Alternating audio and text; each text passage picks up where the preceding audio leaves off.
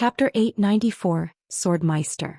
Ignoring all the stares directed at her, Wenhua took a seat near the battle tower's portal and selected to spectate Shifeng's progress inside the tower. Being a spectator allowed her to see everything happening inside the tower clearly. However, this spectator mode cost battle points. Moreover, the number of points required by the system was not low. A total of 300 points to spectate a person.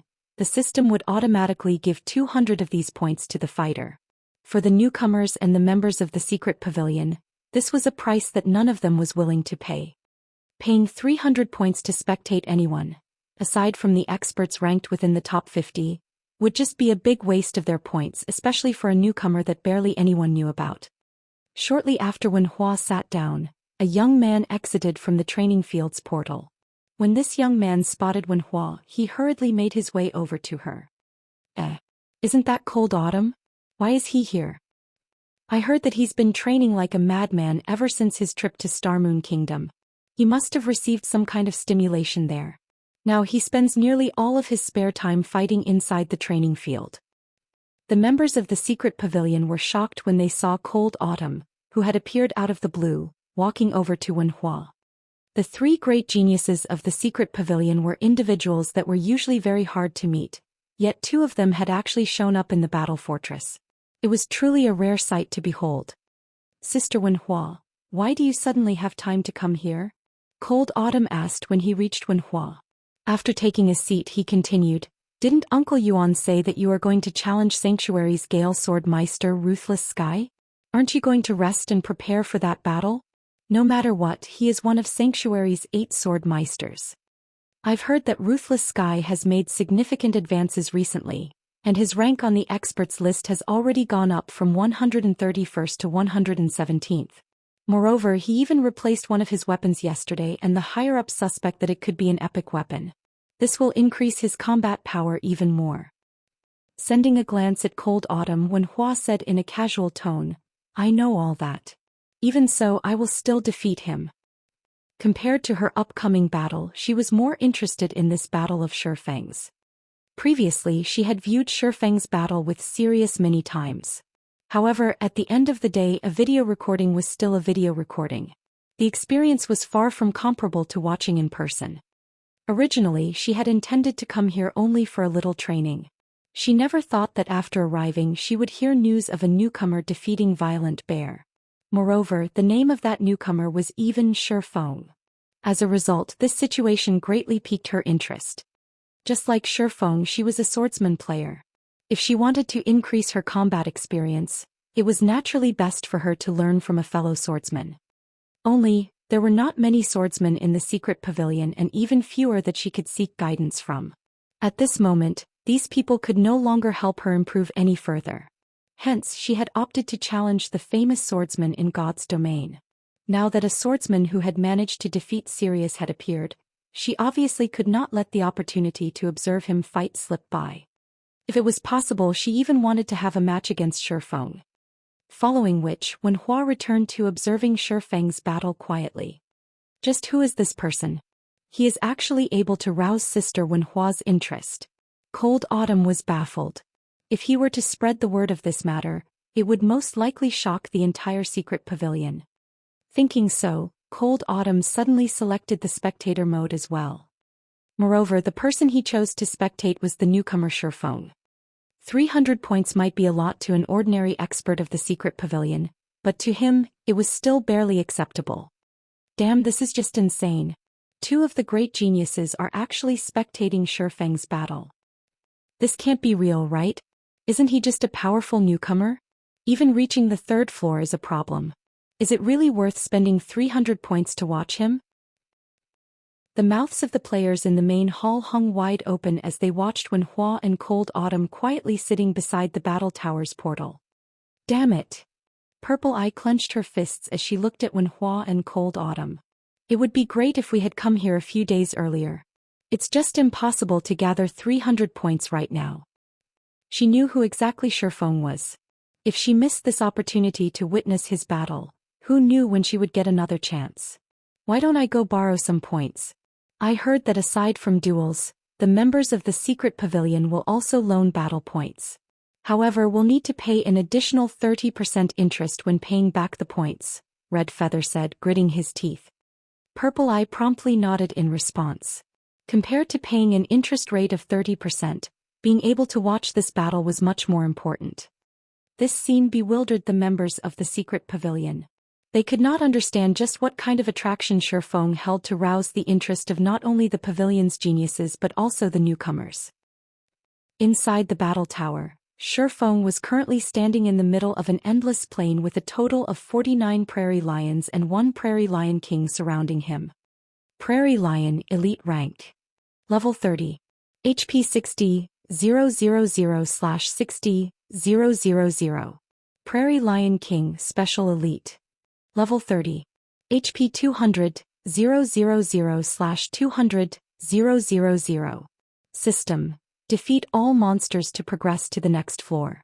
Every prairie lion killed will reward you with 1 combat point, and killing the prairie lion king will reward you with 10 combat points.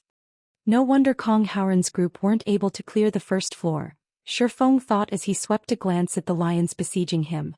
He then took a look at his own attributes. Currently, his attributes were roughly equal to those of a level 30 swordsman geared in bronze weapons and equipment. Right now he was the very definition of an ordinary player.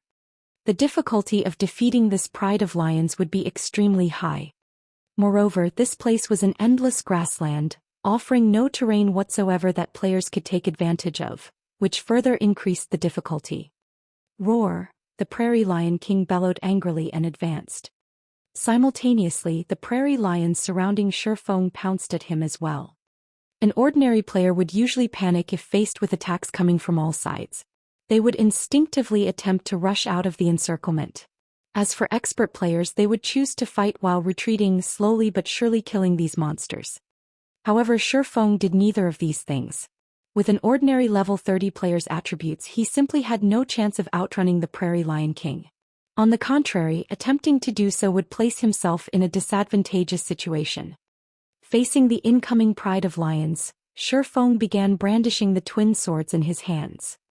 In the next moment, countless streaks of sword light flashed around Shifeng, forming a barrier of sorts around him. Any lion that came at him would have their joints struck by Shifeng's swords. Although Shifeng's strength was insufficient to repel the prairie lions, he still managed to deflect their attack trajectories slightly. Seen from afar, the half-dozen prairie lions attacking Shifeng appeared to be intentionally circling the swordsman, their attacks all landing on thin air. As these prairie lions moved past Shifeng, a streak of sword light would strike at their bodies, causing over -1,500 damage to the elite monsters. As the battle continued, the prairie lions died one after another. This person is clearing out the prairie lions so quickly. Cold Autumn was filled with shock as he observed this scene. Just who is this person? He knew full well just how hard it was to deal with these prairie lions. Simply dodging their attacks was very exhausting, yet Shifeng was actually toying with these elite monsters like they were kittens right now. Despite Shifeng having the same attributes as he did when he challenged the first floor, Shifeng's clearing speed was at least double his. These prairie lions posed no threat to Shifeng at all.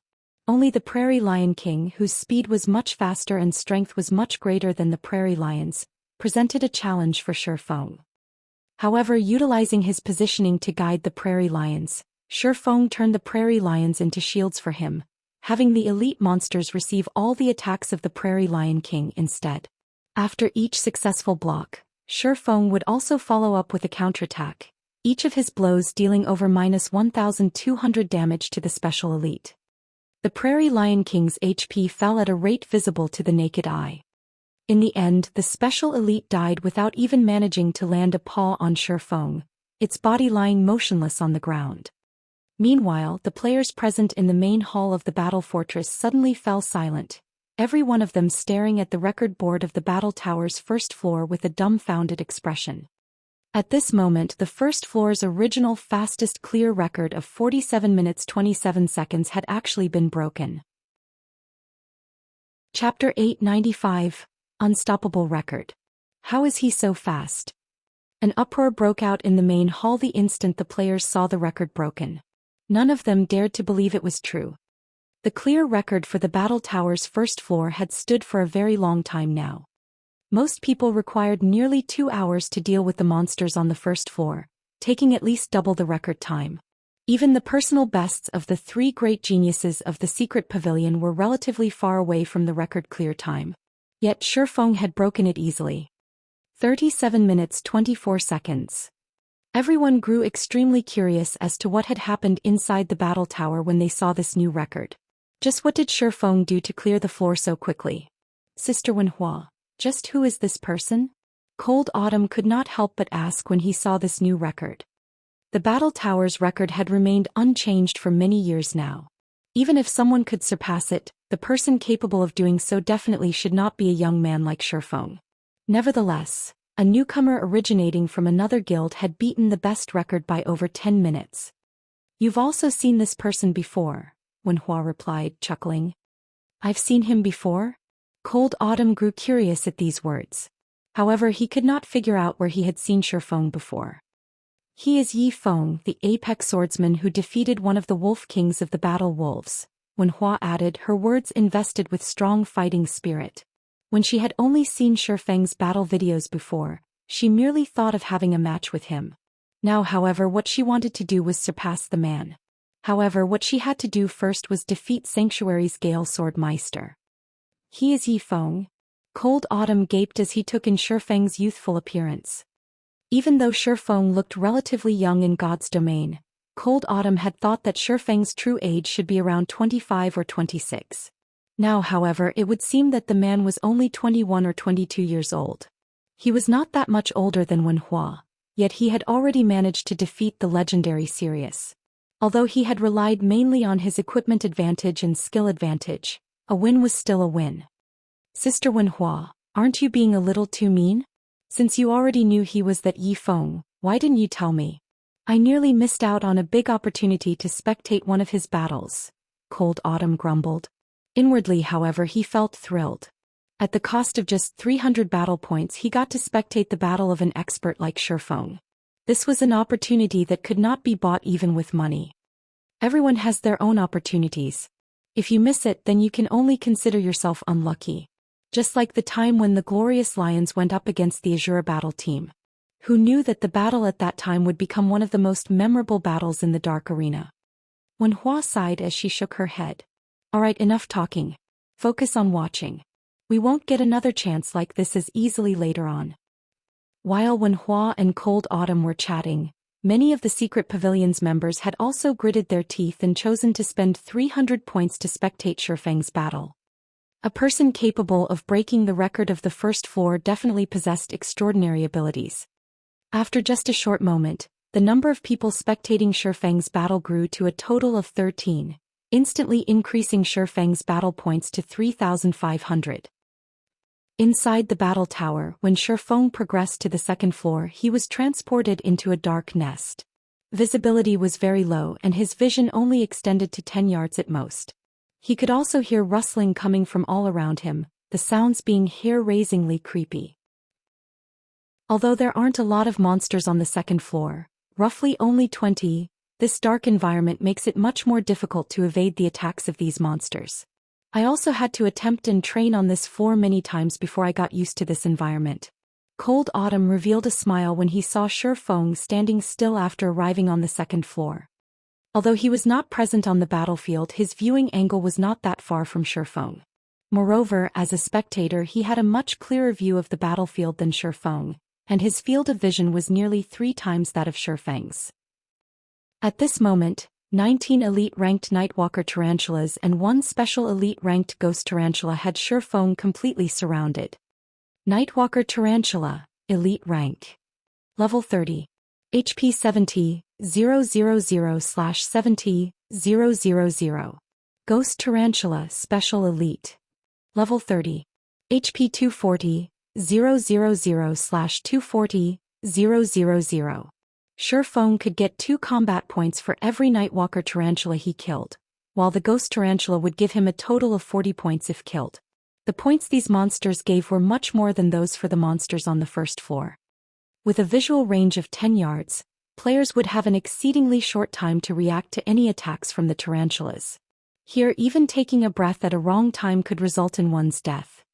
Even if players were just going up against monsters of the same level, the difficulty of the second floor was significantly higher than the first floors. Hence, the number of experts that had managed to clear the second floor among the participants of the training system this time around was extremely low. Even a refinement realm expert like Violent Bear had failed to clear it. To Shifeng, however, this floor was child's play. After reaching the Void Realm, even having his sense of sight weakened would hardly affect his combat power. Although Shifeng could not visually perceive the situation beyond 10 yards, the vibrations and sounds passing through the air allowed him to pinpoint the positions of all the monsters within the nest. Before the monsters even got to 10 yards of him, Shifeng had already started taking appropriate countermeasures. Compared to the lions on the first floor, the massive tarantulas on the second floor were much easier to handle. Although the tarantulas were slightly faster than the lions, their strength was weaker.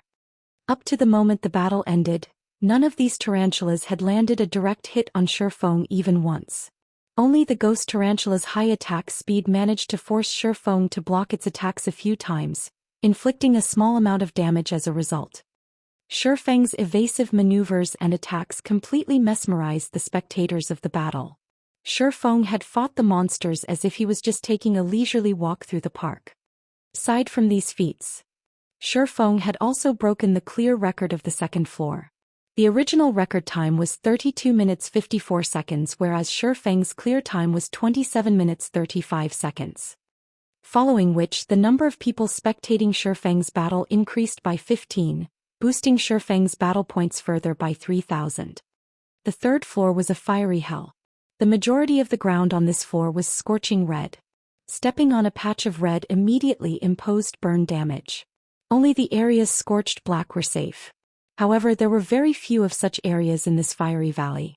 Players would have their movement greatly restricted while fighting on this floor.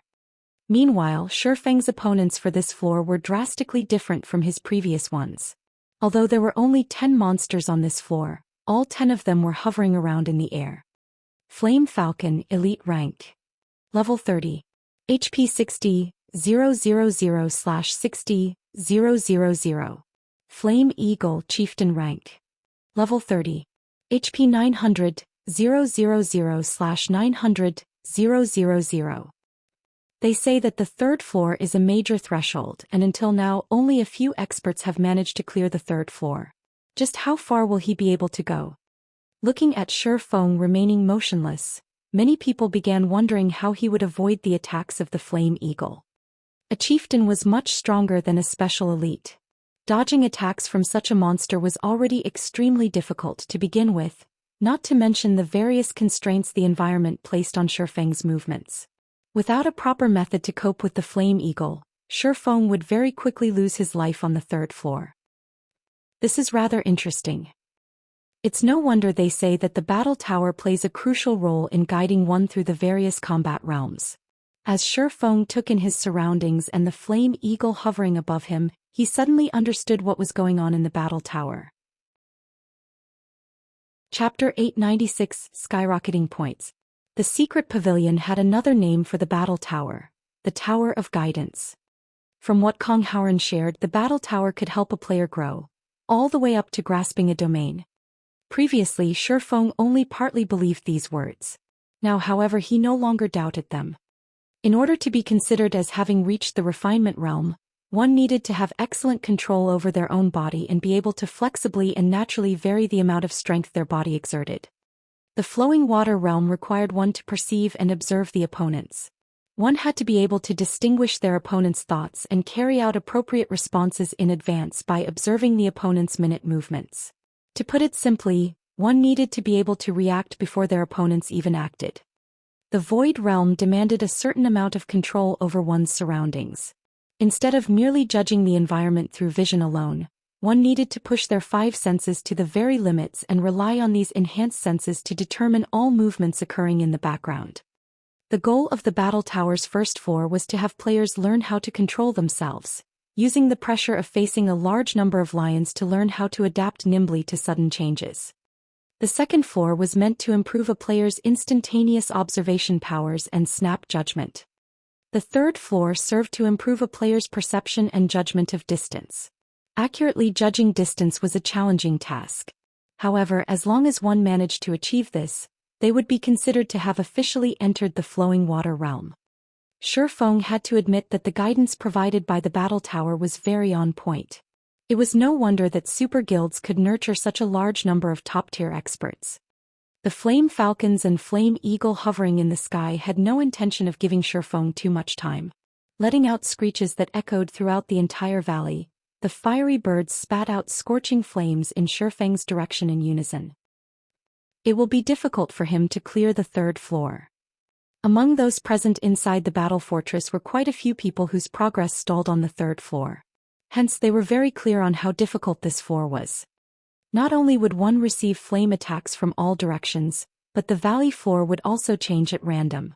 Places that were originally safe zones could turn into a danger zone in the next second. One constantly needed to pay attention to their footing while on this floor. Moreover, there were no objects in the area that could serve to block the flame attacks of the monsters. One could just imagine the difficulty of the third floor. Not to mention attacking the flying monsters, the majority of the players who reached this floor would generally fail to cope properly, and ultimately died to either the scorching ground or the flame attacks. What is he trying to do? Everyone suddenly noticed that, despite seeing the 10 streaks of flames coming at him, Shifeng actually chose to remain standing still. Just as the flames were about to devour Shifeng, the swordsman suddenly strode forward, his body leaving behind numerous afterimages as he moved about the small platform he was on. In the next moment, one streak of flames engulfed the afterimages Shifeng left behind. After all 10 were gone, Shifeng was standing back in his original position completely unscathed. How is this possible? Cold Autumn was momentarily stupefied. Although he had yet to reach the third floor himself, it was obvious to him that were he the one going up against these flame attacks, aside from running and dodging, he would have no other method to retain his life. The distance the flame attacks were launched from was simply too short. He would have absolutely no way to avoid that many attacks in the limited maneuvering space available. As for blocking the flame attacks with his weapon, that would be utterly impossible. He would need a complete set of mysterious iron equipment, at the very least, to avoid taking any damage from blocking the attacks of the flame falcons. Blocking the attacks of the flame eagle would require him to be fully geared in secret silver equipment at the minimum. However, the system armed them with only a set of bronze equipment in the battle tower. Trying to defend against the flame attacks would be suicidal. Now, even while standing in that small area, Shifeng had actually managed to avoid all the flame attacks. It was as if these flames were intentionally circling his body. This is impossible. There must be something wrong with the system. How can he dodge all those attacks in time at such a close distance? The players spectating Shifeng had long since gone into an uproar. Almost all of them had shouted the same thing. No matter how they wrapped their minds around it, dodging so many attacks from such a close distance was not feasible. The only possibility was that an error had occurred with the system. Otherwise, how were they supposed to explain the earlier scene? Wenhua, however, did not feel any surprise at the outcome of that onslaught. Everyone was basing their judgments only on the distance the flames were coming from. However, they had forgotten that they were living in a three-dimensional world.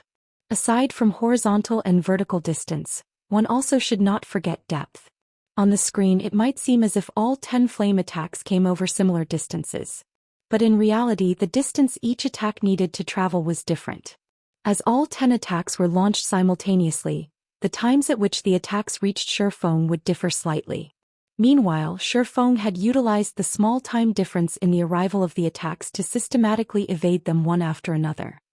The one part about this scene that annoyed Wenhua, however, was that she had not noticed the slightest bit of haste or anxiety in Shifeng's movements.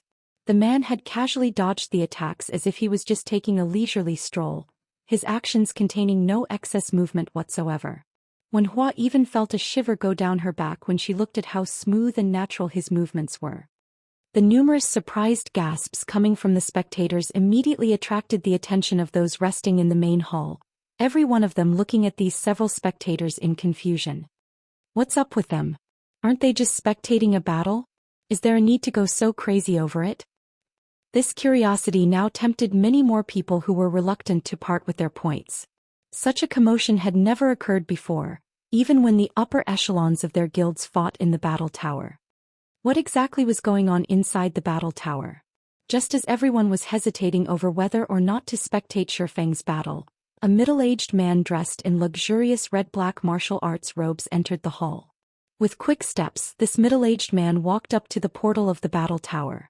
After finding a quiet place to sit in, the man then chose to spectate Shifeng's battle. Damn. This is madness. This is simply madness. Why has Elder Yuan come over as well? Isn't this a training system meant to nurture youths with potential? He couldn't be here too. All the bystanders suddenly thought of a possibility when they looked at Yuan Tiexing quietly sitting down and calling out his system interface. However, none of them could accept this shocking thought of theirs. Those who had still been hesitating immediately looked for seats and chose to spectate Shifeng's battle. Instantly, the number of people spectating Shifeng increased to 63. Those who lacked the points to spectate were all stupefied by this scene. Even when the upper echelon of the secret pavilion came to challenge the battle tower, the number of spectators would be around this number at most. Moreover, today was a day when many people were busy with their own matters and had not come to participate in the training system. Otherwise, the number of spectators right now would definitely rise even higher. Just who is Brother Shifeng? The shock Kong Howren was feeling right now at this sight was many times more intense than what he felt when he had faced off against an army of over 100,000 elite players. I would be set for life if I could have this many people spectating my battle. Hu Xingyang could not close his mouth as he saw this scene. Just how many battle points could he earn if he had this many people spectating his battle as well? Even if he fought against a refinement realm expert every day, those points could last him for 2 whole months. On the 3rd floor of the battle tower, Shifeng repeatedly dodged the flame attacks sent at him. Even when the terrain changed, he managed to reach a safe zone immediately. Occasionally he would also attack with a flying dart. Although the damage he caused was low, only minus 500 points or so, none of the monsters in the battle tower had the battle recovery ability. Hence he could slowly but surely wear down these monsters. Following which, one Flame Falcon's HP continuously decreased. The battle had already fallen under Shifeng's complete control. That's enough experimentation. It's about time things ended. He then threw out the last dart that took away the final strand of HP of a Flame Falcon. As a result of one Flame Falcon dying, the number of attacks Shifeng had to face at a single time decreased from 10 to 9, making dodging the attacks much easier for him. With no suspense whatsoever, he whittled down the remaining Flame Falcons and Flame Eagle, once again easily clearing a floor. Only as Shifeng was not playing a ranged class, his attacks were a lot less effective compared those of ranged classes. Hence he had not managed to break the record clear time for the 3rd floor. Even so, he still stupefied all his spectators. The reason for everyone's shock was because Shifeng's clear time for the 3rd floor was only marginally slower than the current record holders. If his ranged weapon had been slightly better and he had learned a few more good skills, he could have easily broken the record. Following which, Shifeng entered the 4th floor of the battle tower. This was also the highest floor the current batch of trainees had reached.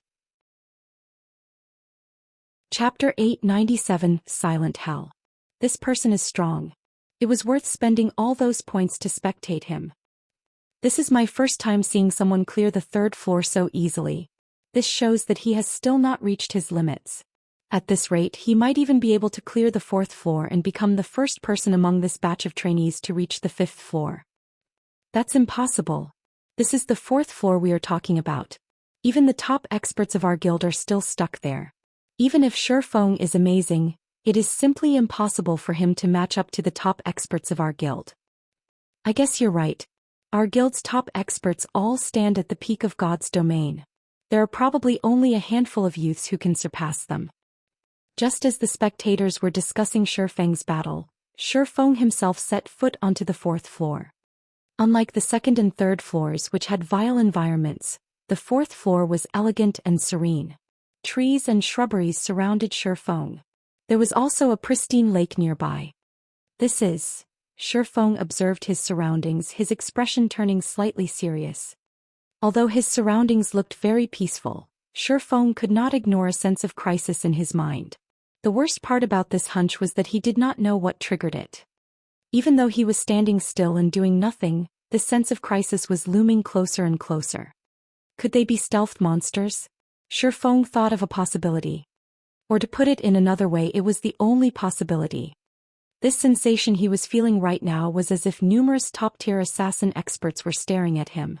However, no matter how skilled and silent the assassin might be, as long as they were a player, Shifeng would more or less be able to find traces of them through sight and hearing, yet neither of these two senses of his had picked up anything.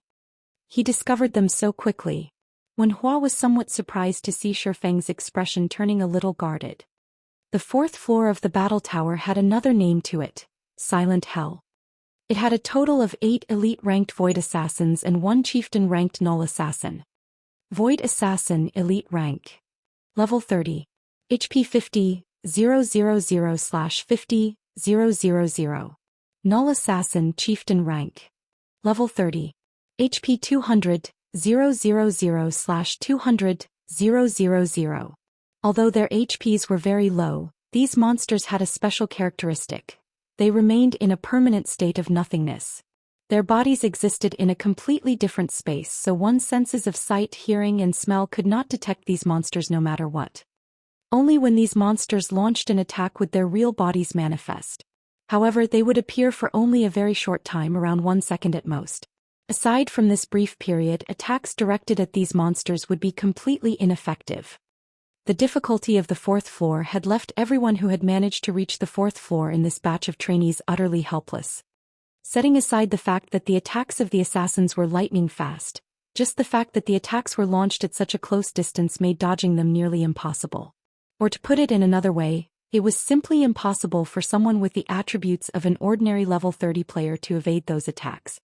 Even if one managed to dodge those kinds of attacks, failing to counterattack in time would eventually lead to death from overexhaustion. Back when Wen Hua herself had reached the fourth floor for the first time, she had died completely unaware of what had happened. And even now she was still stuck on this floor. Only the monster-like existences of the secret pavilion were able to contend against the assassins on this floor. So far, just a few people throughout the entire guild had managed to clear the fourth floor. I wonder just how far you will be able to go. A bright smile appeared on Wen Hua's face as she quietly observed the swordsman. She had a feeling that, if she could observe Shifeng clearing this floor, she might be able to break through that barrier that was preventing her from improving. Under Wen Hua's gaze, Shifeng started moving. Without hesitation, he dashed up to a nearby tree and placed his back against the large tree. This way he no longer needed to pay attention to attacks coming from behind. He just needed to keep an eye out for attacks coming from 180 degrees in front of him. Damn, so you can do something like that as well? Everyone spectating this scene was stupefied. They had never thought to utilize the terrain in such a way. The effort an expert needed to expend to defend against attacks coming from just 180 degrees was many times less than attacks coming from all 360 degrees. With the energy saved, one could better perceive and concentrate as well. Moreover, dodging attacks would become much easier. However, as soon as Shifeng stood in front of the large tree, a silvery white dagger suddenly appeared before him, directly slashing at his neck. So fast. Surprised, Shifeng instinctively sidestepped. With the speed of the attack as well as the short distance it was launched from, if Shifeng had not responded instantly, he would have gotten struck without a doubt. Fortunately, he had already reached the void realm, so he could feel the movements in his surroundings. Although the appearance of the dagger was very sudden, the moment the weapon materialized, it would more or less generate some fluctuations in the air, which gave him sufficient warning and allowed him to carry out preventive measures. In the next moment, the snowy white dagger brushed past his neck and left a deep scar on the tree behind him.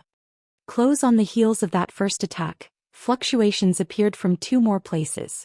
Meanwhile, the position of these fluctuations came from the direction he had sidestepped to. Shifeng tightened his grip on his twin swords and hurriedly slashed at the locations the 2 fluctuations originated from. Ping, ping. 2 crisp sounds echoed throughout the entire forest. The sparks generated were also extraordinarily eye-catching. Crap, isn't he too amazing? How did he manage to detect those attacks? The spectators' mouths all fell wide open when they saw the sparks flashing before Shifeng. As bystanders, they had a much clearer view of the situation than Shifeng. However, even after looking for a long time, they failed to detect anything peculiar about the locations he had attacked. There was just empty space there. Nevertheless, Shifeng succeeded in very accurately blocking 2 strikes. They all felt that Shifeng was not human but a monster in human guise instead. How are his attacks so fast? Wen Hua was inwardly shocked when she saw this scene, her mind constantly replaying Shifeng's previous actions. Setting aside how Shifeng had managed to detect the location of the attacks, just being able to execute such quick counters from such a short distance was simply unbelievable. This was definitely not a feat an ordinary human being could accomplish. Her dynamic vision was among the best in the entire guild. Even if it were a baseball moving at 160 kilometers per hour, she would be able to clearly see and count the number of rotations the ball was making. For attacks that no one else could see, even the afterimages of, she could make out some afterimages.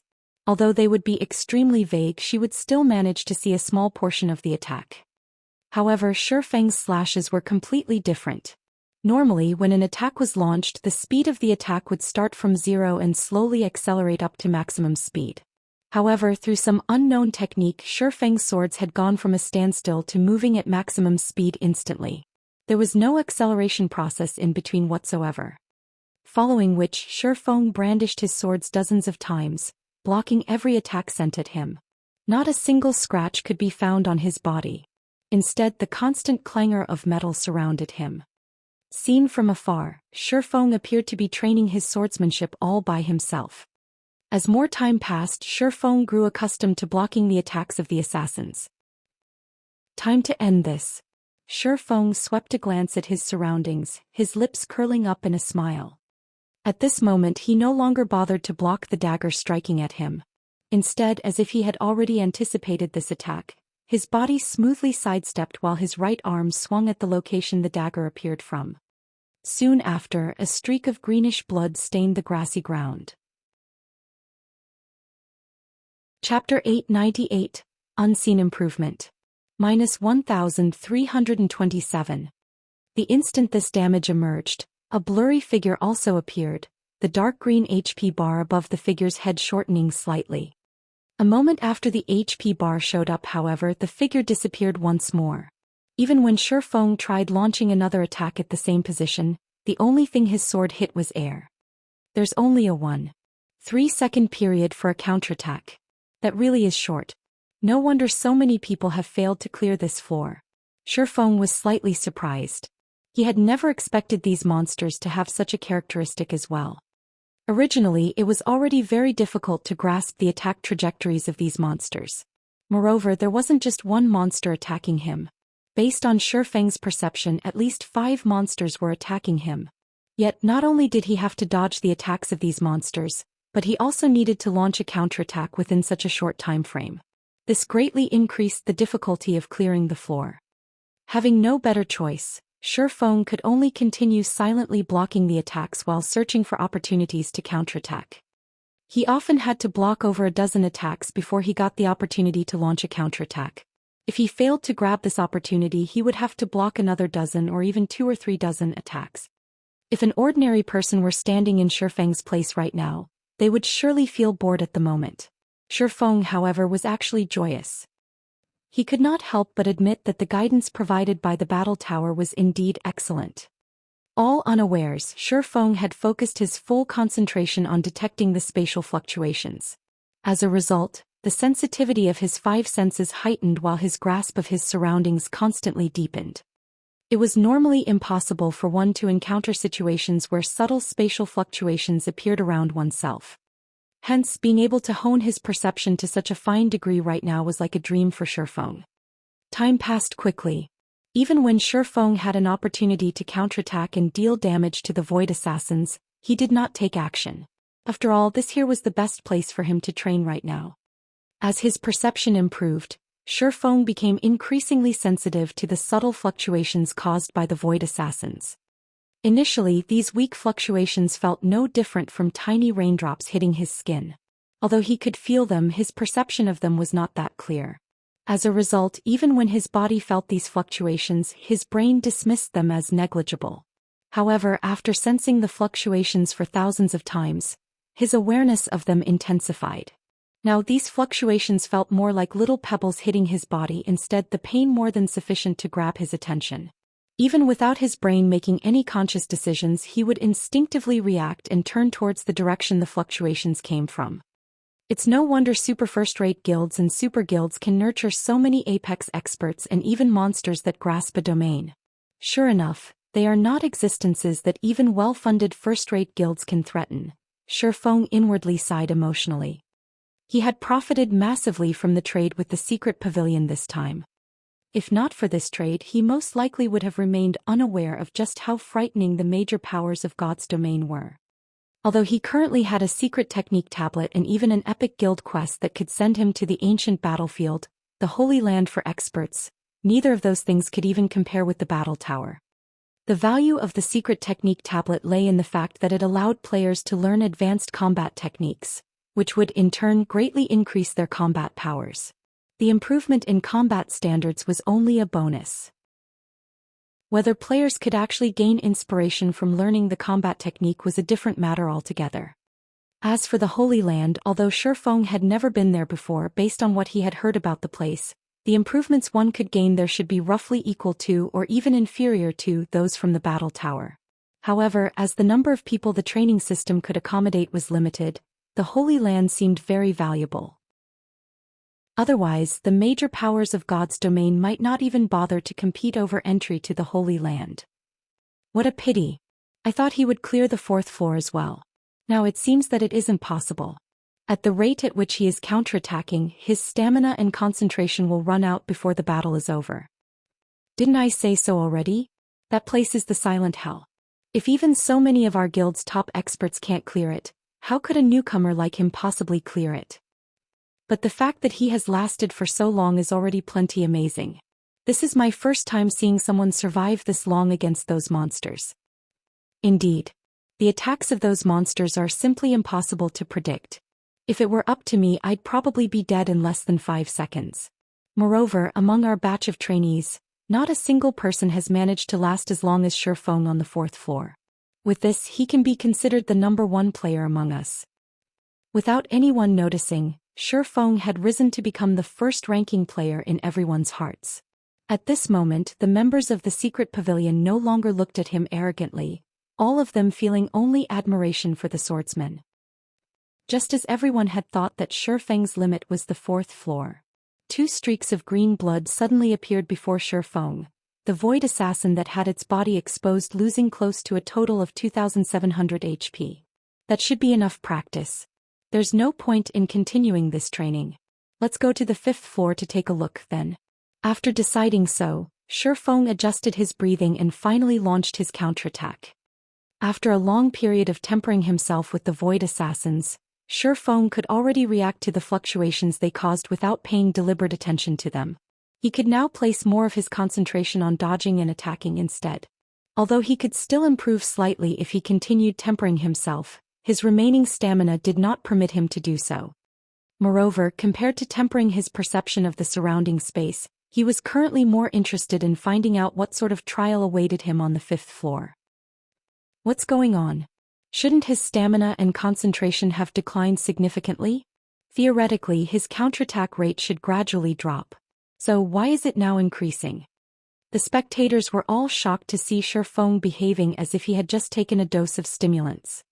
However, what no one knew was that, after undergoing that period of tempering, Zhou Feng's combat standards had received significant improvements.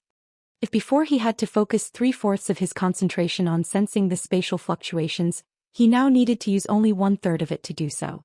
This change allowed Zhou Feng's attack rate to increase over 3-fold.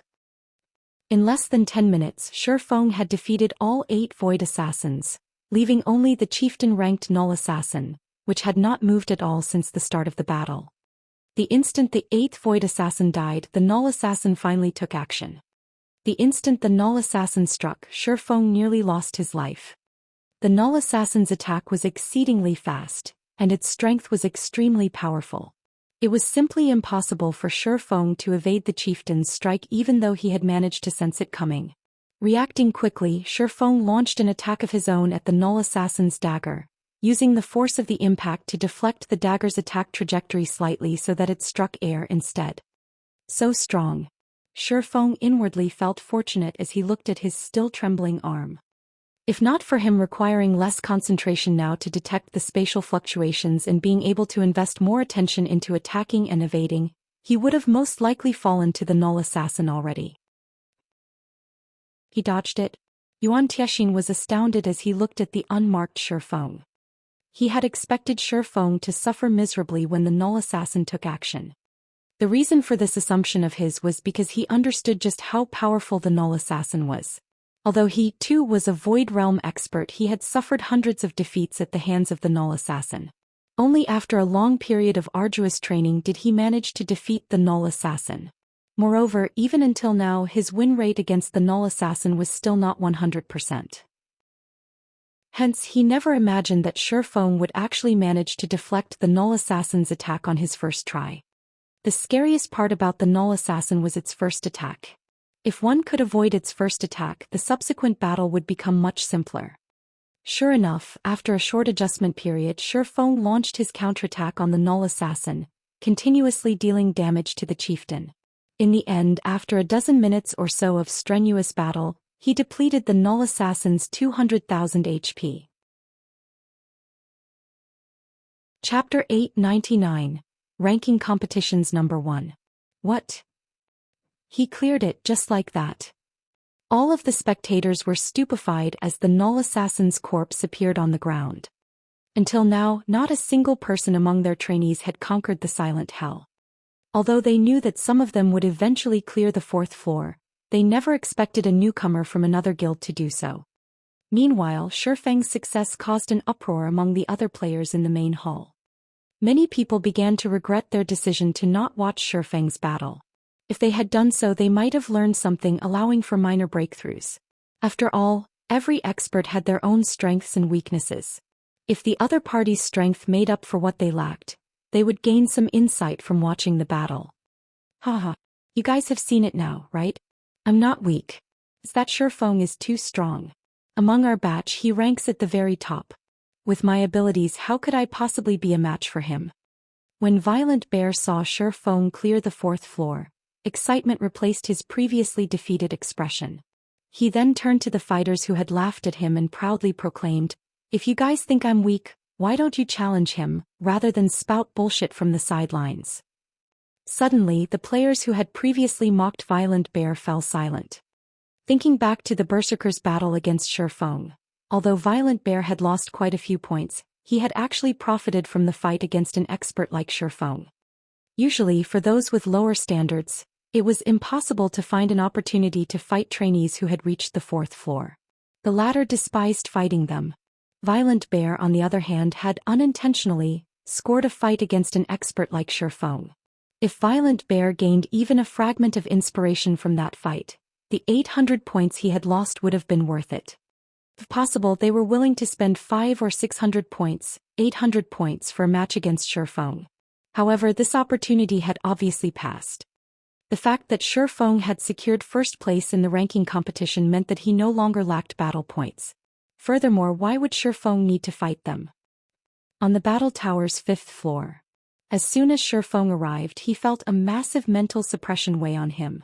This mental suppression was many times stronger than the abyssal blade had exuded when he executed a skill.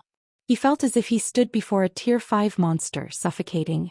His body's reaction speed and mobility were also heavily restricted. Aside from this oppressive pressure, he noticed that he stood in a dimly lit cave. Steam filled the cave, feeling like a massive sauna. The steam also hindered Shifeng's vision. Aside from Shifeng, 5 giant snakes with dark gray bodies and 3 heads each slithered in the steamy cavern. The snake's amber eyes glared at Shifeng. 3-headed snake, special elite. Level 30. HP 150, 000/150, 000. Before Shifeng could adapt to the environment here, the 5 3-headed snakes moved. Inside the rubble-filled cave, Shifeng's mobility was restricted. The 3-headed snakes, on the other hand, treated these obstacles as if they didn't exist. They moved through the cave like flowing water, easily overcoming the various obstacles in their path with unaffected speed. In the blink of an eye, all 5 snakes arrived before Shifeng. After the 5 3-headed snakes surrounded Shifeng, they began to spit needles of corrosive venom at the swordsman. The venomous needles rained down on Shifeng like thin rain. In this steamy environment, it was simply impossible to detect them with the naked eye. Shifeng could only determine the attack's trajectories by the fluctuations in the air. However, there were simply too many needles. A single three-headed snake had spat over a dozen needles. With 5 three-headed snakes surrounding Shifeng, he faced was over 70 attacks. An ordinary person would have their hands full with just 5 of these attacks. Now there were over 70. Moreover, even one of these attacks was more than enough to injure Shifeng heavily. The 5th floor's difficulty was clear to see. Even if Shifeng were at his peak, he could never defend against so many attacks. He needed to rely on quick movements to reduce the number of attacks he received. Only by doing so would he have any chance of survival. Moreover, not only were his reactions slowed right now, but he was also surrounded by a vile environment. With so many obstacles, it would be very easy to trip and fall if he moved too quickly, which would then open holes in his defense. However, even knowing this, Shifeng chose to run. If he simply stood there, the numerous attacks would claim his life. As expected of the battle tower's 5th floor. This isn't any place for ordinary human beings. Shifeng brandished his twin swords to deflect the venomous needles as he ran. Although these needles did not contain much force, there were many of them. Even after Shifeng ran, he had to face nearly 40 needles. With his blurred perception, a single mistake would result in the venomous needles finding their mark. Although each needle only dealt around -500 damage, Shifeng only had several thousand HP. Following which, as Shifeng ran through the cave and evaded the needles, his HP rapidly decreased. In the blink of an eye, Shifeng's HP reached 0, his body falling to the ground. In the end, he was teleported out of the battle tower. Even after Shifeng returned to the main hall, the spectators around the battle tower's portal were still in a daze. The 5th floor was absurdly difficult. Just watching the rain of venomous needles pelt Shifeng made a chill run down their spines. There was also that massive mental suppression to contend with. If they had to fight in such an environment, they wouldn't even last 2 seconds before becoming porcupines. However, Shifeng had managed to last over 10 seconds before succumbing to the near-invisible needles. If not for those attacks being so hard to detect, Shifeng could have survived for much longer. He might have even put up a good fight against those 3-headed snakes. Is this his current strength? After Cold Autumn exited spectator mode, he looked around him, a faint chill crawling down his back. Fortunately, he had experienced that battle as a spectator. Had he been fighting against that oppressive pressure, he would have been paralyzed. All he could have done was wait for death to take him. As for Wenhua, after seeing the difference between herself and Shifeng, she wasn't afraid in the least. On the contrary, she brimmed with fighting spirit, the corners of her lips lifting into a bright smile. Although she could clearly feel just how massive the gap was between them, she had obtained tremendous insight from watching Shifeng's fight. Previously, she had concentrated on a singular question: why were Shifeng's attacks so fast? However, after a long period of observation, she more or less gained some inspiration. Every time Shifeng attacked, his body began to move even before his sword did. By relying on his body's movements and energy transfer, his sword had already been accelerating for a brief period by the time he moved his arm. Hence, when Shifeng actually swung his sword, the sword seemed as if it instantly transitioned from a standstill to maximum speed. Although the theory sounded simple, one needed a degree of physical control that was beyond the scope of ordinary humans to accomplish this feat. Of course, Wenhua had a lot of confidence in herself. She believed that, if Shifeng could do it, there was no reason that she could not. Chapter 900 Challenge.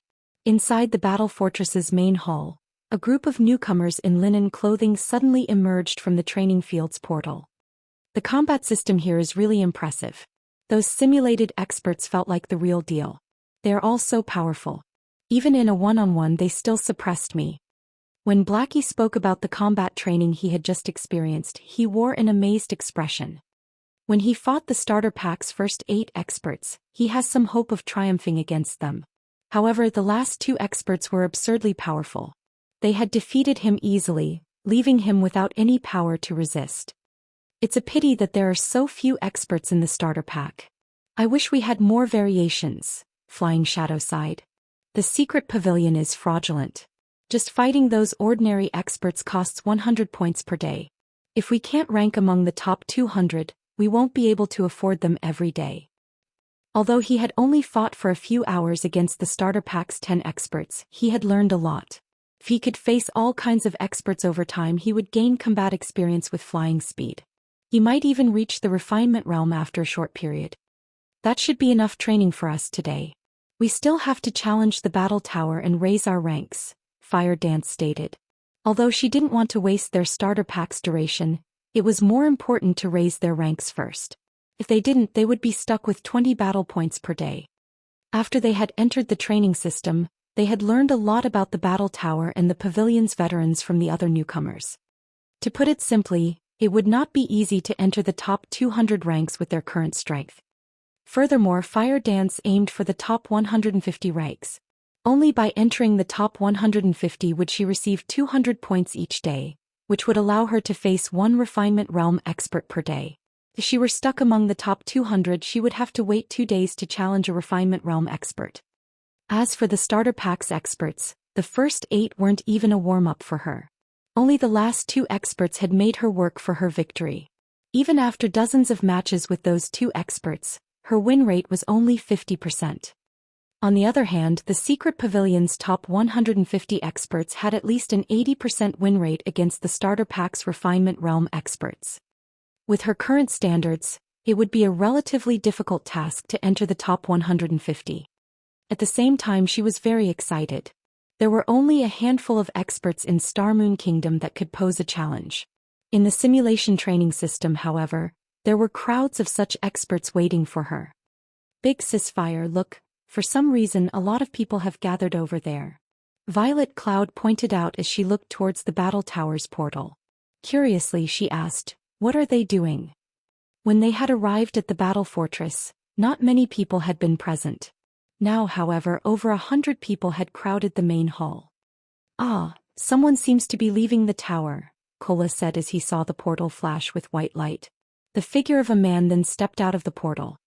After a moment, they recognized the familiar figure. A large crowd had huddled around the portal. As soon as Shifeng emerged, everyone turned towards him. They looked at Shifeng as if he were a monster, curiosity and horror flashing in their eyes. Shifeng was simply some newbie that had joined the training system today, yet he had set foot onto the 5th floor. The secret pavilion's members had already been in the simulated training system for over a month. For some, this wasn't even their first year. Yet they were all still stuck on the battle tower's 4th floor. Hence, Shifeng's achievement was difficult for them to swallow. Doesn't he look just over 20? He actually reached the 5th floor at such a young age. Even among all the geniuses throughout our secret pavilion's history, he should rank near the top, right? Yeah, he should rank within the top 20. Between Shifeng and Wenhua, who do you think has more talent? Do you even need to ask? It is certainly Wenhua. Even our guild leader can't stop praising her talent, claiming that she ranks among the top 10 throughout the secret pavilion's history. When Fire Dance and the others overheard the conversation, they were momentarily at a loss for words. They did not know whether they should celebrate or smile wryly. While their heads still ached about obtaining a better rank, Shifeng had already become number 1 in the ranking competition. Meanwhile, before Shifeng even had the chance to relive the battle on the 5th floor, he heard the sound of an emergency notification. Shifeng was then forcefully ejected out of the training system and forced into sleep mode. No one was surprised about Shifeng's sudden disappearance. They all thought that he had logged out to avoid their pestering. Moreover, training in the battle tower was very taxing. Almost everyone had to log out and rest after challenging the tower. Inside the luxurious bedroom, Shifeng climbed out from his virtual gaming cabin, the machine continuously beeping. A single tempering session in the battle tower consumes so much? Shifeng could not help his surprise when he saw the virtual gaming cabin's depleted nutrient solution tank. Before he had entered the training system, he had made sure to refill the cabin's nutrient solution storage and had drunk a bottle of A-rank nutrient fluid. The depleted nutrient solution was one thing. However, he was extremely hungry. Moreover, his entire body felt drained. This emptiness felt similar to when he had broken through the limits of his mental strength for the first time. It's no wonder why Yuan Tiexin had warned me to prepare S-rank nutrient fluids. Ordinary people can't afford to play around with this training system. Shifeng more or less understood why Yuan Tiexin had suggested caution. It seems I'll have to prepare some more S-rank nutrient fluids from now on. While inside the battle tower, he had pushed his 5 senses to their brinks for a long time. In God's domain, however, he usually didn't need to. It was especially true after one reached his standard. While fighting at one's peak, the brain would be extremely active. This would increase the body's energy consumption. If one did not replenish the lost energy afterward, the consequences would be unimaginable. It was even possible to destroy one's own body. Now that Fire Dance and the others had begun their training in the simulation training system, they needed enough nutrient supplements after they emerged. Otherwise, their bodies would suffer. However, it was extremely difficult to obtain the best-performing S-rank nutrient fluid. Only transcendental powers like the Secret Pavilion, which were influential in both the real world and the virtual world, could obtain large quantities. As for a foundationless guild like Zero Wing, it could at most obtain a few bottles. Furthermore, each bottle was very expensive. Meanwhile, Shifeng needed the coins he had on hand to keep the guild functioning, and he had not liquidated any funds recently. As for the credits he had on hand, Liang Jing had already used them to purchase training facilities. Currently he was almost broke. It seems I'll have to turn some of the coins or items into money for now. Shifeng sighed helplessly. Truthfully, he did not wish to exchange any of the game's resources for credits. After all, doing so would impact the guild's development. However, nurturing a group of top-tier experts was far more important right now. Just as Shifeng pondered selling the resources of God's domain, Liang Jing barged into his room looking worried. Master Shifeng, something has happened, Liang Jing said, panting. With her hand over her chest, she continued, a group of people has suddenly arrived to challenge our training center. Several instructors have been injured. From what I have heard, this group defeated Master Qin Wu before arriving. They are demanding a match against you. They claim that there will be consequences if their demands aren't met. Challenge? Who are they? What do they look like? Shifeng recalled a faint memory after hearing these words. Chapter 901, Silent Blade. Inside the bustling dojo, hundreds of people had gathered around the arena. This dojo is pathetic. These instructors are just garbage. They're completely misguiding the students here. With such skills, they even dare start up a dojo. Hey you guys, you're better off training somewhere else. With these trash instructors teaching you, you won't get anywhere in a fighting competition no matter how long you train. It's no wonder why, after so many years, this city has not produced a single decent professional fighter. Of course you're not to blame. Rather, it's these garbage instructors' fault. If it were up to me, I would pack up and leave after finding out how crappy these instructors are. I wouldn't waste my youth here.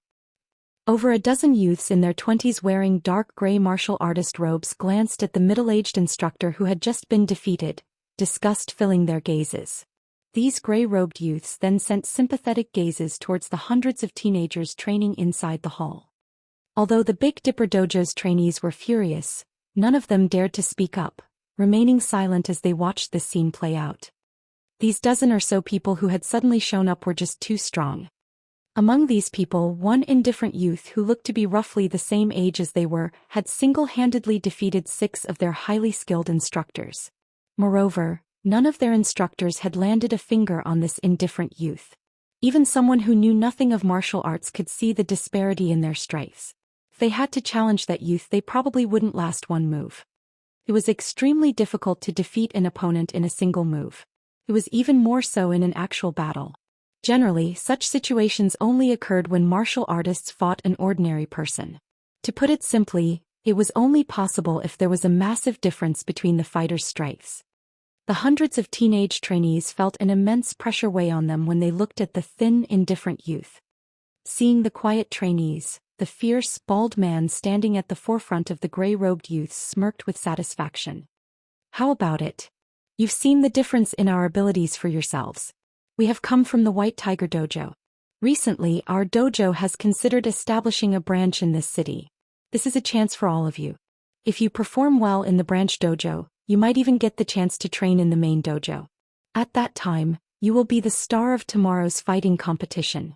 You won't have to waste your lives in this tiny place. Hearing the bald man's offer, everyone was momentarily stunned. They immediately understood why even Master Chen Wu was no match for these youths. They had heard about the White Tiger Dojo. Anyone who wanted to join the world of fighting knew about it. Many famous contestants who had taken part in past national fighting competitions originated from the White Tiger Dojo. The dojo had even nurtured well-known international fighters in the past. Countless youths that wanted their own fame in the fighting world dreamed of joining the White Tiger Dojo. However, they had never imagined that the White Tiger Dojo would open a branch in their city. Before the bald man could say more, the dojo's doors swung open. Having captured everyone's attention, Shi Feng and Liang Jing approached the bald man. Immediately the trainees grew excited. Shi Feng was the Big Dipper Dojo's head instructor. Despite being so young, he had attained this position by relying on his own strength. He was their revered idol. In fact, many among them had specifically joined the dojo because they had heard Shi Feng was an instructor here.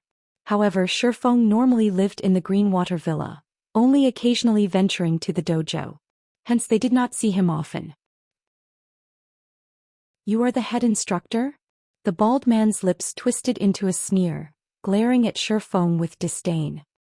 He had heard that the newly established Big Dipper Dojo had a 20-something-year-old martial artist who guided the students. He had thought it had been a joke. Now, however, it seemed that the rumor was true. The man before him wore cheap dark blue sportswear and he didn't appear strong. Not only did the man seem a little pale, but he also lacked the aura of a martial artist. It was hard to imagine how such a weakling had wormed his way into the position of head instructor. In his opinion, Shi Feng was weaker than the instructors that had already been defeated. At the very least, their auras had been passable. That's right. Why have you come looking for me in such a hurry? Shi Feng swept a glance over the dozen or so members from the White Tiger Dojo, becoming more confident in his conjecture. In the past, after God's Domain launched the Mindspace system, the well-known dojos throughout the nation had begun to expand. These dojos had set up branches in various cities in an attempt to poach members and expand their influence, hoping to attract major corporations' investments. Although some dojos had received these investments, the majority had not. These corporations' intentions had been obvious. They had all wanted to nurture a powerful guild of their own in God's domain. However, compared to recruiting ordinary players, it was far more efficient to recruit fighters from dojos, who were already familiar with actual combat. Moreover, God's domain wouldn't impact these fighters' daily routines. These people only needed to play God's domain while they slept. With this, not only would the fighting world and virtual gaming world remain separate, but they would also form a mutually beneficial relationship, helping each other improve.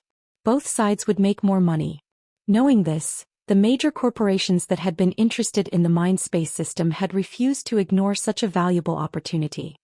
Among the country's dojos, the White Tiger Dojo had chosen to set up branches in over a dozen third-tier cities. Jinhai City had been one of those cities. Back then, the city's various dojos had despaired upon hearing the news. These dojos had originally chosen to develop in a third-tier city precisely because they could not compete with the dojos in first- and second-tier cities. When the major dojos had targeted their cities, they had been forced out of business. In the end, many of Jinhai City's dojos had been forced to cooperate with the White Tiger Dojo. Once Shi Feng saw the White Tiger Dojo's members, his gaze stopped on the indifferent youth behind the bald man. Shi Feng knew this youth. He had been extremely famous in Jinhai City. Moreover, after joining God's domain, he had become unstoppable. In the past, he had been known as Silent Blade in God's domain. At his peak, he had been a Tier 5 berserker who ranked 58th on the God's domain experts list. Unfortunately, his entry into God's domain was somewhat late. Otherwise, his achievements in the game would have been even greater. Our White Tiger Dojo is thinking of opening a branch in Jinhai City, so we've come to say hello. We were also hoping to spar with you. I wonder if Instructor Shi is interested? The bald man laughed. Spar. Shi Feng's lips hooked up slightly. Shaking his head, he said, "Why doesn't it look like that to me? The White Tiger Dojo is so famous that even a layman such as myself knows of it.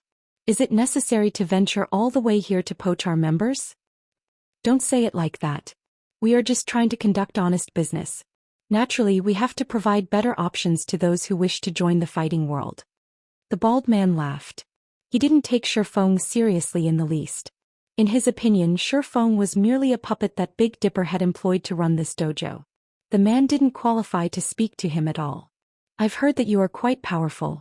I have always admired those with strength. I wonder, would you be willing to spar with me? We can show everyone whether or not your strength is superficial." Chapter 902 Class vs. Class. The bald man's sarcasm earned the displeasure of many within the dojo. Just as Liang Jing was about to step forward and say something, Shifeng held her back with a hand. He was also familiar with this bald man. The man's name was Gan Xingting, and he was one of the White Tiger Dojo's advanced disciples. The man was quite strong, even stronger than Qin Wu. He was very active in all sorts of fighting competitions and had earned himself some fame. Hence, he had the confidence to wipe the floor with every martial arts instructor in Jinhai City. "What's wrong? Afraid?" Gan Xingting sneered. In Gan Xingting's opinion, Shifeng's pale complexion was definitely due to fear. With this thought, he became even more certain that Shifeng was afraid of sparring with him. "I'm not particularly opposed to a sparring match. However, if I catered to every random person who burst into our dojo to challenge me, wouldn't I die from exhaustion?" Shifeng responded softly. Shifeng's retort didn't fluster Gan Xingting in the least.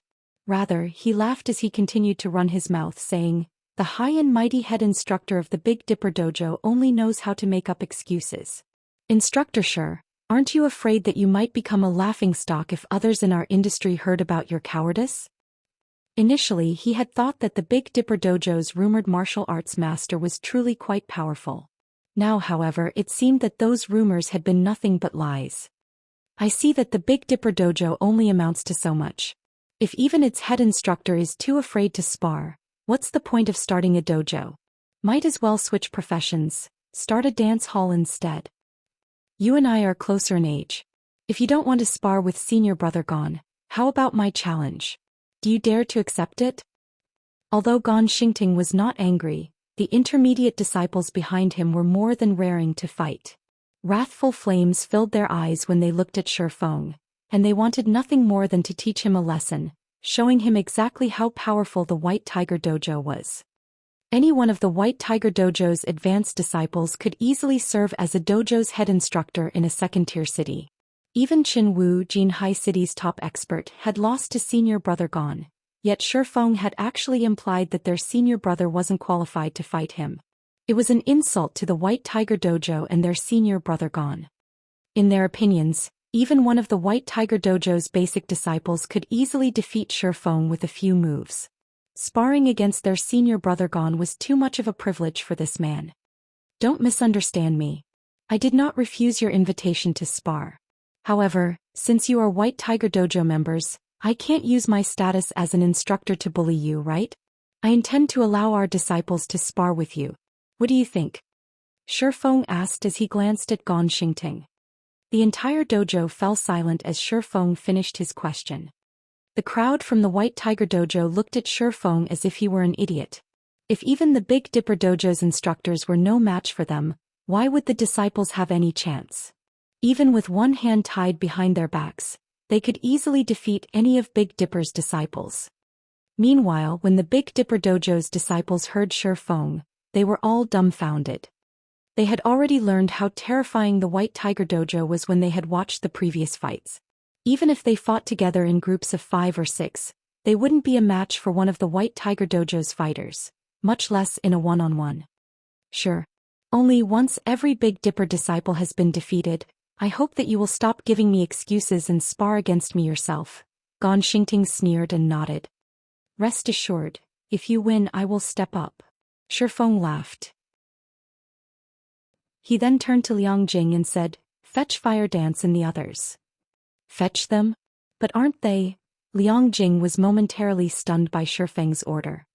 After she had become Shifeng's assistant, he had often enlisted her help to manage some of Zero Wing Workshop's affairs. Hence, she knew Fire Dance and the others' identities. None of these people were professional fighters. They were professional gamers. Rather than having them fight the White Tiger's members, it would be more effective if the dojo's disciples fought. Go. It's about time they take part in an actual battle. Shifeng understood the reason for Liang Jing's shock. However, he still had her summon Fire Dance and the others. Fire Dance's group might not be professional fighters, but after such a long stay in the Greenwater Villa, they had undergone various training. Lei Bao had even guided their foundations. In addition, they received an endless supply of A-rank nutrient fluids and the occasional S-rank nutrient fluid. Their current physiques were already many times stronger than when they had first arrived at the Greenwater Villa. Fire Dance and the others had even surprised a martial artist like Lei Bao, and the man often praised the group for being martial arts geniuses. Lei Bao had even wanted to accept them as his personal disciples. Unfortunately, Shifeng had rejected his requests. A short moment later, Fire Dance and the others entered the dojo. Immediately, their appearance caused a great commotion. When the White Tiger Dojo group saw Fire Dance and the others, their jaws nearly hit the floor. Rage flashed in their eyes as thoughts of murdering Shifeng surfaced in their minds. Originally, they had thought that Shifeng had summoned a group of powerful experts to spar against them. Now, however, it would seem that he was simply ridiculing them. The group Shifeng had called to face them actually included girls. Although there was no lack of female disciples in the various dojos, and there were female-only competitions in major fighting competitions, males and females were simply on different levels. The fact that Shifeng had sent for a female disciple trampled on their glory and pride. Why wouldn't they be angry? Instructor Shi, are you trying to insult the White Tiger Dojo? Gan Xingting asked Shifeng with a frosty tone. Gan Xingting intended to wait for an answer. However, Fire Dance walked up to the arena and pointed at the White Tiger's members, issuing her challenge. One-on-one matches will be too boring. I want to take on all of you at once. Before the White Tiger Dojo's members could react, Liang Jing nearly fainted. Just who did Fire Dance think these people were? This wasn't a game. They were all bona fide fighting experts. They were not random monsters that one could casually defeat in a game. Liang Jing had thought of warning Fire Dance. However, seeing the murderous looks from White Tiger Dojo members, she rushed up to Shifeng and said softly, Master Shifeng, please ask her to stop. These people are from the White Tiger Dojo. If she angers them and they stop holding back, someone will end up in the hospital. You're right, Shifeng nodded. He then looked towards Fire Dance and said, hold back. We shouldn't hospitalize them. If it were Kola or Yi Wumian, they could have played with their opponents without hurting them too badly. If it were up to Fire Dance, however, her opponents would be in danger. After all, Fire Dance had never fought ordinary people before. After reaching the refinement realm, she usually only trained with Lei Bao. If she fought an ordinary person, she could miscalculate her opponent and use too much strength. I understand. Fire Dance nodded and smiled. Shifeng's instructions left Liang Jing speechless. Although she wanted to inform him that that was not what she had meant, the indifferent youth from the White Tiger Dojo had entered the arena. As for the other White Tiger members, they shouted their indignation. You Zipping, you better not hold back just because she's pretty. Show them the strength of the White Tiger Dojo. You Zipping, if you can't defeat her with a single move, I'll mock you forever. The visiting fighters' eyes were all bloodshot with anger. They all wished they were in the cold Yu Zipping's place, eager to show these bumpkins from the Big Dipper Dojo the extent of their strength. Meanwhile, Gan Xingting laughed out of anger. He even wondered if Shifeng acted out of desperation after realizing the hopelessness of the Big Dipper's situation. Yu Zipping nodded seriously as he turned to Fire Dance with a chilling expression. Since Yu Zipping was already prepared, Shifeng promptly initiated the fight. All right then. Since you have decided, let the match begin. Chapter 903. Who's next? When Shifeng announced the start of the battle, Yu Zipping shot the man a glance, surprise flashing in his eyes. Shifeng was simply too calm. He had participated in many fighting competitions before and had met people of various standards, so he could tell that Shifeng's serenity was not an act. Rather, his calm originated from absolute confidence, as if everything were within his control. However, in his opinion, his match against Fire Dance was unbalanced. Fire Dance had no chance of winning against him. After all, females were generally weaker than males. It was especially true for a great beauty like Fire Dance. Although Fire Dance wore a set of dark blue sportswear, her clothing couldn't hide her curvaceous body. She looked nothing like a muscular gorilla. On the contrary, she looked like someone who often practiced yoga. Her perfect figure only contained charm, not strength. In the face of absolute strength, all trickery was useless. All martial artists knew this.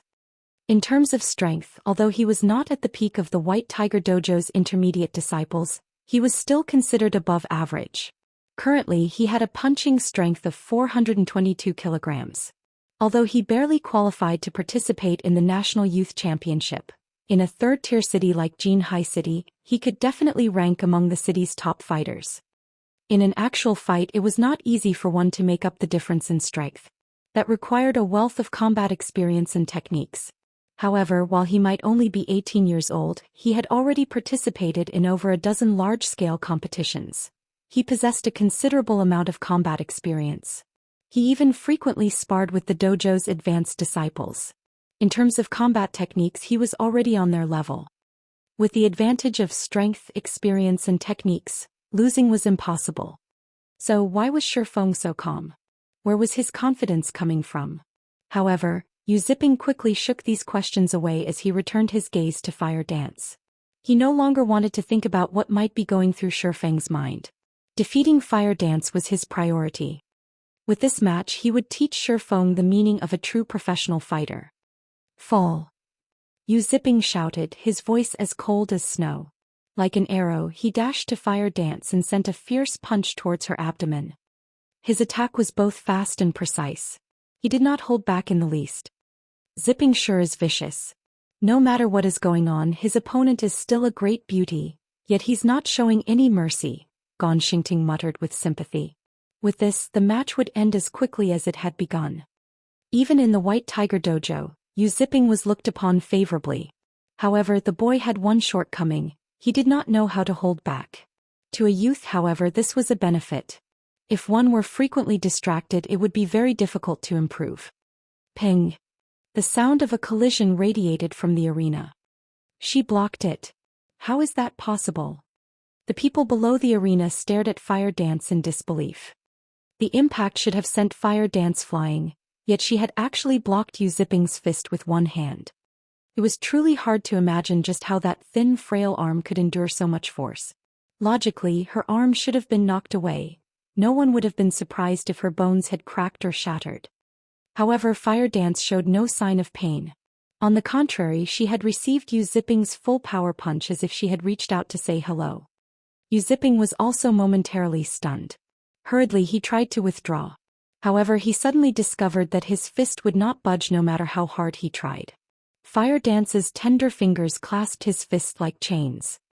With no other choice, Yu Ziping raised his left leg and swept it towards Fire Dance's neck. Ping! However, Fire Dance caught his iron-like leg with her other hand. As if he had predicted this, Yu Ziping quickly sent a follow-up punch with his other hand. Just before Yu Ziping's fist struck Fire Dance's face, a creak echoed throughout the dojo. In the next moment, Yu Ziping released an agonizing scream, his fist halting as he suddenly tumbled to the ground. The fist and ankle that Fire Dance had caught had already begun to turn purple. The various spectators were flabbergasted. Having forgotten about the pale-faced Yu Ziping, everyone stared at Fire Dance with awe. Fire Dance's performance was simply too shocking. Nobody could believe their eyes. Among the crowd, the White Tiger Dojo members were the most affected. They knew just how strong Yu Ziping was. Among their group, only 2 or 3 people were stronger than him. Yet, in front of Fire Dance, Yu Ziping was as powerful as a child. What technique! What combat experience! In front of absolute strength, they were nothing. Does she have some kind of godly strength? Gan Xingting's expression was somber as he looked at the injured Yu Ziping. Fire Dance was merely a young girl. However, even he was far weaker than her. He couldn't compete with her strength in a fight. He could only rely on his speed and techniques to secure victory. Liang Jing, who stood beside Shifeng, was similarly stunned. She had assumed that Fire Dance would be hospitalized after this match. She had never imagined that Fire Dance was actually this powerful. Is she a hidden master like Shifeng? Liang Jing could not help but wonder. There was no other way to explain this overwhelming victory. However, there was one factor that confused Liang Jing. If Fire Dance possessed such skills, why hasn't she participated in any fighting competitions? With her skills, she would even perform excellently in the national competition. If she could earn herself a victory, she would earn an unimaginable amount of money. She wouldn't need to continue working as a professional gamer.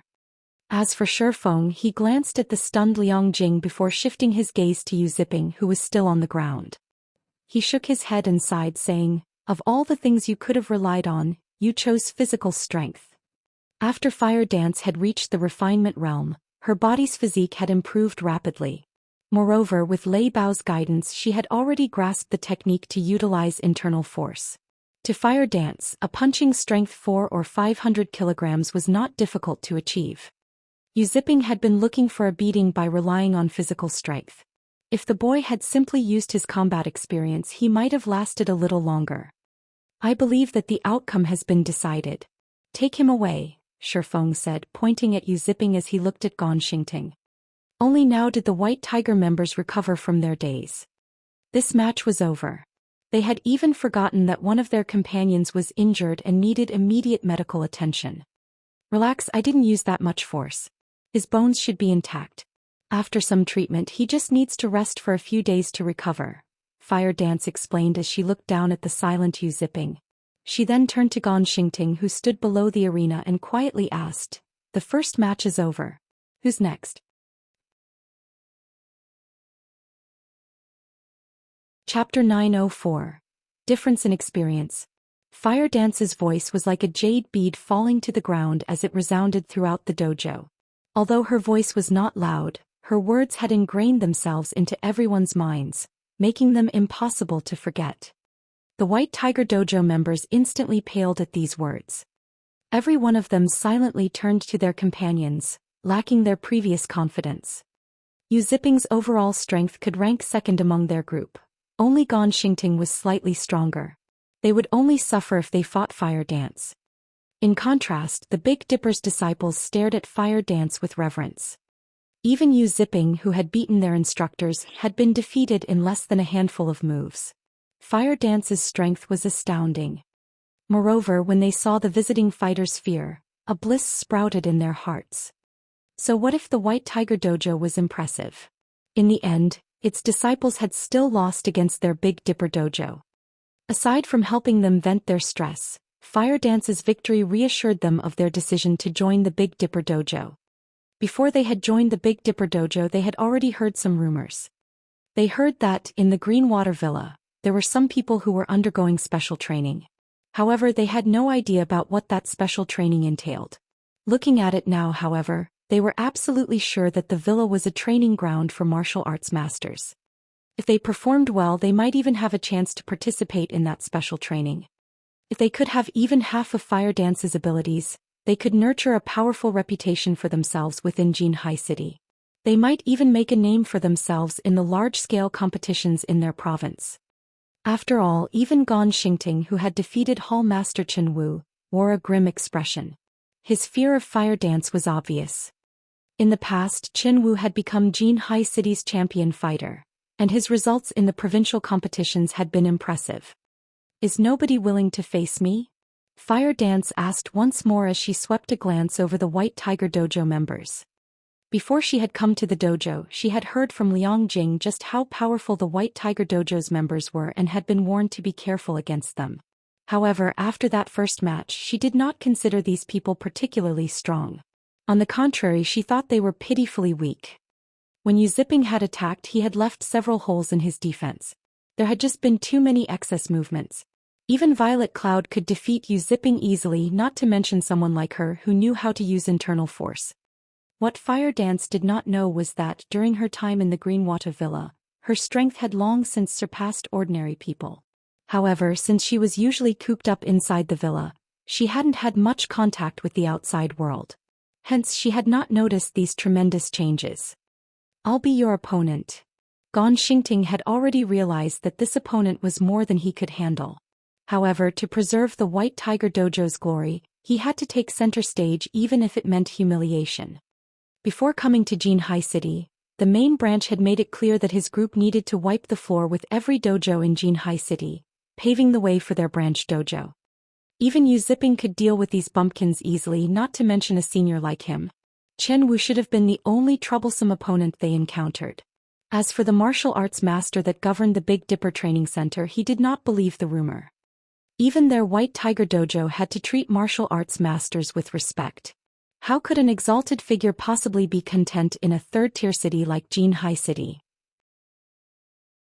Although Gan Xingting was unsure if Jinhai City actually housed a martial arts master, he was certain that Fire Dance was an expert who shouldn't be taken lightly. At the very least, if they wanted a high chance of defeating her, they needed one of the White Tiger Dojo's instructors to take her on. However, not all hope was lost yet.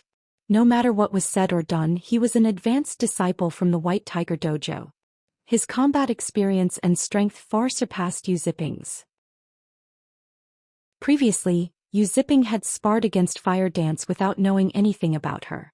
Now that he knew that Fire Dance was extraordinarily strong, he would not make the same mistake. As long as he maintained a certain distance from Fire Dance and waited for her to reveal a flaw in her defense, he could defeat her. Moreover, based on Fire Dance's appearance, the girl only looked to be in her early 20s. She didn't have much combat experience. No matter how much she trained, actual combat was different. She would reveal her flaws when she attacked. As Gan Xingting considered the upcoming fight, Shi Feng announced the start of the sparring session. As soon as Shi Feng shouted "Start," Fire Dance crossed the distance of 5 yards like a leopard and arrived before Gan Xingting in the blink of an eye. She proceeded to send an open palm strike towards Gan Xingting's chest. The wind whistled as her palms sliced through the air. So fast. Surprised, Gan Xingting abruptly retreated. Fortunately for Gan Xingting, he had evaded Fire Dance's fast attack in the nick of time, with the latter's palm stopping just a few centimeters from his chest. This single exchange struck fear into Gan Xingting's heart. He hadn't expected her to have explosive speed in addition to an absurd amount of physical strength. Had that attack struck with Fire Dance's strength, he would have had some trouble breathing in the best-case scenario. In the worst-case scenario, his ribs would have broken and he would have lost consciousness on the spot. However, Fire Dance's sudden attack had revealed a hole in her defense. When she had thrust her palm forward, she had left her side exposed. As long as he attacked that location, Fire Dance wouldn't be able to defend against his attack. In the end, a youngster is still a youngster. Because you're so eager to win, you've exposed such a basic flaw. Gan Xingting inwardly laughed. He then sent a roundhouse kick at Fire Dance. Both this kick's speed and power were far more refined than Yu Zipping's. Just as Gan Xingting's leg was about to connect with Fire Dance's side, Fire Dance moved, her other hand snaking out to grasp the man's leg. Suddenly she jumped and twisted in the air, and with Gan Xingting's leg as a pivot point, she planted her feet straight onto his face. Immediately, Gan Xingting's face flattened, blood spurting from his nostrils and his eyes rolling as his head was thrown back. Gan Xingting felt the world spin. He couldn't even feel pain. After taking a few steps back, his body abruptly fell to the mat as he fainted. "Senior brother gone." The White Tiger Dojo's members cried out. None of them could believe what had just happened. They all felt as if they were dreaming. Just how fast had Gan Xingting's kick been? They had only seen an afterimage of his leg, yet Fire Dance had managed to grab it and use it as a pivot point, utilizing the flaw she had exposed to land a finishing blow. How much combat experience and how much reaction speed was required to carry out this feat? Even their instructors couldn't replicate Fire Dance's counterattack. Yu Zipping, who rested below the arena, was dazed when he saw this. He finally understood that his loss had not been a simple lack of strength.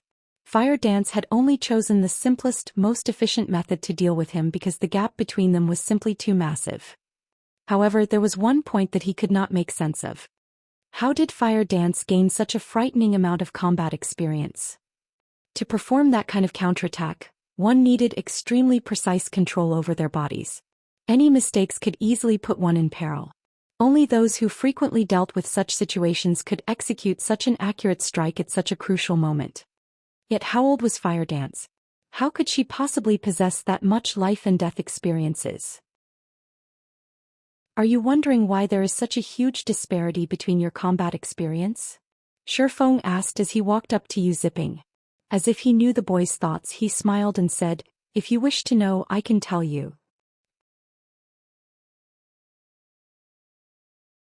Chapter 905, Workshop expands. Are you seriously willing to say it? Yu Ziping eyed Shifeng suspiciously. Accumulating combat experience was not something easy to do, especially combat experience involving life and death situations. Training under such circumstances was practically gambling with one's life. There were quite a number of martial artists who had destroyed their own futures as a result of such training. If there actually was a method to accumulate life and death combat experience, improving rapidly within a short time would be an easy task. This rapid improvement was also the reason why so many martial arts experts like to challenge their own limits. Of course. However, I have a condition, Shifeng laughed. I knew it. Forget it. I won't be joining your dojo. Yu Ziping let out a soft snort. He had long since known that a person like Shifeng wouldn't reveal such a huge secret without conditions. However, Shifeng's attempt at poaching him would only end up in failure. Many major dojos in first-tier cities had come scouting Yu Ziping ever since his talent became known. Some had even offered very excellent treatment, much better than what he was currently receiving from the instructors of the White Tiger Dojo. However, he had still rejected them all. He was not someone who would betray his benefactor. When he was at his lowest, the White Tiger Dojo had given him an opportunity. Had the White Tiger Dojo not nurtured him, he would not have his current achievements today. Simply put, he would not abandon the White Tiger Dojo just for his own benefit. This kid sure thinks highly of himself. I really don't know what the chief sees in him, to actually want to nurture someone like him. Standing a short distance away, the bear-like Kola clicked his tongue when he overheard Yu Ziping's response, highly annoyed by Yu Ziping's attitude. Whether it was in God's domain or Jinhai City, as long as Shifeng said that he was looking to nurture someone, tons of people would definitely come swarming. The boss might have his own thoughts, said Yi Wumian standing beside Kola. After taking a look at Yu Ziping, he continued, however, that kid indeed possesses some talent. Otherwise, he wouldn't have been able to become an intermediate disciple of the White Tiger Dojo at such a young age. Even his fellow intermediate disciples are looking at him with respect. Although Kola and the others spoke softly, their voices still failed to escape Shifeng's ears. The human brain ruled everything in the body. After Shifeng's brain activity improved, his 5 senses had also become much more acute. The trials of the battle tower in particular had further honed his 5 senses. Not to mention a distance of over a dozen yards, even if Kola and the others stood over 20 yards away from him, so long as he focused slightly, he would still hear their whispers. Meanwhile, regarding his companion's sotto voce discussion, Shifeng could only laugh inwardly in understanding. After all, not everyone was a reincarnator like he was. They did not know the things that would happen in the future. Not to mention Yu Ziping was currently still a diamond in the rough.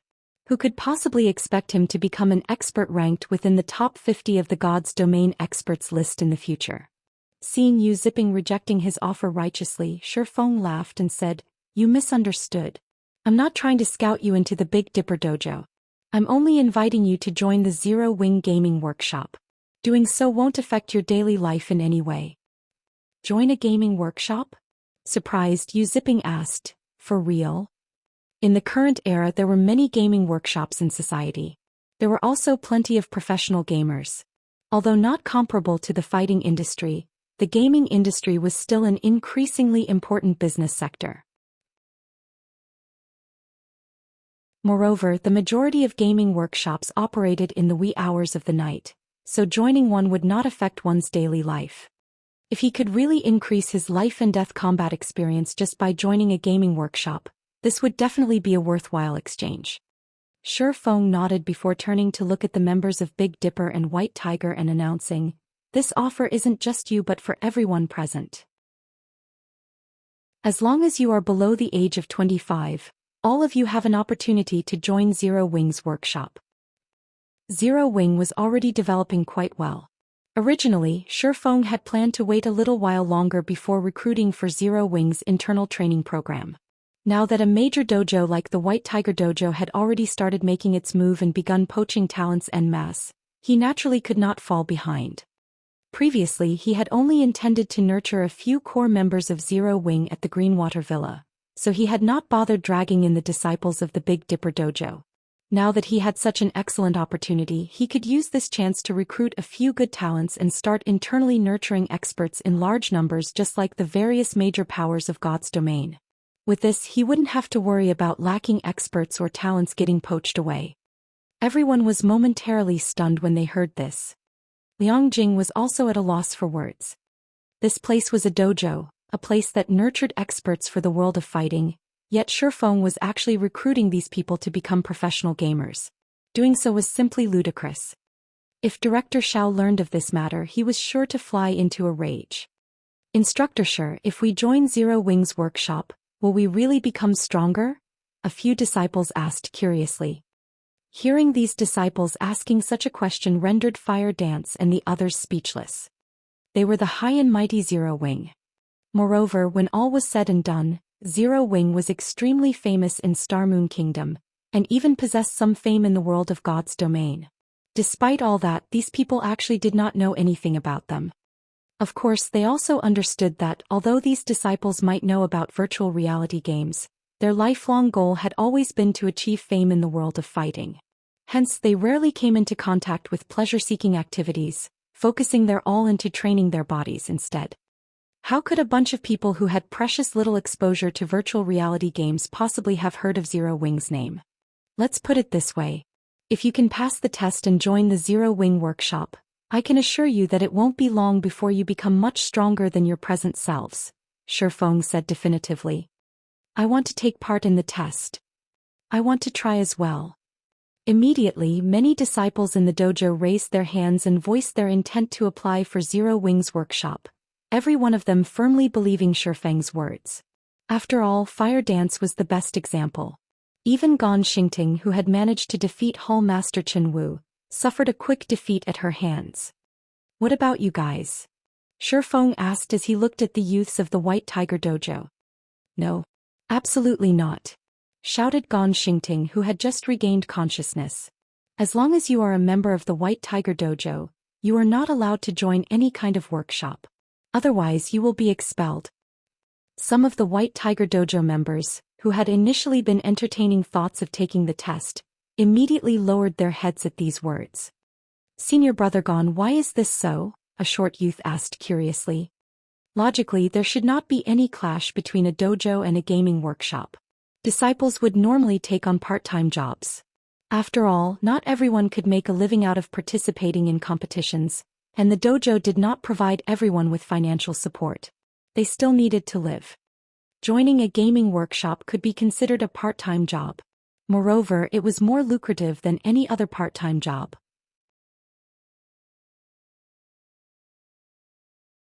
Chapter 906. You will regret it. Shifeng was also somewhat surprised by Gan Xingting's yelling. He then shot a curious look at Gan Xingting, whose countenance had completely distorted. Something occurred to Shifeng. The White Tiger Dojo might have already entered into a partnership with a corporation, and instead of recruiting more members to attract investors, it was already preparing to enter God's domain. Meanwhile, in reply to the questions posed by the disciples of the White Tiger Dojo, Gan Xingting simply sent them a glare and said strictly, "If you want to join a gaming workshop, be my guest. When the time comes, don't blame me for not warning you." Immediately, the crowd from the White Tiger Dojo fell silent. In all dojos there were two kinds of disciples. The first kind had to pay an exorbitant fee to join and was usually there just to train their body and learn some combat techniques. The dojo didn't place them under any restrictions. The second kind was under contract. They were subject to relatively strict restrictions. However, they paid only a small fee or, depending on their rank, nothing at all to receive nurturing from the dojo. Disciples under this category were all aiming to become professional fighters, and they were more like contracted artists working for an agency. The White Tiger disciples who had come to the Big Dipper Dojo this time all fell under the latter category. They had undergone multiple examinations just to get accepted as a contracted disciple of the White Tiger Dojo. After all, the White Tiger Dojo was renowned in the industry, having produced many famous industry professionals. Just being able to get selected as a contracted disciple proved that one was already among the cream of the crop. If they were expelled from the White Tiger Dojo, the consequences would be unimaginable. Faced with that sort of pressure, everyone naturally no longer dared to harbor thoughts of joining the Zero Wing workshop. The White Tiger Dojo sure is overbearing. Their contracted disciples don't possess any freedom at all. If it were me, I wouldn't stay in such a dojo at all. It's not even a guarantee that I'd become a top-tier professional in the future. Sure enough, our dojo is much better. Aside from the usual training, we can do whatever we want during our free time. The disciples of the Big Dipper Dojo were shocked at the restrictions the White Tiger Dojo placed on its disciples. Previously, they still felt relatively envious of the White Tiger Dojo members. Now, however, rather than envious, they felt fortunate that they had not joined such a tyrannical dojo. Moreover, Shifeng had already assured them that anyone who managed to join Zero Wing's workshop would definitely gain significant improvements in the future. Not only would they be able to earn money, but they would also be able to improve their strength. Compared to joining the White Tiger Dojo, they would have a much better life staying at the Big Dipper Dojo and joining Zero Wing's workshop. When the White Tiger Dojo members heard the Big Dipper disciples' words, their complexions turned extremely ugly. At this moment, none of the pride they had before was evident on their faces. At the White Tiger Dojo members' silence, Shifeng simply smiled and said, "The choice is yours. I won't force you to make a decision. If you guys really want to join, you are welcome to come here and take the test anytime." Although the White Tiger Dojo's interference made it more difficult for him to poach Yu Ziping, now that the boy had come to Jinhai City, the White Tiger Dojo would naturally come into conflict with the Big Dipper Dojo. At that time he would still have plenty of opportunities to scout Yu Ziping. Having already cast his bait, all he needed to do was wait patiently. As far as Shifeng knew, Yu Ziping had chosen to develop himself at the White Tiger Dojo because he liked the daughter of one of the White Tiger Dojo's branch heads. Unfortunately, this branch head had not favored Yu Ziping and had given her daughter to a genius fighter called Xiaqiwen instead. Xiaqiwen was very amazing.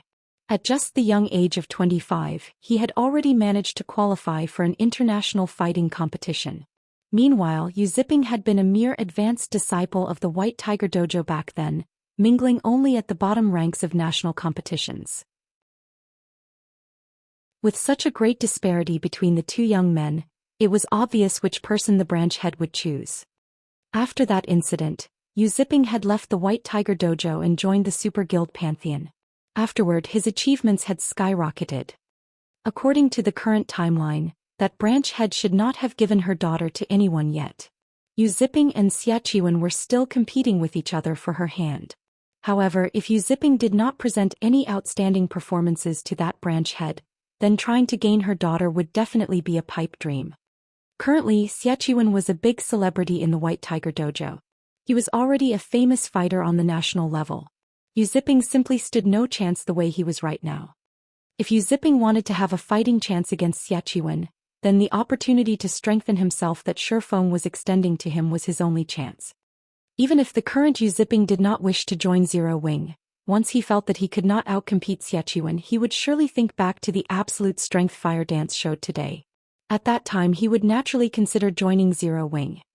Just as Gan Xingting thought that no one would dare to join the Zero Wing workshop, a White Tiger Dojo member suddenly raised his hand. "I want to take the test." Gan Xingting and the other White Tiger Dojo members promptly turned to look at the origin of this voice. The person speaking was a young man around 20 years old.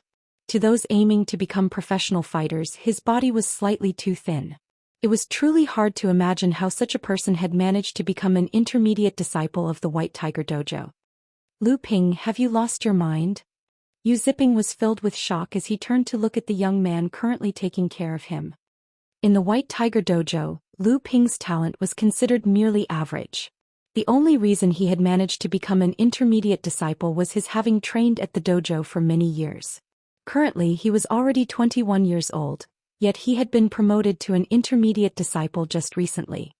He could also be considered one of the few friends Yu Ziping had in the White Tiger Dojo.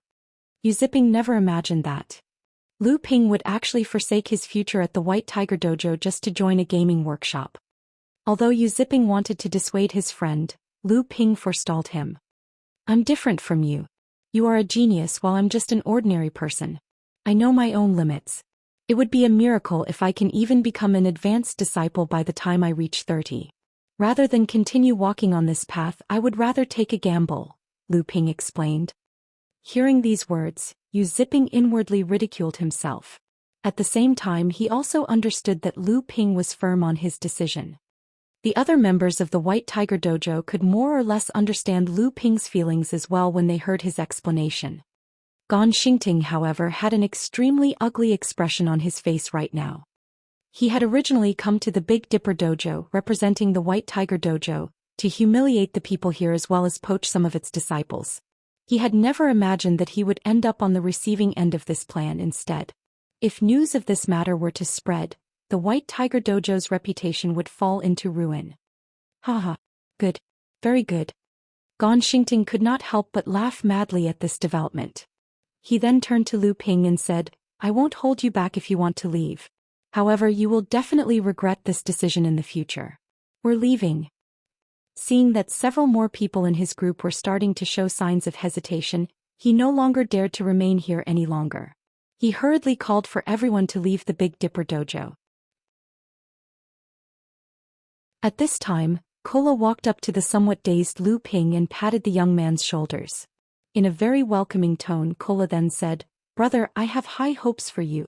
I can assure you that if you manage to join the Zero Wing workshop, it will be, without a doubt, the wisest decision you make in this lifetime.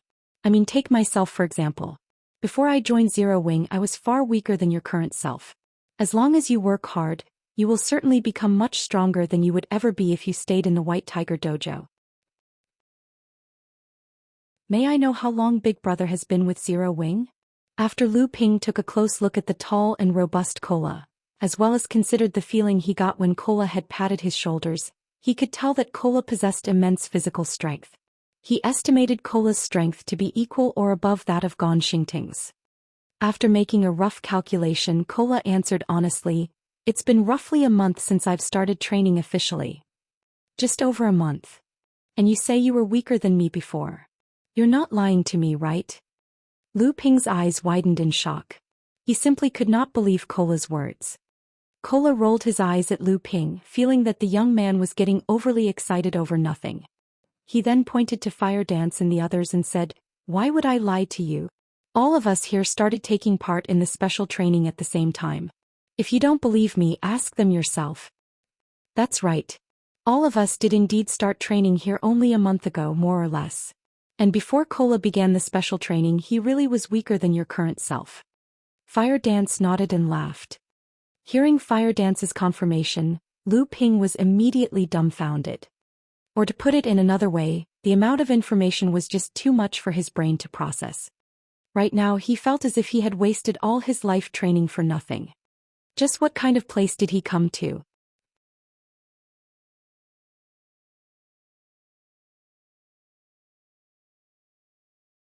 Chapter 907, Strength Changes. After leaving the Big Dipper Dojo with miserable expressions, Gan Xingting and the other members of the White Tiger Dojo returned to the high-class hotel where they were temporarily lodging. Disregarding his injuries, Gan Xingting immediately reported what had happened at the Big Dipper Dojo to the main branch of the White Tiger Dojo upon arrival. What did you say? There's an expert who's even stronger than you at the Big Dipper Dojo? The white-robed middle-aged man on the other side of the video call repeated in surprise. Could that person be that rumored internal force expert? Master Jiang, that head instructor called Shi Feng, did not take action. The one who fought was a woman. Judging from her appearance, she should be around the same age as Shi Feng. However, she is extremely powerful. Even Xiaqiwen would have difficulty defeating her. I suspect that the real behind-the-scenes boss is that woman, Gan Xingting reported carefully as he looked at the man in the screen. Moreover, I believe that the Big Dipper Dojo has plans similar to ours. Although Jiang Tianyuan, the man before him, was not the main dojo master of the White Tiger Dojo, he was still a very powerful branch master. The man had been famous for more than 20 years already. One should not take his appearance at face value. While he might look like someone in his mid-30s, in reality he was already 50 years old this year. This is interesting. Even Xiaqiwen wouldn't be able to defeat her easily? It's no wonder the Big Dipper group has constantly been expanding its influence recently. But it doesn't matter. The mindset of that bunch from the Big Dipper group is too simple. What do they think they can accomplish with just one expert? Jiang Tianyuan laughed. I recall that Jinhai City is going to hold a city-wide competition soon. I'll send Xia Qiwen and Tang Jingyao to help you secure both male and female championship titles in Jinhai City. At that time, even if the Big Dipper Dojo tries to recruit members, it won't be able to outmatch us. For the moment, just focus on properly dealing with the matters of the branch dojo. Understood. Gan Xingting nodded hurriedly, shock filling his heart. He had never imagined that Jiang Tianyuan would get so serious as to actually send both Xia Qiwen and Tang Jingyao over. The two of them were the pride of the White Tiger Dojo. Both of them usually took part only in national-level competitions, and they were also very famous fighters within the country. Having them participate in such a small competition was simply a waste of time. At that time, a commotion would definitely arise in Jinhai City. As long as those two people took action, none of the other dojos in Jinhai City would have any hopes of securing the championship title. Inside the Big Dipper Dojo, Shifeng had fire dance and the others preside over the assessment of the new applicants. Meanwhile, Shifeng himself discussed with Liang Jing the matters of recruitment and advertising for Zero Wings workshop. Shifeng's approach to these problems was simple: advertising through the Big Dipper Training Center's connections. The advertisement would state that Zero Wing was trying to recruit internal elites, as well as some application conditions such as only men and women below the age of 25 were allowed to apply. It was simply a recruitment advertisement. Originally, Liang Jing thought that even if a gaming workshop utilized Big Dipper's connections to disseminate an advertisement, there would not be many applicants. Although the application conditions Shifeng proposed were not particularly strict, the criteria for passing the assessment itself was very high. As proof of this, only 10% of the disciples of the Big Dipper Dojo had managed to pass the assessment, and every single one of these disciples had been handpicked by Big Dipper.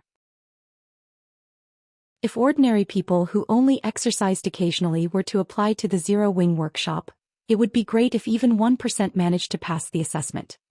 Moreover, the treatment Shifeng offered was only average at best. She expected that anyone who saw the advertised benefits would directly give up on applying altogether. However, when the next day arrived, everyone in the Big Dipper Training Center was stupefied. There were actually tens of thousands of people swarming into the Big Dipper Training Center, every one of them wishing to take Zero Wings test. These people had very nearly destroyed the entrance of the training center. The lively scene was even more exaggerated than Jinhai City's annual fighting competition.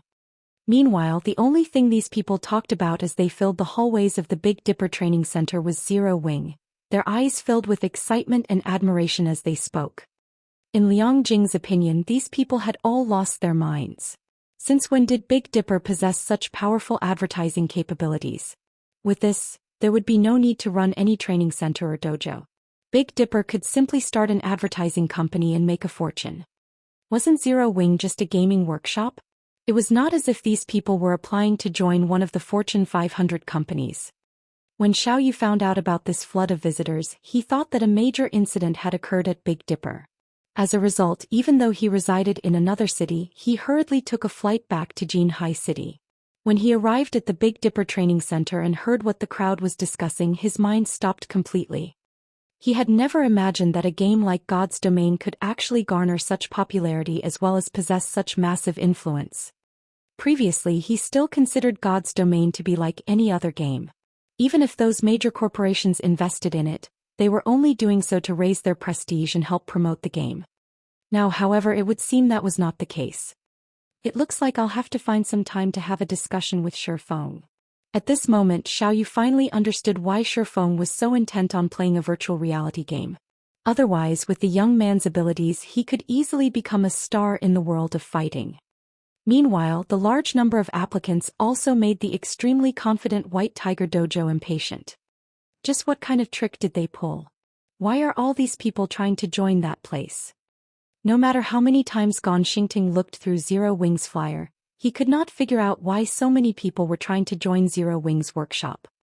Meanwhile, the instructions from the White Tiger Dojo's main headquarters were also very simple: speed up the construction of the branch dojo. At the same time, the main headquarters also withdrew some funds to start advertising as well, refusing to believe that they could not outcompete Big Dipper with the fame of the White Tiger Dojo. After learning of the White Tiger Dojo's actions, Liang Jing suggested Shi Feng either increase his scope of advertising or reduce the difficulty of the assessment. However, Shi Feng rejected her suggestions. In his opinion, the people of the White Tiger Dojo were truly fools. He was currently recruiting members for a gaming workshop, not a dojo. No matter how much the White Tiger Dojo advertised itself, it would not affect his recruitment campaign in any way. Following which, Shi Feng handed over all the tasks related to the recruitment to Liang Jing to handle, which kept her extremely busy. Not only did she have to go through the applications of tens of thousands of people as well as manage their assessments, but crowds of new applicants also continued coming in every day. If she did not mobilize every staff member of Big Dipper, she would have died from overwork already. Fortunately, becoming an internal elite of Zero Wing was not easy, and the passing rate of the assessment was exceedingly low. At the moment, the passing rate was not even 1%.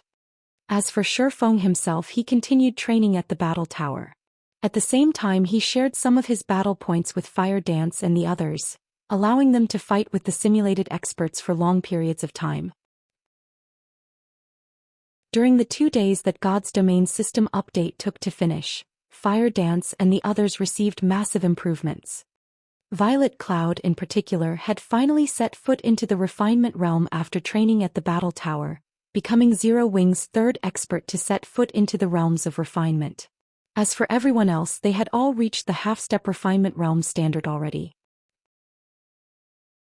When Big Sis Aqua finds out about this, she will most likely be very shocked at our improvement speed during this period, Violet Cloud said over the public channel, after entering her virtual gaming cabin, her heart full of anticipation as she prepared to log into God's Domain. Oh right. Guild leader, please don't tell Big Sis Aqua about this matter right after you log in. He was always bullying me before. This time I must give her a surprise. Sure, Shi Feng laughed as he shook his head. After Aqua Rose obtained her epic staff, although she was still a bit inferior to Violet Cloud in terms of techniques, she became far superior in terms of basic attributes. As a result, when the two sparred with each other, Violet Cloud was usually the one who got the worst of it. After you guys log in, gather at White River City. I have something important to tell you all. In addition, there is also the matter of these newcomers. Following which, when the countdown timer for God's Domain system upgrade ended, everyone logged into the game simultaneously.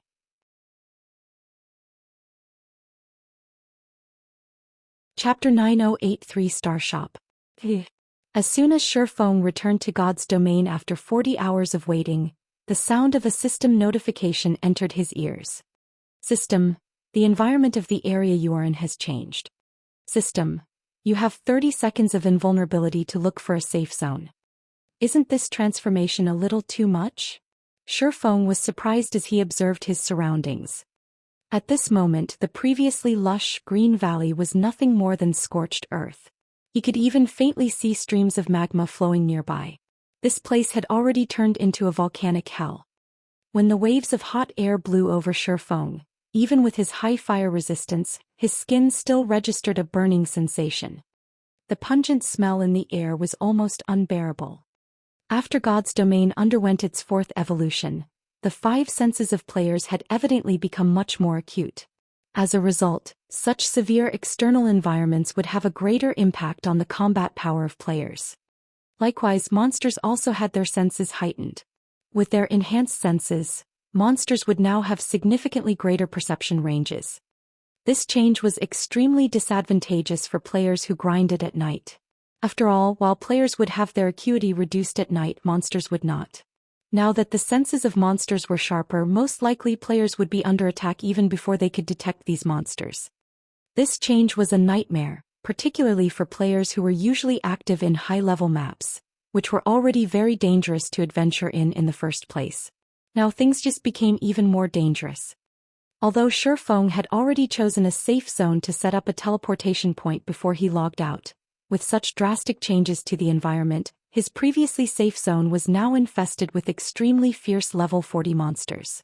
If not for the invulnerability provided by the system, he would have long since become dinner for these monsters. He immediately activated Wind Rider and continued searching for a safe zone to set up a teleportation point. After looking for about half an hour or so, he finally found an elevated location for the teleportation point. He also set up a protective barrier using the ancient abyssal book. Aside from the monsters that were originally in the valley, one could also frequently see abyssal monsters flying overhead. These monsters were much higher leveled than those residing in the valley, with the lowest being level 80. To current players, these monsters were practically invincible existences. Without the barrier set up using the ancient abyssal book, any player that came here would only become food for the abyssal monsters. However, it was also thanks to these abyssal monsters that he could get an opportunity to make a fortune. Eventually, he would only need to pay out some magic crystals in order to rake in large sums of coins. After he was done with all of his tasks here, Shifeng took out a return scroll and left the valley. At White River City, Shifeng discovered that the city's defensive magic array had already been activated as soon as he walked out of the teleportation hall. There were also thousands of abyssal monsters hovering about in the air beyond the magic array, with the lowest leveled among them being level 180 and the highest being level 200 Grand Lords. With the appearance of such terrifying monsters, the atmosphere within White River City had become subdued. The players walking around the street all felt extremely stressed, all of them fearing that the defensive magic array in the sky would suddenly crumble. We're doomed this time. With so many monsters here, will our White River City be captured as well? That can't be possible, right? Although White River City is not comparable to the capital, it is still a major city in the kingdom's eastern region. If even White River City falls, won't the surrounding cities fare even worse? When everyone thought about the gigantic monsters flying in the sky above the city, their scalps involuntarily numbed. In this situation, they couldn't grind and level up within the region of White River City. At the same time, the guilds based in the eastern region of Star Moon Kingdom were also holding urgent meetings one after another. The various guilds had initially believed that the Abyss invasion would only affect the Twin Towers Kingdom. They never thought that it would embroil the surrounding countries as well. Now these guilds had no choice but to decide whether or not they should relocate to another city. However, the consequences of doing so were something that no guild could accept. It had taken them a lot of time and resources to establish themselves in their current respective cities. If they were to leave the city they controlled and choose to start developing all over again in another city, the cost of doing so would be much higher than the first time. The number 2 guild in Star Moon Kingdom's eastern region, Overwhelming Smile, was currently extremely busy. Over 100 people were seated inside its spacious meeting room. These people were all members of Overwhelming Smile's upper echelon, and they were existences that ordinary players would rarely get to meet. Haha. The timing of these abyssal monsters is simply impeccable. I want to see just how Zero Wing is going to continue strutting around in this situation.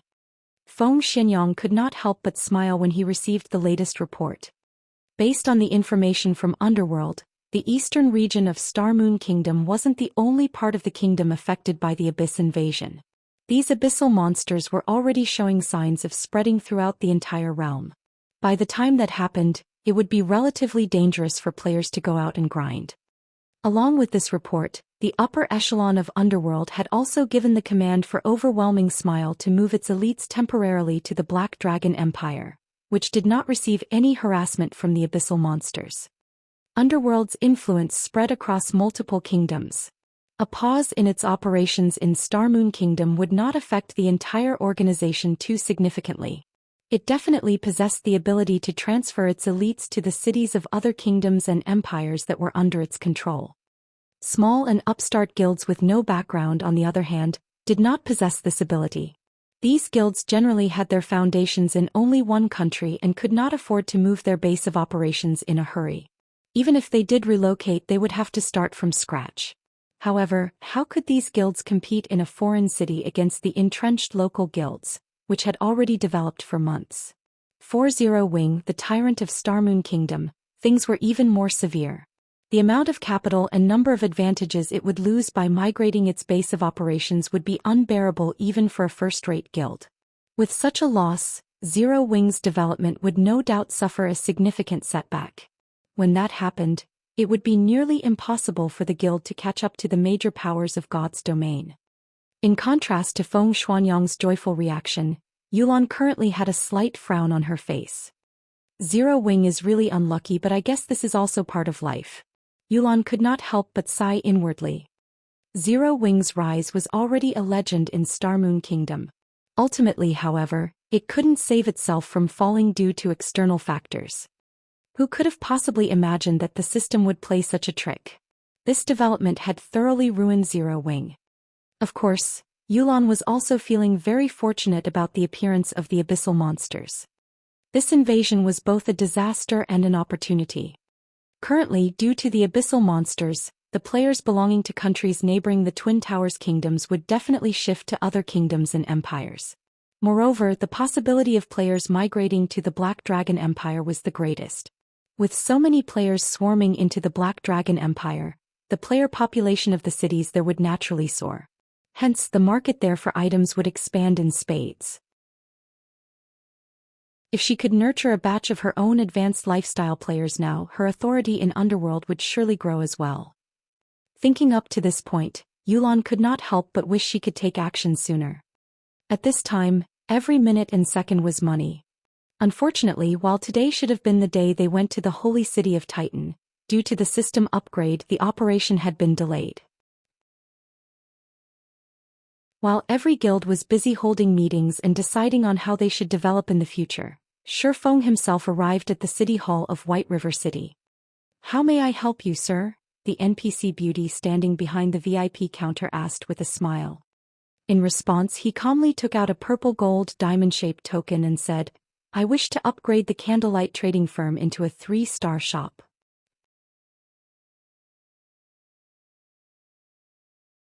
Chapter 909, Shocking Star Moon Kingdom. After the female receptionist accepted the purple gold token and confirmed that there were no problems, she looked at Shifeng and said, "Sir, if you wish to promote your shop to 3-star status, you still have to pay an additional 3,000 gold reconstruction fee." Without hesitation, Shifeng handed 3,000 gold over to the receptionist. Previously, he had been busy with setting up a teleportation point. There had also been the matter of the mutated dragon. Back then, he simply had no time to check how much he had earned from the Blackwing auction house. Although Shifeng had spent 20,000 gold to purchase the engineering locomotive design from Sind Heart, the 5,000 strengthening devices he sold at Blackwing City had made him a fortune. After deducting all the miscellaneous fees, he currently had close to 30,000 gold coins sitting in his pockets right now. If those first-rate guilds were to learn of this, they would definitely be green with envy. In truth, Shifeng had never imagined that the strengthening devices would be so welcome. The final 1,500 devices sold at a minimum price of 13 gold 15 silver. The combat guilds at Blackwing City had gone nuts over the devices. It's a pity that the number of people who can produce the strengthening device is limited. Otherwise, with just the strengthening device I could probably earn enough money to construct a city, Shifeng sighed inwardly. While the strengthening device forging design itself was already extremely rare, the forgers capable of producing the item at a profitable rate were even rarer. As a result, the number of designs he had on hand was much more than the number of forgers he had who were capable of producing the item right now. As players reached higher levels, their chances of obtaining the strengthening device forging design would rise. As the number of strengthening devices on the market increased, its price would definitely fall. By then it would be very good if he could sell one for 8 or 9 gold. In another few months' time, even selling a strengthening device for 5 gold would be an extravagant dream. After Shifeng paid the fees and completed all the necessary procedures, as soon as he walked out of the city hall's entrance and was about to head back to the guild residence, a commotion broke out among players on the street. "Did you hear? The Candlelight Trading Firm's shop has transformed again." Transformed? Could there be a new product? No, that's not it. The entire trading firm itself has undergone a transformation. Before it was only a 5-story building. Now it is 7 stories tall. Currently, it is only second to the NPC-operated Starstreak trading firm in terms of floors. What? Aren't the number of floors for shops fixed? That's right. That's why everyone suspects that Candlelight's shop has been promoted to a 3-star shop. What? Even the Black Dragon Empire had a 2-star shop appear in its imperial capital only recently. How can the candlelight trading firm possibly upgrade to a 3-star shop so quickly? News of the candlelight trading firm obtaining a 3-star shop spread like wildfire. Very quickly, every guild in the entire Starmoon Kingdom had found out about it. This incident completely offset the depression and silence brought on by the abyssal monsters. Just what is Zero Wing thinking? The abyssal monsters have already started to spread throughout the entire kingdom. White River City is even under siege right now. To upgrade a shop in White River City to 3 stars, isn't Zero Wing throwing good money after bad? Doesn't Zero Wing know that players have already begun migrating to other kingdoms and empires? Rather than constructing a 3-star shop in a city with a rapidly decreasing population, they might as well construct it in a small city in the Black Dragon Empire. When the various guilds received this news, their first reaction was to comment on Zero Wing's foolishness. Meanwhile, the guild that was the most excited about this news was naturally Overwhelming Smile, Zero Wing's longtime rival. Some guilds that wished to overtake Zero Wing also got a kick out of this development. Haha. Zero Wing is done for this time. It won't be able to rise back up even if it wanted to now. Initially, when Feng Xianyang received news of the candlelight trading firm's promotion, he had been both shocked and envious. Overwhelming Smile had yet to possess even a single 2-star shop up to now, yet the candlelight trading firm already had a 3-star shop. Shortly after, however, he started gloating over Zero Wing's misfortune. If not for the invasion of the abyssal monsters, the fact that the candlelight trading firm possessed a 3-star shop would have indeed dealt a heavy blow to Overwhelming Smile's overwhelming trading firm. With the special workshop of 2-star shops as an example, even a fool could imagine just how many more additional benefits a 3-star shop could bring. Even a meager increase in the number of special workshops would still greatly enhance the candlelight trading firm's ability to nurture lifestyle players. In the current God's domain, economic battles between guilds were becoming increasingly important. This change in trend also led to Feng Xianyang loathing Yulan to the extreme. He deeply regretted not contesting for the rights of the overwhelming trading firm, allowing Yulan to obtain them instead. Right now, Yulan was already a very important figure in Underworld. Even he had to treat her with respect. Before Feng even walked into Zero Wing's residence, he could already hear the merriment coming from inside. Just moments ago, Melancholic Smile had even directly contacted Feng to report every functionality of the candlelight trading firm's new 3-star shop, her voice bubbling with excitement. Although the building itself had increased by only 2 floors, the difference between the functions of a 2-star shop and 3-star shop made Melancholic Smile think that she was dreaming. That was right, dreaming. In order to develop itself, the candlelight trading firm had recruited many lifestyle players. Some of the new hires had very good potential. The only thing they lacked was experience. Unfortunately, the candlelight trading firm had only 5 special workshops. With 3 rooms reserved exclusively for Melancholic Smile, Cream Cocoa and Roasted Iron Heart, only 2 were left for the others to use in turn and increase their production experience. With this, the amount of time allotted for each lifestyle player was not calculated in hours or days, but in minutes. Generally, a lifestyle player with good potential would have roughly 30 minutes to learn and train inside a special workshop, once every several days. Now they had a total of 12 special workshops. Aside from the 3 reserved, they now had 9 special workshops for those with excellent potential to use. This would increase their efficiency over 4-fold. Finally, there was the basic meditation room, which was what truly shocked Melancholic Smile. Out of curiosity, she had spent 300 magic crystals to activate the room. Although the price was indeed costly, the effects of the room left her speechless. While inside the meditation room, her mind experienced a calm like never before. In that calm state, even the most complicated production procedures became very simple for her. As a result, her production success rate had risen by roughly 10% while her production speed had improved by at least 30% as well. Although this improvement might not seem like much to lifestyle players like herself who frequently produced items, this improvement was extremely staggering. Currently, items that could raise production success rate by just 1% were selling for astronomical prices. Something that could offer an increase of 10% would be priceless. There was also the improvement in production speed. Not to mention spending 300 magic crystals a day, even spending 500 crystals would be worth it, so long as the meditation room was used to produce high-value items. If it were used only for items such as advanced whetstones, they would never be able to make up for the cost of using the room. Shifeng only gave some simple instructions regarding the meditation rooms and special workshops. At the same time, he also had Melancholic Smile start recruiting more lifestyle players from the general public. The fourth evolution of God's domain was not as simple as it appeared to be. Rather than the combat system, the lifestyle production system was the part that had truly evolved. Soon, lifestyle players would play a pivotal role in God's domain, just like combat players. Otherwise, a master forger wouldn't have attained such a high standing in society in the past, to the point where even the guild leader of a second-rate guild like himself had to treat them with respect. Back then, even the members of Shadow's board of directors had treated the guild's master forgers like their own babies.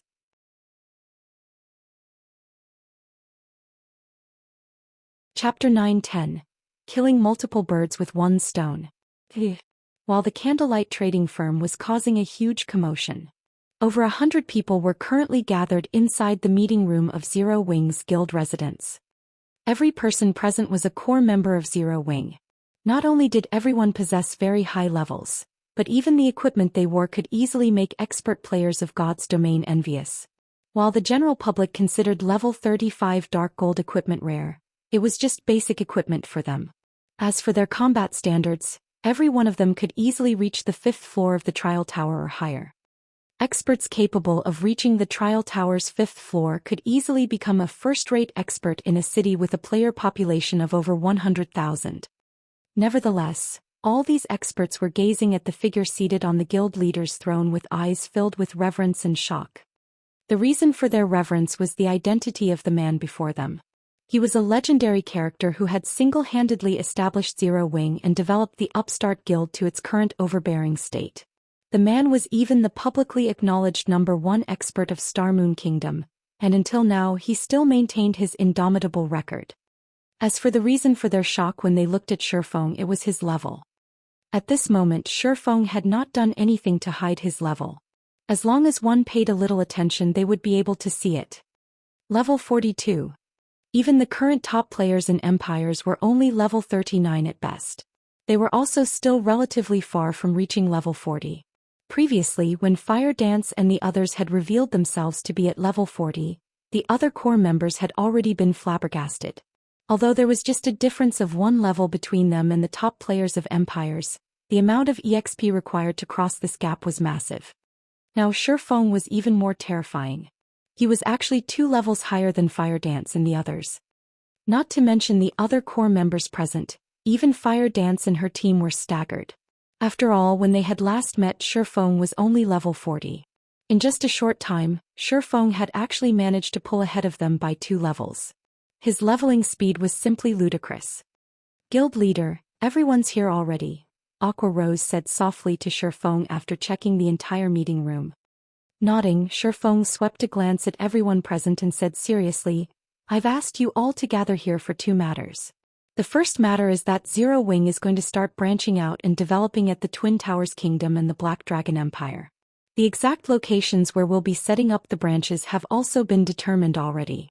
When the time comes, I'll have you all split up to these 2 locations. I'll also set up a new main force in both of these locations. As for who will become part of this main force, I'll be choosing them from the guild's elite members.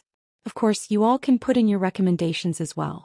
The treatment provided will be the same as Star Moon Kingdom's main force. Truthfully speaking, Shifeng did not wish to develop outwards so quickly. However, now that God's domain had experienced its 4th evolution, the economic war involving lifestyle classes had also officially begun. Even if he did not wish to develop Zero Wing in other kingdoms, he had no choice but to do so. Without sufficient resources, it would be impossible for them to contend against other large guilds. Before Shifeng was done speaking, everyone present had already fallen into a daze. Even Aqua Rose, the vice leader of Zero Wing, was shocked at this news. Although Zero Wing expanding to other countries was something that was bound to happen sooner or later, she had never imagined that that day would come so quickly. Or to put it in another way, they had long since grown impatient waiting for the arrival of this day. Currently, Zero Wing simply had too many members. While playing virtual reality games, guilds always had one big problem to face: the limited amount of resources in an area. If a guild wished to develop and grow stronger, it needed to secure more resource-rich areas for itself. Otherwise, sooner or later, it would face resource deprivation due to their constantly increasing member count. Then the amount of resources each guild member could receive would decrease, which would affect the overall development speed of the guild members. This problem was also the reason why first-rate guilds would spread their roots throughout multiple kingdoms and empires. The influence of the major powers of the virtual gaming world spanned several dozens of countries. However, one thing that confused everyone was Xianxia's choice to develop at the Twin Towers Kingdom and the Black Dragon Empire. Setting aside how muddy the waters were at the Black Dragon Empire and the fact that the Dragon Phoenix Pavilion was Zero Wing's enemy, just the Twin Towers Kingdom was already a huge problem. The Twin Towers Kingdom was infested with abyssal monsters. The players living there were scrambling to leave, yet Zero Wing was actually choosing to charge into the kingdom. The situation in the Twin Towers Kingdom was much more severe than Star Moon Kingdoms. There was simply no way for them to level up there. Just how were they supposed to develop themselves? Guild leader, abyssal monsters have already conquered the Twin Towers Kingdom. Why don't we consider developing at the Purple Thorns Kingdom, the kingdom west of Star Moon Kingdom? The abyssal monsters haven't reached there. Moreover, the two first-rate guilds in that kingdom have constantly been at each other's necks all this time. With our guild strength, we can easily make a place for ourselves there. In addition, the Purple Thorns Kingdom is rich in herbs. Our guild will have a much easier time procuring herbs if we develop there, Aqua Rose suggested hurriedly.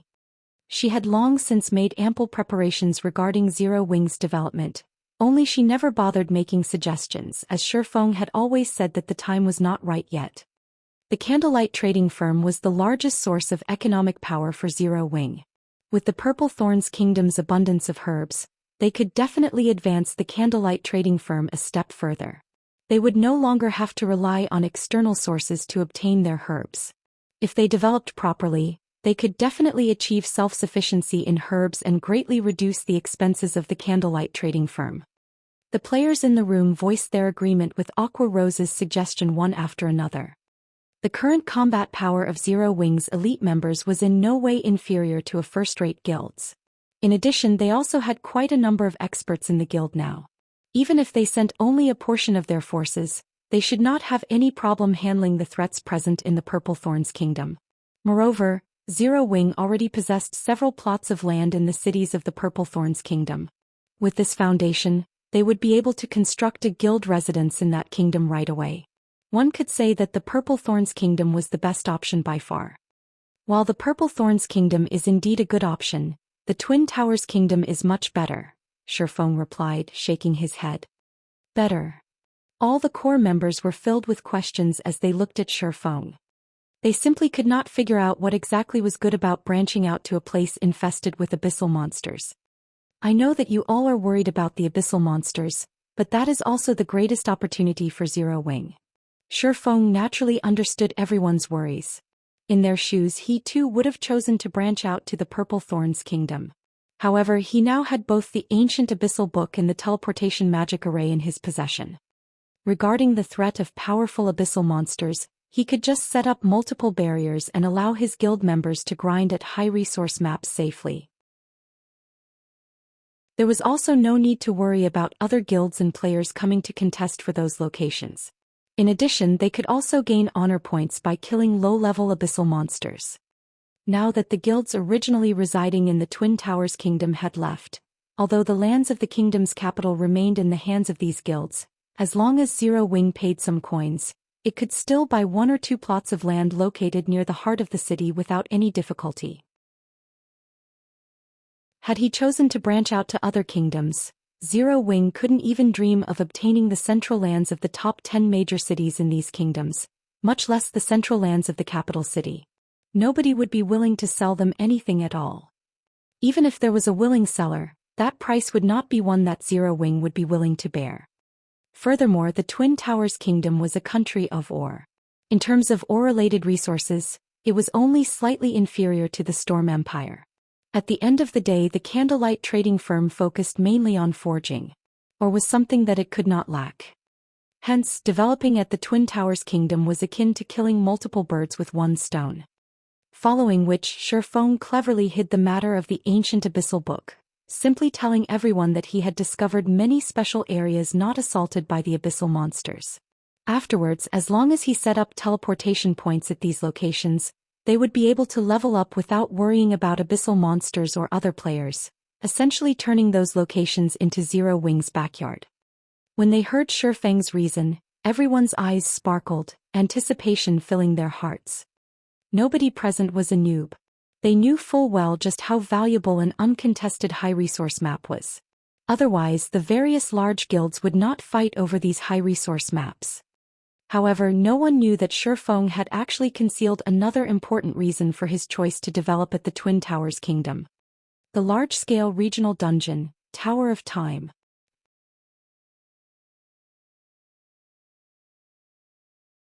Chapter 9:11, Tower of Time. The Twin Towers Kingdom was named such because of its two ancient towers within the kingdom's boundaries. These ancient towers had existed in God's domain for a long time. Their age could no longer be verified. Among these two towers, one was the Tower of Time. It was also the Twin Towers Kingdom's sole large-scale regional dungeon. Like the dungeon in the Stoneclaw Mountains, this dungeon was set to Azura mode. However, the Tower of Time's level was much higher, thus it was more difficult to raid. Meanwhile, the Tower of Time's fame throughout God's domain had not only been due to its abundance of magic crystals, but its bosses also had a chance of dropping the 7 Luminaries crystals. The level requirement just to enter the Tower of Time was level 50.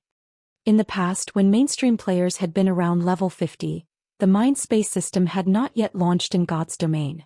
As a result, everyone had treated the Tower of Time like an ordinary regional dungeon that produced large quantities of magic crystals. Even when people killed the many bosses inside the dungeon and obtained the 7 Luminaries crystal, nobody knew their true value. The various large guilds had simply treated as the 7 Luminaries crystal as a high-end item to use or trade. Only after the Mind Space system launched did everyone realize their blunder. The guilds that used or traded their 7 Luminaries crystal had nearly choked to death with anger. Regional dungeons all had level limits that prevented anyone below or above a certain level from entering. When the Mind Space system had been introduced, God's domain had been operating for over a year. Players' average level had already been beyond the Tower of Time's limit of level 70. Hence, it had been practically impossible for guilds to rely on their main forces to grind the bosses for 7 Luminaries crystals. Meanwhile, when one wanted to enter the Tower of Time, aside from the level requirement, one needed a spacetime crystal. A single spacetime crystal could allow 100 players into the Tower of Time. However, only the monsters near the tower dropped the spacetime crystals, and its drop rate wasn't very high. This greatly restricted the number of players who could enter the dungeon. In this life, before everyone knew the importance of the Tower of Time, Shifeng intended to take advantage of the situation and grind for spacetime crystals. Once Zero Wing's core members reached level 50, they could get a head start over the other guilds, raiding the Tower of Time. After Shifeng explained his plans for the guild's expansion to everyone, he continued with notifying everyone about Zero Wing's preparation to nurture a large batch of internal experts. Guild leader, if we try to recruit members now, it will be far less effective than our past recruitment campaigns. After all, nobody knows if White River City will hold off the abyssal monsters. Moreover, even if the magic array holds, it is still extremely dangerous for players to go out to level up. On the off chance that one encounters a high-level abyssal monster, a team wipe is practically a guarantee. Based on my investigation, a portion of players have already moved to the Black Dragon Empire. Moreover, many of our guild members are worried about this crisis. This really isn't a good time to recruit members. We would be better off holding a mass recruitment campaign after we secure a foothold in the Black Dragon Empire. It would be more effective to wait. Saying so, Aqua Rose handed Shifeng a statistics report, which clearly displayed White River City's situation. Due to the abyssal monsters, the city's teleportation fee had been temporarily removed. Currently, over 5% of White River City's player population had relocated. Among these players, the majority had migrated to the Black Dragon Empire. As time passed, more players would relocate to continue their development. Don't worry about it. Start preparing for recruitment and assessment work. We will soon make up for those who chose to head elsewhere to develop, Shifeng said as he read the report. The situation was much better than his initial prediction. Make up for. Aqua Rose was slightly confused. However, since Shifeng had already spoken, she did not probe into the matter any further. She trusted Shifeng's judgment. Shifeng simply smiled at Aqua Rose's confusion. He then issued further instructions regarding the recruitment campaign. Everyone's worries about the abyssal monsters capturing the city were unnecessary. The Abyss Passage had been activated in the Twin Towers Kingdom. The powerful NPCs guarding the border had held back most of the strongest abyssal monsters. As for the remaining powerful abyssal monsters, almost all of them were busy besieging the various major cities. Hence, when the players belonging to the neighboring kingdoms and empires ventured out to level up, they just needed to be a little more careful of their surroundings. Things were not so severe that their livelihoods in their countries had been severed. This was just like an addition of several bosses which should not be provoked in everyone's leveling maps. The Abyss invasion was not as severe as everyone thought. On the contrary, due to the temporarily removed teleportation fees in affected cities, players now had more affordable leveling spots to choose from. Moreover, even if everyone failed to notice this, he could stealthily spread the message himself. In addition, there would soon be a teleportation array linked to a grinding area in the Twin Towers Kingdom. By then, the countless players who wanted to change classes would swarm to White River City. They didn't need to worry about a lack of players in the city. Once the teleportation array was set up, they also wouldn't need to worry about lacking development funds. As Shifeng arranged for Blackie to lead the Dark Gods Legion's elites to power level the newcomers from the Big Dipper Dojo, Aqua Rose approached and whispered, "Guild leader Miss Phoenix Rain has arrived and is waiting in the reception room. She says that she has brought what you requested." "She's finally here." Shifeng nodded. He then left the remaining matters to Aqua Rose while he met Phoenix Rain. Inside the elegant, stunning reception room, Phoenix Rain sat quietly by the windowsill, a black cloak draped over her back. When Shifeng entered the room, her gaze promptly moved away from the Zero Wing members walking around the first-floor hall and to Shifeng. Level 42. Phoenix Rain was stunned. Currently, she knew of several people who had reached level 40 in the Empire. However, these people had used special methods to achieve their level. Take herself for example. She was an elementalist. Not only had she learned several AoE attack spells, but she also had a large number of elite members to assist her leveling progress. Her leveling speed was already fast. However, even now she was over 30% away from reaching level 40, yet Shifeng had already reached level 42. "Phoenix Pavilion Master, may I see the Lake Heart City's deed?" Shifeng asked.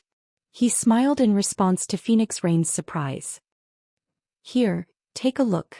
Phoenix Rain quickly recovered her composure and took out a deed for a land in Lake Heart City. "This is the only deed I can give you. Even if you're not satisfied, I cannot change it." Not bad. Although it cannot compare to a golden land, it still has relatively high potential, Shifeng said with satisfaction after examining the deed. With this deed, Zero Wing could secure a foothold in the Black Dragon Empire. What followed next would depend on how things progressed on Melancholic Smile's side. Once they were ready, Zero Wing would officially start pushing its way into the Black Dragon Empire. Elsewhere, a large crowd of players had gathered before the 7-story tall candlelight trading firm. It was even more lively than during normal times. While many among the crowd were lifestyle players, the majority consisted of sightseers. After all, nobody had ever seen a 3-star shop before. They were all quite curious about the differences between a 3-star shop and a 2-star shop. This was especially true for lifestyle players. Not long ago, the candlelight trading firm had published a shocking message. The candlelight trading firm was currently recruiting lifestyle players, regardless of rank. It did not care if one was an apprentice who had just started or someone far along the path of their lifestyle. As long as they could pass the simple entrance test, they could become an official member of the candlelight trading firm. High achievers would even get the opportunity to improve themselves in the special workshop. This was a benefit that could not be found anywhere else throughout the entire Star Moon Kingdom and even God's domain. After all, special workshops were simply too rare. Most trading firms only allowed their most skilled and trustworthy members to utilize their limited special workshops.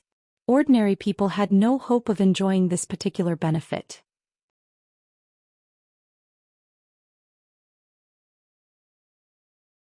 Chapter 9:12. Bottomless Candlelight Trading Firm. Chapter 9:12. Bottomless Candlelight Trading Firm. The news of the candlelight trading firm mass recruiting lifestyle players spread like wildfire. It wasn't just limited to White River City. Very quickly, everyone throughout Star Moon Kingdom heard about the opportunity. The official forums buzzed with activity. What? This can't be true, right? The candlelight trading firm is actually recruiting members without any rank restrictions? I heard that Candlelight wants to recruit a lot of people this time. I wonder if an intermediate apprentice like myself has a chance? I remember that when Heaven's Burial recruited lifestyle players, applicants needed to be at least advanced apprentice rank with a 65% success rate or higher to pass their assessment. However, Heaven's Burial still doesn't have a 2-star shop.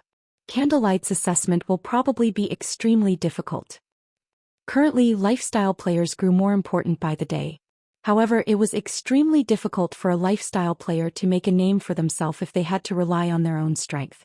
This was because lifestyle players needed a lot of resources for their practice. The more important a lifestyle class was, the more resources they needed to improve. Moreover, the further a lifestyle player progressed, the more valuable were their required resources. Hence, if a lifestyle player did not join a guild, it would become extremely difficult for them to grow stronger. Just hours after the candlelight trading firm announced its recruitment campaign, thousands of players had lined up outside the firm's 3-star shop in White River City, and the crowd was still growing. Melancholic Smile arranged for these lifestyle players to take the firm's assessment, one after another.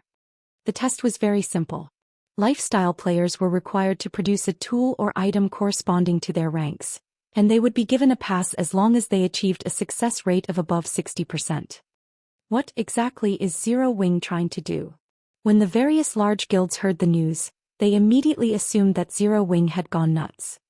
Although lifestyle players were important, one needed to invest a lot of resources to nurture profitable lifestyle players. Moreover, a loss was guaranteed during the early nurturing stages.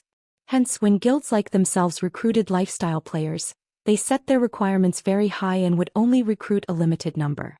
Otherwise, the expenditure would do more harm than good.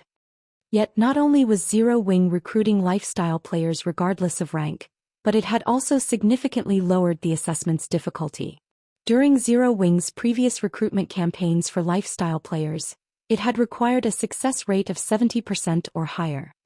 In just half an hour, Zero Wing had recruited over 30 lifestyle players. Among them, only 7 were advanced apprentice rank while the others were below that.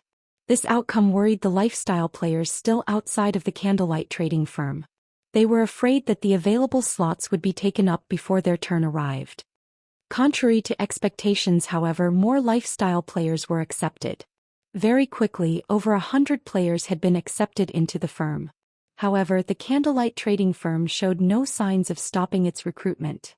Seeing this, the spies the various guilds had sent reported this information to their respective guilds. What? They have accepted over 100 apprentices. Has Zero Wing's upper management lost their minds? Could a 3-star shop really be that powerful? The various guilds that had received this message were stunned. Normally, they would only recruit around 40 lifestyle players when they gained an additional 1-star shop. If they recruited any more, there wouldn't be enough workshops and resources to go around. After the candlelight trading firm upgraded one of its 2-star shop to 3-star status, the building had only gained 2 floors. Generally, it would be a miracle if they could recruit 200 players. Big Sis Melancholic, should we raise the assessment bar? At this rate, we'll fill the new workshops. It will be a pity if we miss out on any talented newcomers later on, Cream Cocoa asked worriedly as she watched the thousands of people lined up outside of the building. Relax. I'm actually concerned that we won't be able to recruit enough people. Melancholic Smile smiled bitterly. Not enough people? How is that possible? There are thousands of people outside right now. If we leave the bar at a 60% success rate, at least 400 or 500 of them should pass. How is that not enough people? Cream Cocoa was no longer the noob she had been when she had first started playing God's Domain. She knew that, although lifestyle players who could achieve a 60% success rate were rare, with the base number being so high, a frightening number of people could pass the assessment. 500 lifestyle players was not a small crowd. Even an ordinary second-rate guild could not afford to nurture so many. Furthermore, the candlelight trading firm was already saturated with lifestyle players. With the extra workshops that came with the 2 additional floor spaces, the most they could afford to recruit was around 300 lifestyle players. Any more and they would have to rent workshops from the lifestyle associations. However, renting workshops would massively burden their finances. 400 or 500 really isn't enough. The guild leader has already determined that we need to recruit 1,200 players. Melancholic Smile chuckled. With just the lifestyle players in front of us, we probably won't reach that goal. Hopefully more players will show up. Cream Cocoa was rendered speechless. Lifestyle players were only a small minority of the player population in God's Domain. In addition, the various guilds often held recruitment campaigns of their own. Gathering 1,200 qualified lifestyle players was a colossal task. Unfortunately, Cream Cocoa had another concern. Where were they going to house all of these lifestyle players? Elsewhere, Shifeng had completed his trade with Phoenix Rain in the city hall and officially gained the deed to a plot of land in Lake Heart City. This is the information we have obtained on the Evil Dragon Battle team. Take a look. The match is in 2 days. I look forward to the Azura Battle team's performance, Phoenix Rain said, smiling pleasantly as she handed Shifeng the information she had collected on the enemy battle team and the time, venue and rules for the next battle. She was in a good mood after obtaining the 10,000 gold from Shifeng. Oh, the Miracle Guild? Shifeng was slightly surprised after a general glance through the information. We have only discovered this after the system upgrade, Phoenix Rain said solemnly. You mustn't underestimate the Miracle Guild. Although it is a super first-rate guild like the Dragon Phoenix Pavilion, Miracle's foundation is much stronger than ours. Can even contend with super guilds. When the time comes, the Evil Dragon Battle team's roster will undergo a complete change. You best prepare for the match. Although Phoenix Rain had said as much, she did not think that the Azura Battle team had any chance of winning. After all, the Azura Battle team had exposed too many of its trump cards. The Miracle Guild would definitely come prepared. If Miracle went all out in this match, the Azura Battle team would be overwhelmed. After all, the difference between each side's strength was immense. Phoenix Rain only prayed that the Miracle Guild would not take the match too seriously. This way she could haul in another fortune. Shifeng nodded silently in response to Phoenix Rain's advice. In truth, even without Phoenix Rain's warning, Shifeng knew just how powerful the Miracle Guild was. In his previous life, when a Tier 3 mysterious flame had appeared in God's Domain, the various large guilds had employed all sorts of methods to obtain it. In the end, however, a dozen or so experts from the Miracle Guild had secured the flame. Among the guild's experts that had fought for the mysterious flame, 2 other super guilds' top combatants had been present. That battle had become a classic within God's Domain. To put it simply, defeating the Miracle Guild-led Evil Dragon Battle team would be extremely difficult for the Azura Battle team. As Shifeng hurried towards the candlelight trading firm, a party of 6 arrived in the teleportation hall in White River City. The instant these players appeared, they became the main focus within the hall. Their equipment was too gorgeous to ignore. Even the lowest quality equipment was dark gold rank. As for these players' levels, that was even more impressive. Of the 6 players, 2 were level 40, while the remaining 4 were level 39. Even in an empire, this group would be a force to be reckoned with, much less White River City. So this is White River City? The standard of the players here is quite high. We're not here to sightsee, Focus on the task at hand. Let's head over to Zero Wing to have a look.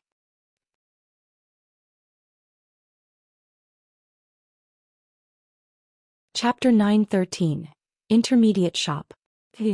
After these 6 players conversed among themselves, they left the teleportation hall and stepped onto the busy street as everyone watched. As soon as the group left the building, the leading white-haired middle-aged man carrying a black and white spear summoned a giant snow-white wolf. The wolf was even larger than a lion.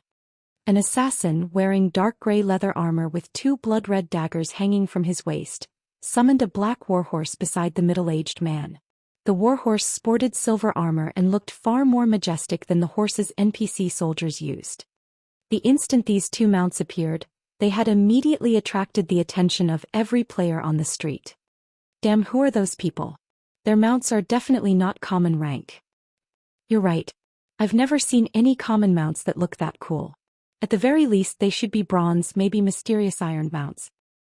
To current players, even common mounts were a luxury, not to mention mounts ranked bronze or above. Hence, when the players on the street saw these mounts, both envy and admiration filled their hearts. Some beautiful female players even sent the white-haired man on the giant wolf flirtatious glances. Nowadays, God's Domain was increasingly popular. One frequently saw the game mentioned in the news. Moreover, powerful guilds were offering annual salaries ranging from 500,000 credits to 6 million credits, depending on a player's strength. To ordinary people, this was an astronomical amount of money. Seeing as the white-haired man rode a bronze mount or greater at this stage of the game, his salary must have been in the 7-digit range. Haha. Boss Blood, I think those beauties are interested in you. An elementalist who wore a robe embroidered with runic symbols and exuded a refined air poked fun at the white-haired berserker leading his group. It's a pity that these beauties will never catch Boss Blood's eyes. After all, his heart already belongs to someone. Why won't these beauties look at me instead? A level 39 skinny male swordsman said as he sighed. Mast, you really should learn a thing or two from the boss.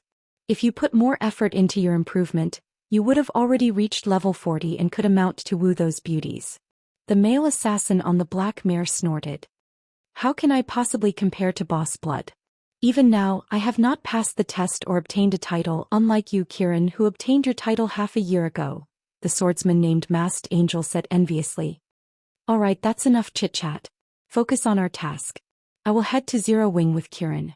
The rest of you catch up with a carriage, the leading berserker named Bloodsucker ordered sternly. Immediately, everyone fell silent and did as they were told.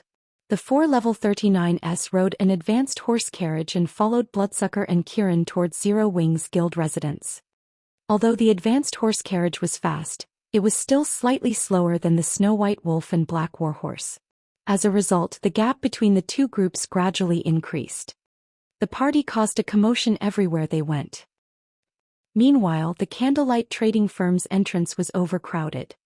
Before anyone knew it, the Candlelight Trading Firm had recruited over 300 lifestyle players. With this number, everyone could see how powerful the firm's foundations were. The other trading firms in Star Moon Kingdom could not compare to this. Guild leader, we've reached our recruitment limits for the moment. Any more and we'll have to send these people to the lifestyle associations. Melancholic Smile reported worriedly as she looked at the numerous files on the newcomers. 1,200 people. This was already beyond what the Candlelight Trading Firm could handle. If they really recruited this many people, they would lose money each day rather than make it. It's fine. Bring all of the information you have on the Candlelight's branch shops, Shifeng instructed, waving his hand dismissively and chuckling. In God's Domain, shops were officially categorized by star ranks. However, one could also categorize a shop by its size. Players in his previous life had realized his and summarized the differences. There were a total of 4 categories: Basic Shop, Intermediate Shop, Advanced Shop and Special Shop. To begin with, 1-star and 2-star shops fell under the Basic Shop category. A basic shop could only accommodate a limited number of lifestyle players, and a firm had to rely on numbers to make up for the lack of space. A basic shop's assistance it could provide to lifestyle players was also quite limited. The intermediate shop category included 3-star shops to 5-star shops. In terms of size, intermediate shops were massively different than basic shops. As long as a shop reached 3-star status, it gained far more room than a 2-star shop. Hence, when the various guilds opened their own shops, while it was relatively easy to upgrade a 1-star shop to 2-star status, it was many times more difficult to upgrade a 2-star shop to a 3-star shop. Naturally, upgrading from an intermediate shop to an advanced shop was even more difficult. Meanwhile, the benefits an intermediate shop could provide became more obvious. The basic meditation room was a primary example. After Shifeng's command, Melancholic Smile compiled all of the information she had on every Candlelight's branch shop and handed the files to Shifeng. Not only was the compiled information detailed, but it was also easy to understand. So far, the Candlelight trading firm had a total of 25 shops. Among them, 24 were branch shops. These branch shops covered 22 cities. The fact that the firm had expanded so much was partly due to Phoenix Rain's secret assistance. Her help had allowed the Candlelight trading firm to set up shops in the cities of a few neighboring countries. Moreover, she had only sold the shops to Shifeng at a price slightly higher than the initial cost. Phoenix Rain is certainly dedicated in her work. Shifeng smiled slightly after reading the information. Among the many shops, 6 were within the Black Dragon Empire. Moreover, 5 of these shops were in cities with a player population in the millions. In addition, there were 6 shops in the kingdom's neighboring Starmoon Kingdom. Among them, 4 were in the Purple Thorns Kingdom. All 4 of these shops were in the top 10 most populated cities in the kingdom. As for the remaining 2 branch shops, they were in the Twin Towers Kingdom. Unfortunately, most of the kingdom had fallen into ruin, and only the capital city remained standing. Shifeng had to admit that it was beneficial to cooperate with a major power. Without Phoenix Rain's help, Shifeng would have to exhaust himself to no end to achieve a similar result, and this would have greatly impacted his personal growth. Based on this alone, one could see how frightening the foundations of God's domain's major powers were. Currently, Zero Wing's advantage only lay in the fact that it had a lot of liquid funds. However, this did not mean that the game's major powers were poorer than Zero Wing. Rather, these powers reinvested most of the money they earned into valuable lands. Although Zero Wing had a lot of money on hand, it didn't have anywhere to invest. In terms of capital turnover, the difference between Zero Wing and these major powers was obvious at a glance. I will have to thank Phoenix Rain. I would have had a hard time using up these 5 slots otherwise. Shifeng then chose 5 branch shops and upgraded them to 2-star shops. When upgrading these shops to 2-star status, he saved far more money by using the special rights of a 3-star shop than when he had used a promotion order. Each shop only cost 600 gold to upgrade.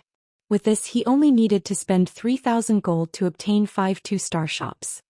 Meanwhile, of the 5 shops Shifeng chose, 3 were in the Black Dragon Empire, with one of them in Lake Heart City. As for the remaining 2 slots, he used one on a shop in the Purple Thorns Kingdom, and the other on the shop in the Twin Towers Kingdom's capital.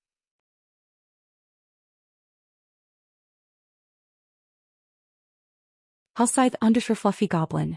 The reconstruction of the 5 branch shops completed fairly quickly.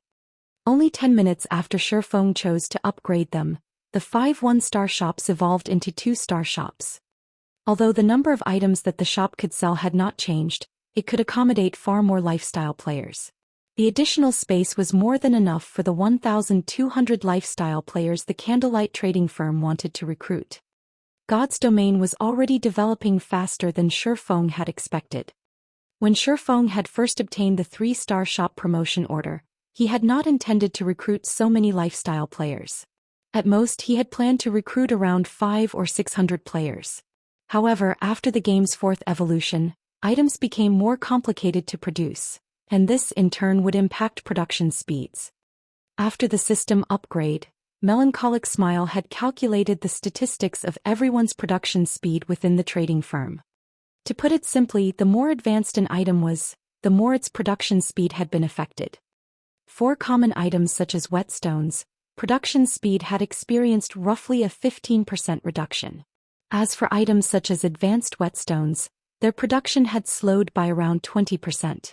In other words, if a lifestyle player was capable of producing 5 advanced whetstones within a certain time before the system upgrade, then now, they were only capable of producing 4 advanced whetstones within the same period. As for items that only intermediate forgers or higher could craft, such as the strengthening device, their production speed had decreased by roughly 40%. Before the system upgrade, the candlelight trading firm had not been able to produce many strengthening devices each day. Now the item's output was pitifully low. Unfortunately, Shifeng had already agreed to hand over 10 bronze mounts and 2,000 strengthening devices to the secret pavilion within 5 days, as well as the rest of the items within 12 days after the system update completed. If he failed to do so, not only would he have to return the 10 black cards he had received, but he would also be out of the items he had already paid. Hence, Shifeng was very short on time. If he wished to increase production speed, he had 2 options: increase his current workforce's success rates or grow his workforce. As there was a limit to how much he could raise a lifestyle player's success rate, his only viable option was to bolster his workforce. However, Shifeng did not have much hope of nurturing a large batch of excellent lifestyle players from the new recruits. Rather, he wanted the new advanced apprentices to take on the workload of the firm's basic forgers, while the basic forgers would take on the intermediate forgers' work. In turn, the intermediate forgers would take care of the advanced forgers' workload. This way, he would have a higher chance of completing his task within the allotted time. Following which, Shifeng explained his plans to Melancholic Smile and had her begin preparations. After all, it would not be easy to sort so many people in a short time. Guild leader, I'm afraid that this will be very difficult to accomplish. Even with the help of the special workshop Coco, Uncle Ironheart, and I only have a 40% success rate with the strengthening devices. Even if the firm's intermediate forgers have the help of the special workshop, they will only have at most around a 15% success rate. With such a low success rate, we'll be lucky if we break even, let alone make a profit. Melancholic Smile was very familiar with the success rates of the trading firm's forgers, as she usually analyzed the trading firm's statistics. Although a 15% forging success rate seemed relatively high, when one started the actual work they would most likely fail 10 out of 10 tries. Based on her analysis, only with a 20% success rate would a forger have a chance of succeeding once out 10 tries.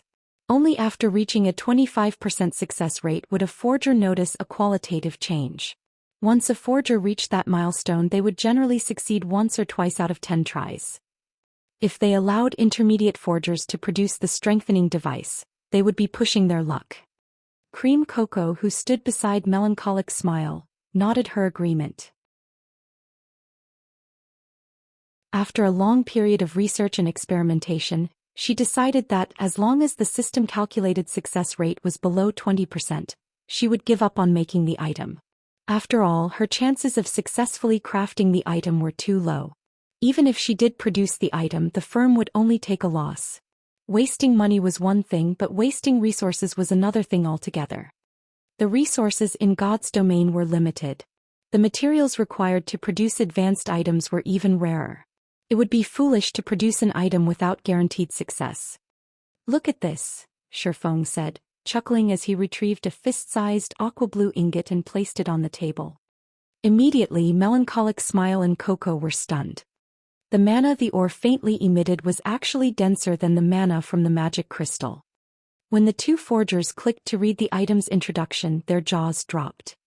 Guild leader, where did you get this? Melancholic Smile locked her eyes with Shifeng's, excitement evident on her face. Do you have a lot of them? Mysterious flames were extremely rare in God's domain.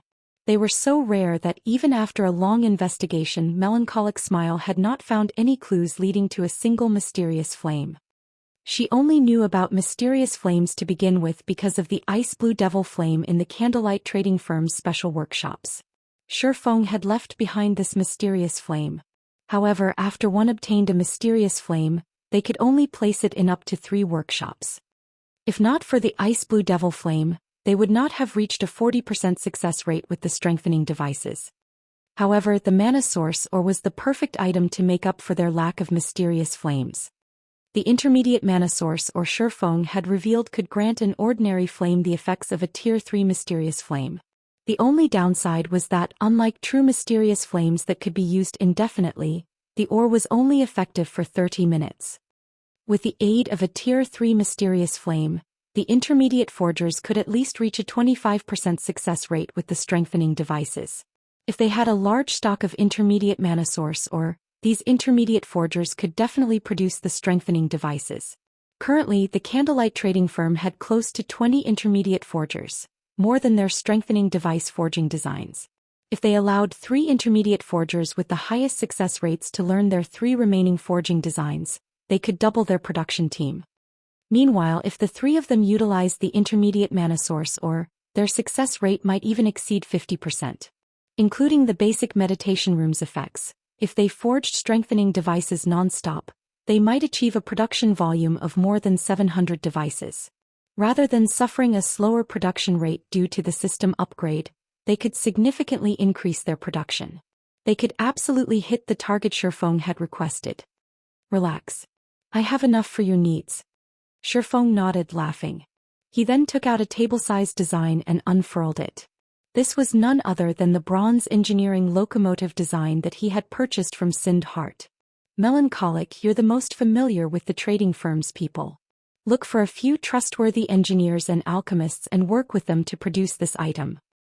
After glancing at the design and its name, Melancholic Smile was thoroughly stupefied. Cream Coco stared at the design as if she were looking at a priceless treasure, her eyes sparkling brightly. Although the design before them was an engineering design, the manufacturing procedure involved 3 classes: engineers, forgers, and alchemists, the 3 major lifestyle classes. Moreover, the manufacturing procedure required a lot of its crafters. The engineering locomotive was far more difficult to manufacture than the strengthening device. One mistake could lead to failure.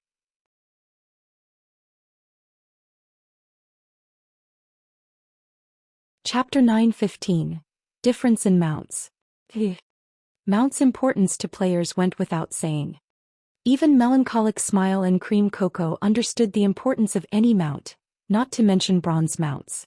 Currently, God's Domain's elite and expert players moved ever closer to level 40. However, how could common mounts possibly satisfy these experts?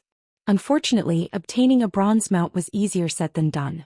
Even large guilds could only get their hands on a few, and these mounts were usually reserved for the guild's upper echelons. The other members could only dream of riding one. If it were truly possible to produce bronze mounts, they would sell tens of times better than the strengthening device. However, the engineering locomotive was extremely difficult to manufacture. At the very minimum, they needed an advanced engineer, an advanced forger, and an advanced alchemist to have any possibility of success.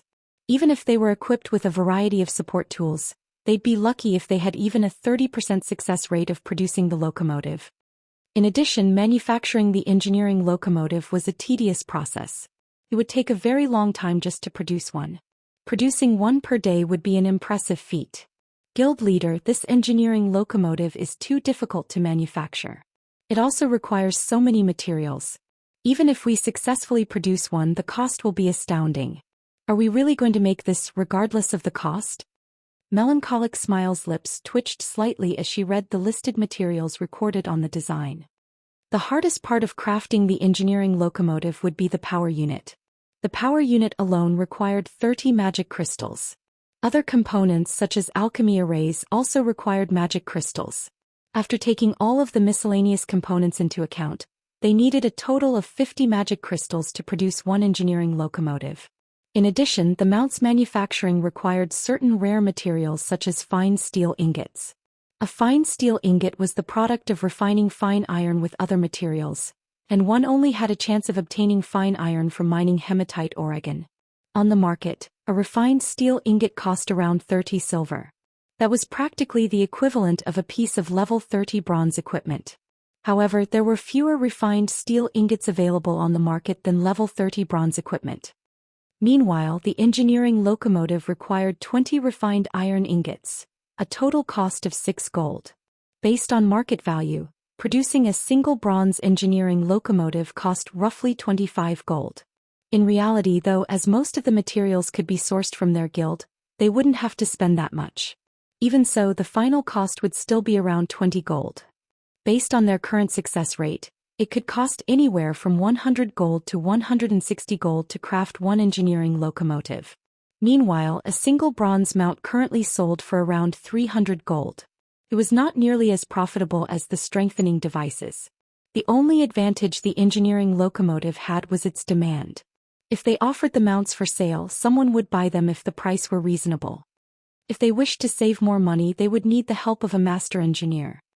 Although there was only a single rank difference between an advanced engineer and a master engineer, the latter could increase the success rate of producing the engineering locomotive by around 30%. After including the bonuses from various tools, they could achieve a success rate of 60% or higher. With such a high success rate, they could reduce their total cost to 40 gold or lower. They could also produce the mounts much faster. How many advanced engineers do we have right now? Shifeng realized how high the production cost was. However, he had already signed an agreement with the secret pavilion. They had to manufacture the engineering locomotives regardless of the cost.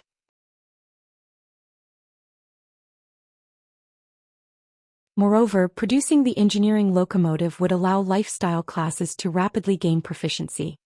We only have 2 people at the moment. There are 3 others who are close to reaching the advanced engineer rank, Melancholic Smile replied. 2. Shifeng frowned. Based on their current manufacturing speed, producing 10 engineering locomotives in 5 days would be cutting it very close. Have them begin the process. I'll help to produce some of the components as well. I'll contact them right away, Melancholic Smile said. She was momentarily stunned when she heard that Shifeng would also take part. Hurriedly, she continued, if they find out that our guild leader will be leading this project, they will die from excitement. In Star Moon Kingdom, the majority of players addressed Black Flame by his title as the Sword King. Most had probably forgotten Black Flame's past identity. However, while ordinary players had forgotten his past fame, to lifestyle players, the title of Star Moon Kingdom's chief forger still resounded in their ears. Moreover, Melancholic Smile understood one thing very clearly. Shifeng had been the first to become an advanced forger. Suddenly, Aqua Rose contacted Shifeng and said, Guild leader, 2 people have entered our guild residence. Both are level 40 players. Moreover, their mounts are high quality. They are saying that they have something very important to talk to you about. 2 people with high-ranking mounts? Shifeng was slightly surprised. Reaching level 40 was still very difficult at this stage of the game, much less obtaining high-ranking mounts. Do you know their identities? I've never met either of them. Moreover, they aren't wearing a guild emblem. Although it is possible that they purposely removed it, Aqua Rose said as she shook her head. She had seen most of God's Domain's mainstream experts at least once. However, she had zero recollection of the 2 people that had arrived. Even after sending her subordinates to investigate, she had not obtained any information on these players. This is interesting. Alright, I'll head over right away. Shifeng could not help his curiosity.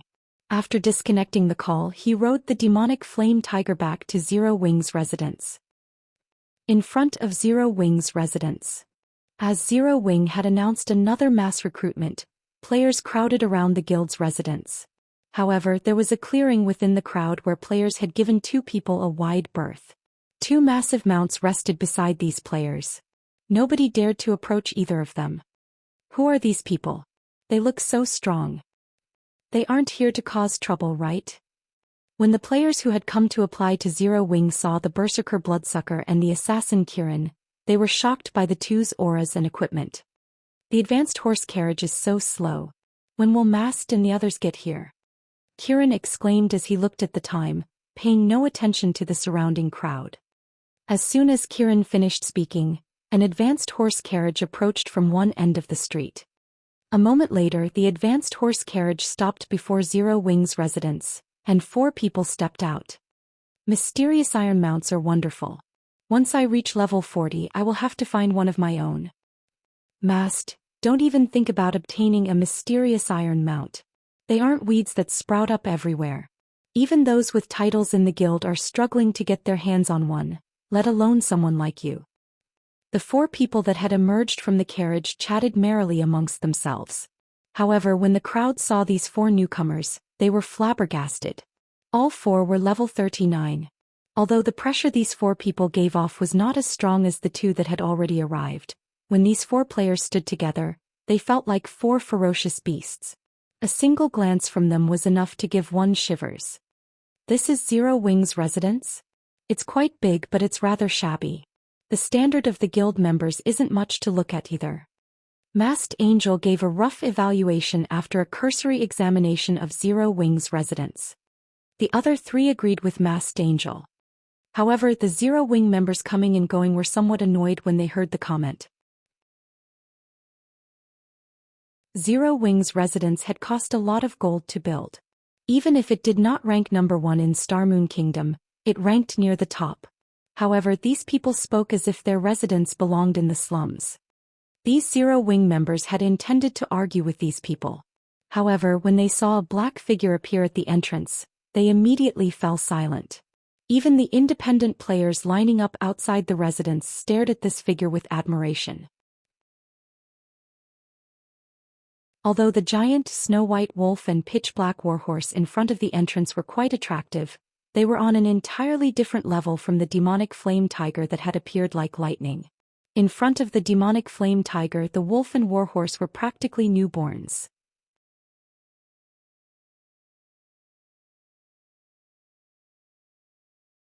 Halscythe Undersher Fluffy Goblin. What rank is that mount? Masked Angel was shocked, his eyes widening as he stared at the towering, majestic demonic flame tiger. Although he already knew that Zero Wing possessed this mount, after witnessing it personally, he could not help his surprise. Both Bloodsucker's and Kieran's mounts were mysterious iron mounts. However, when comparing their mounts to the demonic flame tiger, he finally understood something.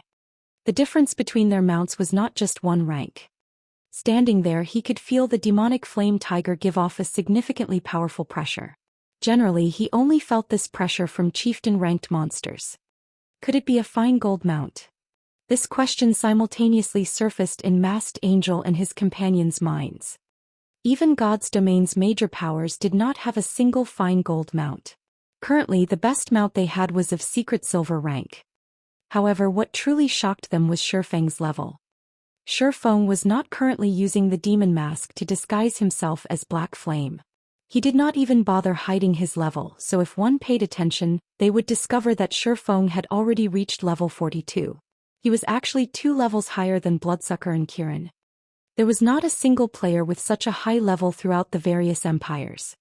It was hard to imagine that such an expert resided in a kingdom. I am Yifeng, an honorary elder of Zero Wing. Our guild leader has some urgent matters to attend to, so he can't meet with you right now. I can represent Zero Wing in any matters you wish to discuss. May I know what business you have with Zero Wing? Shifeng asked, chuckling as he swept a glance over Bloodsucker and the others as he remained on the demonic flame tiger. Even an elementalist like Phoenix Rain had only reached level 39. Yet among these 6 people, not only had 2 surpassed Phoenix Rain, but the other 4 were the same level. Achieving such a high level was impossible without a special method or a powerful team. To Aquarose, these players might be strangers. To Shifeng, however, they were extremely familiar. All 6 players were super red names belonging to the dark guild known as Raven. Raven had appeared in the virtual gaming world in the past. It was an upstart guild that had only established after God's Domain had launched. Moreover, even now Raven was not famous in the least. Dark guilds could not compete against normal guilds in terms of member count. However, the Raven Guild's member count was impressive with less than 1,000 members. Even a decade after God's Domain had launched, the guild had less than 3,000 members. However, nobody in God's Domain dared to underestimate Raven. In the past, Raven had been one of the top 6 dark guilds in God's Domain. The guild was extremely powerful. Even super guilds had avoided provoking it. While the 6 people before him looked like ordinary players, this was only a disguise. Without an advanced identification skill, one could not uncover any of their information. This disguise was similar to the demon mask. It could even hide one's aura. However, under Shifeng's omniscient eyes, nothing would remain hidden. Such dense blood auras. How many people have they killed already? When Shifeng used omniscient eyes, he discovered that their names were no longer red. Rather, they were thoroughly black. In God's domain, when one actively killed other players aside from their IDs changing color, a faint red blood aura would surround their bodies. However, this blood aura was barely visible. Generally, only after one had killed hundreds of players would this blood aura become more evident. Even so, this blood aura would gradually fade with time. However, the blood aura surrounding the 6 before him was powerful enough to make one's hair stand on end. Currently, their blood auras had thickened into a bloody mist that enveloped a radius of 4 to 5 yards around them. Shifeng could not even begin to fathom just how many players these 6 people had killed to achieve such a dense blood aura. However, this was still not why their IDs had turned black. In God's domain, only players who had committed unforgivable sins would sport pitch-black IDs. This was a type of curse. This curse could allow players to grow stronger. In return, however, cursed players were restricted to areas controlled by the dark forces. If NPC guards in an ordinary NPC city found them, the consequences would be unimaginably severe. Hello. My name is Bloodsucker. This place isn't suited for our discussion. Why don't we look for somewhere more private to talk? Bloodsucker suggested, smiling faintly as he looked at Shifeng. Alright, follow me, Shifeng nodded. He then led Bloodsucker and the others into Zero Wing's residence. After Shifeng entered the guild residence, the crowd outside of the residence grew excited. Their eagerness to join Zero Wing grew. Inside the reception room of Zero Wing's residence, as Shifeng was about to prepare some refreshments for Bloodsucker and the others, Bloodsucker stopped him. I believe that Elder Yifeng has already used an advanced identification skill on us, right? Bloodsucker said, smiling. I'm certain that you already know who we are. As you've seen, we are red players, or to put it another way, dark players. Shifeng nodded without attempting to hide his actions. Now that God's domain had already been operating for so long, most guilds had a few people with advanced identification skills. Hence, there was no point in hiding his actions. We are members of the Dark Guild Raven. You might not have heard of us as our guild has only recently established, but as for Raven's strength, you have seen for yourself. We have come here today seeking to cooperation with Zero Wing, Bloodsucker explained. Cooperation with Zero Wing? How do you wish to cooperate? Shifeng asked curiously. Generally, dark guilds and adventure guilds minded their own businesses and tended to avoid each other. Moreover, Raven possessed powerful financial backers. The guild did not have that many members either, so it should be very easy for the guild to develop. Raven shouldn't need to cooperate with any other guild. That's right. We've investigated Zero Wing thoroughly. On the surface, while it might look like Zero Wing has a lot of experts, there are only a few true experts in the guild. If Zero Wing wants to progress in the dark arena, relying on these few experts is not nearly enough. Even the Azura battle team's victory in the next match is unlikely. Furthermore, since the system upgrade, the various major powers have begun to invest heavily into the dark arena. It will be very difficult for Zero Wing to earn money there in the future. You've already seen our strengths for yourself. If Zero Wing has Raven's assistance, your guild will have a fighting chance for the position of the dark arena's organizer. Not only can Zero Wing earn an astronomical sum of money each day, but you can also gain various rare materials. With these resources, Zero Wing will be able to expand easily and afford to nurture its lifestyle and expert players. I'm sure you can see the benefits of such an outcome. When Bloodsucker finished his proposal, he snapped his fingers. Immediately, several pieces of Bloodsucker and Kieran's equipment revealed the special glowing effect of epic equipment. Bloodsucker and Kieran's weapons in particular were epic weapons. With this array of equipment, they could rank at the peak of God's domain. What do you want in return? Shifeng asked, somewhat interested. Just as Bloodsucker had said, in the eyes of ordinary players, Zero Wing seemed like a guild full of experts. However, in the elite dark arena, Zero Wing was bland. Currently, only he, Fire Dance and Violet Cloud could reliably win a fight. Unfortunately, Aqua Rose was still a little off the mark.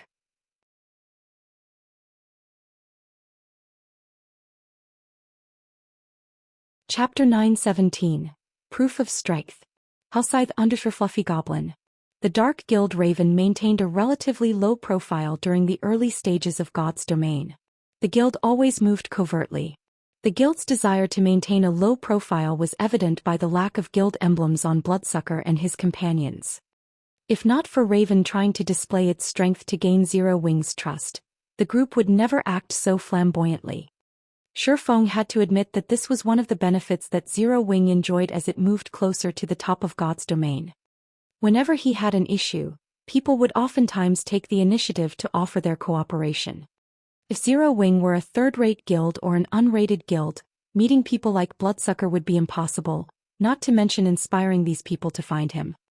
Shifeng's straightforward question had left Bloodsucker slightly stunned. He had initially thought that Shifeng would play with words, driving him to state his conditions. After all, during negotiations the side that revealed their terms first would be at a disadvantage. However, he had never imagined that Shifeng would ask him so blatantly. He wasn't used to this. The guild had sent him specifically to negotiate with Zero Wing because he was one of the guild's stronger members. Now, however, all of his subtle arguments he had prepared to persuade Shifeng and his efforts to show off Kirin and his team's strength had gone to waste. What? You don't have any conditions? Shifeng chuckled. No, it's just that your straightforwardness surprised me a little. After all, Raven is only a small unknown guild, Bloodsucker said, shaking his head. Since Elder Yifeng has said as much, I'll tell you Raven's conditions. In return for Raven assisting the Azura battle team, we want 50% of the income you gain from the Dark Arena. You guys sure are ballsy. 50% is too much. I can offer you 20% at most. Shifeng instantly rejected Bloodsucker's offer. He was already splitting the income from the Dark Arena with Phoenix Rain. If the Raven Guild took another 50%, Zero Wing would be left with nothing. I'm guessing that you don't fully understand Raven's strength. How about we prove ourselves first? We can negotiate afterward. Bloodsucker frowned when he heard Shifeng's offer. However, he was not surprised by it. Their guild had remained in the shadows. As of now, practically nobody knew how terrifying Raven was. If not for the resources the recently launched Mindspace system required, they would not have sought out Zero Wing for cooperation.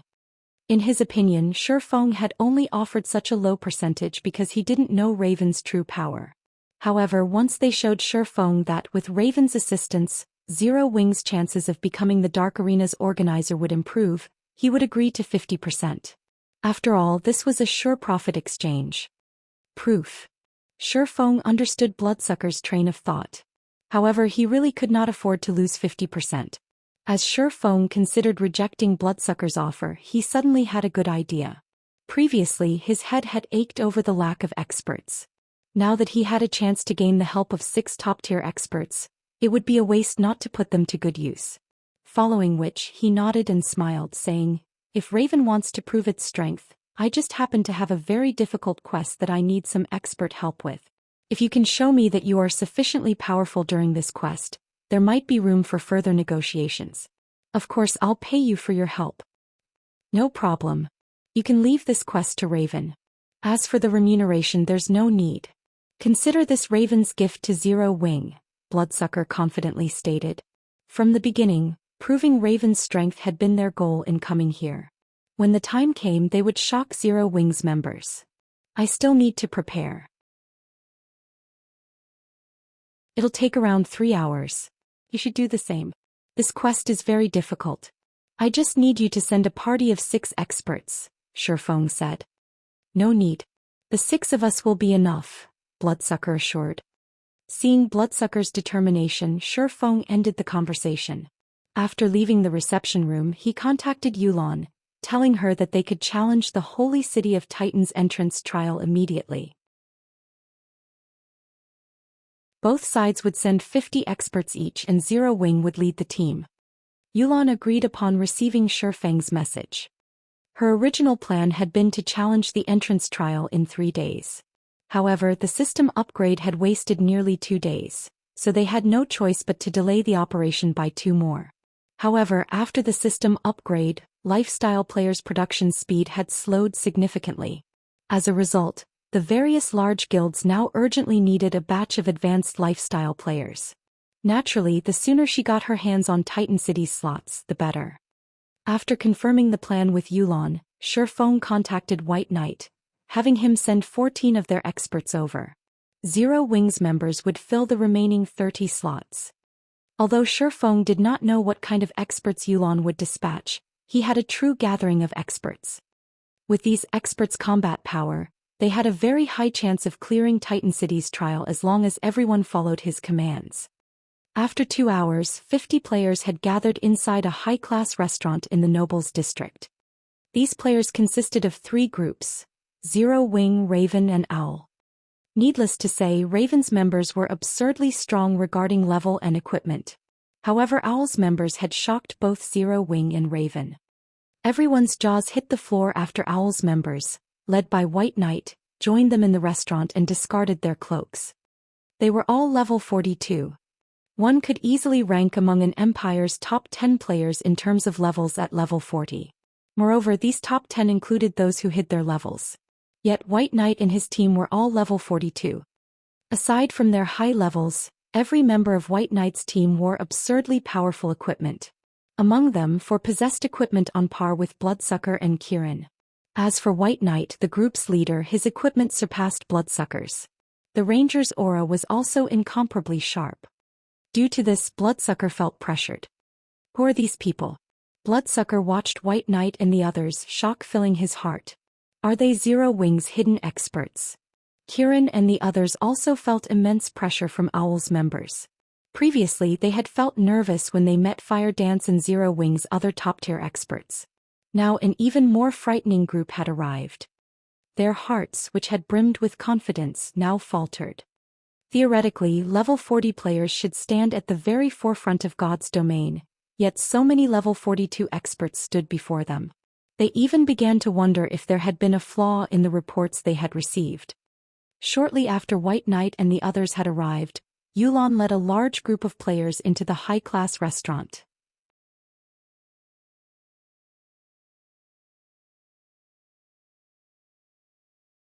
Chapter 9:18. Holy City of Titan. The high-class restaurants in the Nobles District were famed for their luxury. Even large guilds' elite members were reluctant to dine in these restaurants. These players would rather have a few drinks at a bar or eat their fill of ordinary food to get more bang for their buck. Upon joining Shifeng and the others in the restaurant, Yulan glanced at the various players. Immediately she was shocked. How does Zero Wing have so many experts? Yulan had already thoroughly investigated Zero Wing, so she was very aware of Zero Wing's current combat power. She had never imagined that Zero Wing still had secrets. Owl's and Raven's members were the source of her surprise. Even the lowest among them was level 39, with the majority having reached level 42. Zero Wing's team composition overwhelmed the team she had struggled to establish. Among her players, the highest was only level 39, while the others were level 38. Although there was only a difference of 2 or 3 levels, the gap between level 39 and level 40 was like the difference between heaven and earth. Unless one had equipment that could reduce level requirements, otherwise they could only wear level 40 equipment upon reaching level 40. However, such equipment was extremely rare. Generally, only epic items had such an attribute. There was a huge difference in terms of basic attributes between level 35 and level 40 equipment. If they had so many high-level experts working together, clearing Titan City's entrance trial would be much easier. Moreover, Yulan could tell that even if White Knight and Bloodsucker were members of super guilds, they would be considered apex experts. It would be very difficult to find an expert in Underworld that could contend with these two. Big Brother Wolf, do you know that Ranger and Berserker? Yulan asked Werewolf quietly. The pressure she felt from White Knight and Bloodsucker was extremely powerful. They were like beacons in absolute darkness. Even if she fought it, it would be hard not to notice them. Among the information she had on God's domain's experts, nothing had been recorded on these two individuals. Although she did not know who these two were, Werewolf might know them. After all, Werewolf had once shone brightly in the virtual gaming world. Although he had later stepped away, he knew far more hidden experts than she did. I don't know them. However, I am sure that both of them are martial artists. Extremely powerful ones at that, Werewolf replied, his thoughts a little complex as he examined Shifeng's team. A few months ago, Zero Wing had merely been an unknown, upstart guild in White River City. Even Zero Wing's experts at that time weren't worth his attention, Yet now, the guild had several people on par with him in terms of combat standards. As for White Knight and Bloodsucker, who he had never seen before, even he had to admit that he was weaker than them.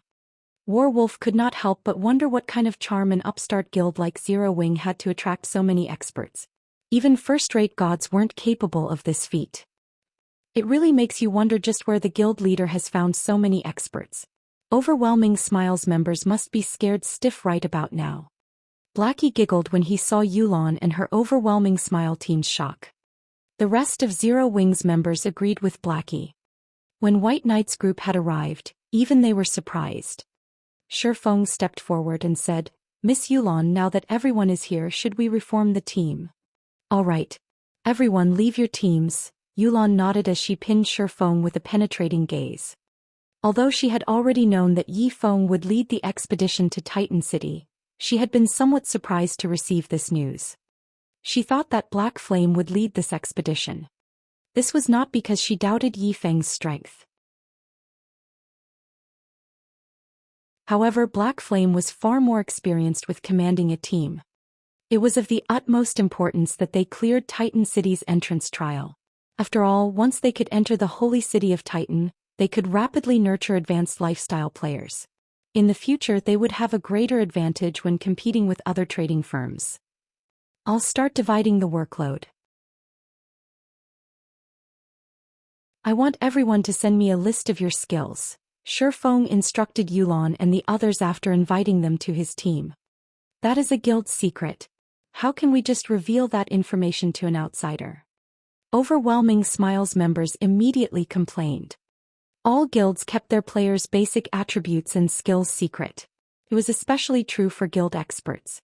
If others discovered this information, it would be very easy to exploit their weaknesses. Shifeng then looked towards Yulon and said seriously, "I believe you know how difficult Titan City's entrance trial is. If I don't know everyone's abilities, I can't guarantee our success." After giving it some thought, Yulon nodded and said, "It's all right. Tell him." Titan City's entrance trial was much harder than a 100-man Hell Mode team dungeon.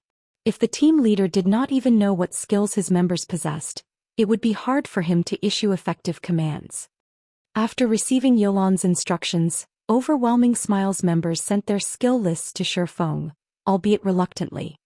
As for the skills Owls and Ravens members possessed, the two groups had long since notified Shifeng. Owls members had not held back in the least. However, Shifeng was certain that Ravens members had held back some information. Regardless, though, it would not affect the overall situation. After Shifeng examined the skills of Overwhelming Smiles members, he was a little surprised. 23 of these players wielded berserk skills. Among them, Yulon had learned a large-scale destruction spell and a large-scale buff spell. This would be of great help to the team. "Before we enter Titan City, I'll give everyone certain responsibilities. Make sure you understand your tasks. When the time comes, you just need to do your part." Shifeng then called up his system interface and split everyone into groups. Shifeng had split the team of 100 players into 5 teams of 20. Among them, one team would serve as the main force while the remaining 4 would serve as support. Raiding Titan City's entrance trial was different from raiding a 100-man team dungeon, where players only had to deal with one boss at a time. The entrance trial resembled a field battle. Only the team would face far more danger. In the entrance trial, one could encounter a powerful boss at any time. It was even possible for multiple bosses to appear at once. It would not come as a surprise if one mistake led to a team wipe. Hence, they needed to prepare before they challenged the trial. There was only one MT on the main team, Kola. This decision confused Yulon and the others.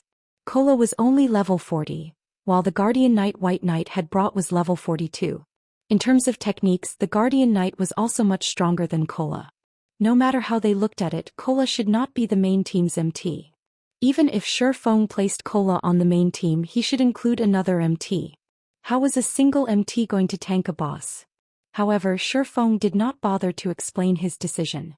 He had chosen Kola because he had previously passed the epic ranked dragon scale shield to the MT. With this shield alone, none of the other MTs could compete with Kola. Not to mention, Kola was using the Tier 1 set equipment for Guardian Knights. Comparing basic attributes, he was stronger than Moonlight Night Owl's level 42 Guardian Knight by a large margin. He was the best choice to serve as the lead MT. After the various tasks had been distributed, Yulan took out a golden key and began to chant an incantation. In the next moment, a pair of tightly shut black stone doors appeared in the hall. The stone doors towered over 3 meters high, and there were countless magical runes carved into the door's stone. As the thick, heavy doors slowly parted, a terrifying aura surged out, and everyone immediately felt a powerful mental suppression weigh on them. This mental suppression could rival that of Grand Lords. However, every player here was an expert. Even if the mental suppression affected them, the effects were minimal. After everyone calmed their nerves, Shifeng took the lead and stepped through the doors. One after another, the other players followed him.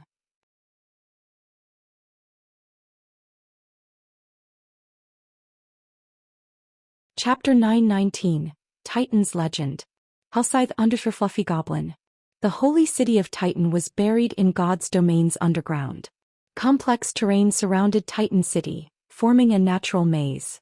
Players could easily get lost within the maze as they searched for Titan City. Although Titan City was underground, crystals that radiated a bright blue glow covered the cavern's ceiling. Hence visibility was not an issue. After Shifeng and the others entered the transfer gate, they had been teleported to this maze's entrance. This place is spectacular. As this was Aqua Rose and Zero Wing's other members' first time here, they were captivated. Even experts like White Knight and Bloodsucker found the scene awe-inspiring. Aside from the spectacular scenery, 10 towering statues of Titans loomed at the entrance. All 10 radiated a boundless aura. In front of these statues, players like themselves were no more significant than insects. Although they had known that the quest Shifeng had called them to help with was not simple, after witnessing this they grew serious.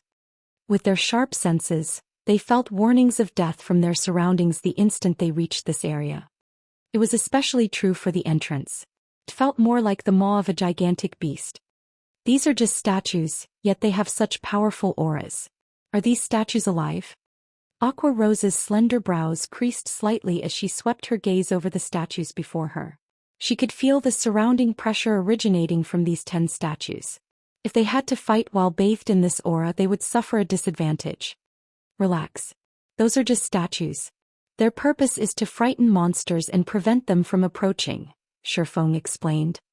These 10 statues were the sculptures of the 10 saints who had founded the holy city of Titan. According to legend, every saint possessed enough strength to rival gods. Before they had died, these 10 saints had used their remaining power to construct Titan armaments. As long as one equipped the Titan armaments, one could rival the gods themselves. However, after several catastrophes struck Titan City, these Titan armaments had been lost. In his previous life, Shifeng had been fortunate enough to see one of these Titan armaments. Although it had only been a pair of gloves, the gloves were legendary rank. The gloves greatly increased the wearer's strength attribute. Even while using a fragmented legendary weapon, the player that had owned the Titan gloves had fought a player wielding a legendary ranked battle axe to a standstill. Among the equipment in God's domain, weapons provided the most benefits to a player's combat power, yet this pair of gloves had provided enough strength to rival a legendary weapon. One could just imagine how powerful the Titan armaments were. In Shifeng's opinion, it was possible to rival a god if a player obtained the complete set of Titan armaments. Unfortunately, the Titan armaments were a mystery to players. Even after 10 years, players had only discovered 3 Titan armaments. Moreover, 3 different players had owned them. These players had been the targets of numerous assassination attempts in the past. "Alright, let's head inside," Shifeng said as he clapped his hands. After everyone took up their formation, they officially entered Titan City's entrance trial. After several minutes of traveling down the straight pathway, the team halted. "Leader, there are 4 paths ahead. Which one should we take?" Aqua Rose asked Shifeng. "Should we send someone to scout ahead?" Each path felt equally dangerous to her, so it was impossible to determine which path they should take. "Which path did you take last time?" Although Shifeng knew which path they should take, he still asked Yulan. "We investigated all 4 paths the last time we were here." Among them, a great lord guards the first path, while the next two are littered with traps and ambushing monsters. A large number of mobs guard the last. After we had killed those monsters, we discovered that the path led to another crossroad. In the end, we took the path with the Great Lord. However, after a short distance, 3 Great Lords annihilated us, Yulan explained. Truth be told, they had gathered almost no information before they reached an abrupt end.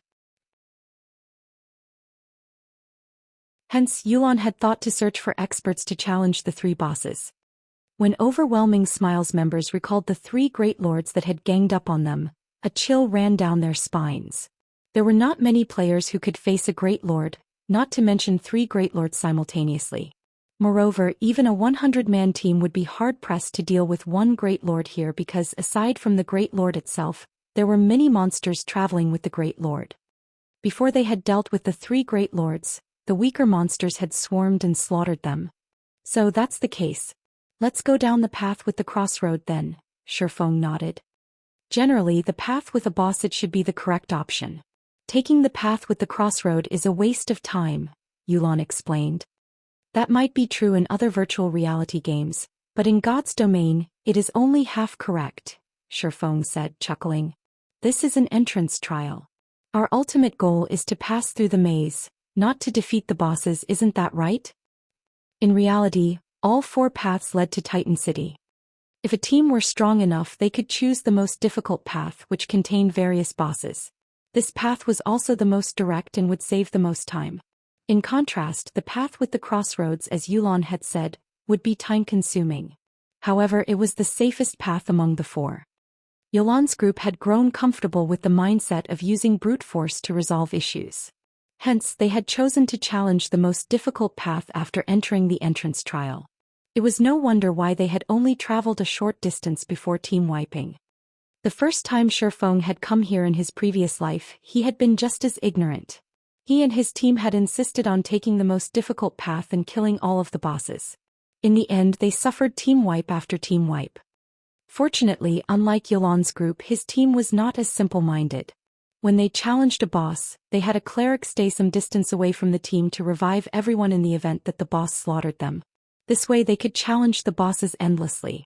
Moreover, as this was an entrance trial, no matter how many times players died here, they would not lose any EXP after reviving, although they would lose some skill proficiency. After Yulan and the others heard Shifeng's reasoning, realization dawned on them. Following which, Shifeng led everyone down the path with the crossroads. As they progressed through the maze, Shifeng often deliberately took the wrong path, leading the team into difficult situations and traps. However, with the team's abilities, overcoming the traps and level 40 or so elemental beings wasn't an issue. After walking for nearly 2 hours, the team arrived before a large temple. The temple was as big as 5 football fields, and a pair of tightly shut iron doors sealed its entrance. A steel statue with glowing red eyes that stood over 10 meters tall walked back and forth before these iron doors. There were also groups of smaller steel statues patrolling the temple grounds like trained soldiers. Steel Slaughterer, Elemental Being, Grand Lord. Level 44 HP 50, 000, 000/50, 000, Steel Guardian, Elemental Being, Lord. Level 42 HP 7, 000, 000/7, 000, Steel Watcher, Elemental Being, Elite. Level 40 HP 120, 000/120, 000. Kola, you'll tank the Steel Slaughterer later. The other MTs will each handle 1 Guardian. White, lure those elite monsters to us first. All magical classes will assist to clear out the elites. Go.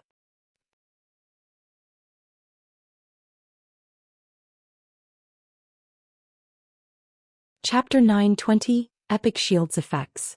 Halscythe Underfer Fluffy Goblin. Sister Yulan, should we go? Why is a Grand Lord here? It's stronger than any of the bosses we faced before. Trying to fight that is suicidal. Shifeng's commands had left Overwhelming Smiles members speechless. Although Shifeng's orders sounded simple, carrying them out would be very difficult.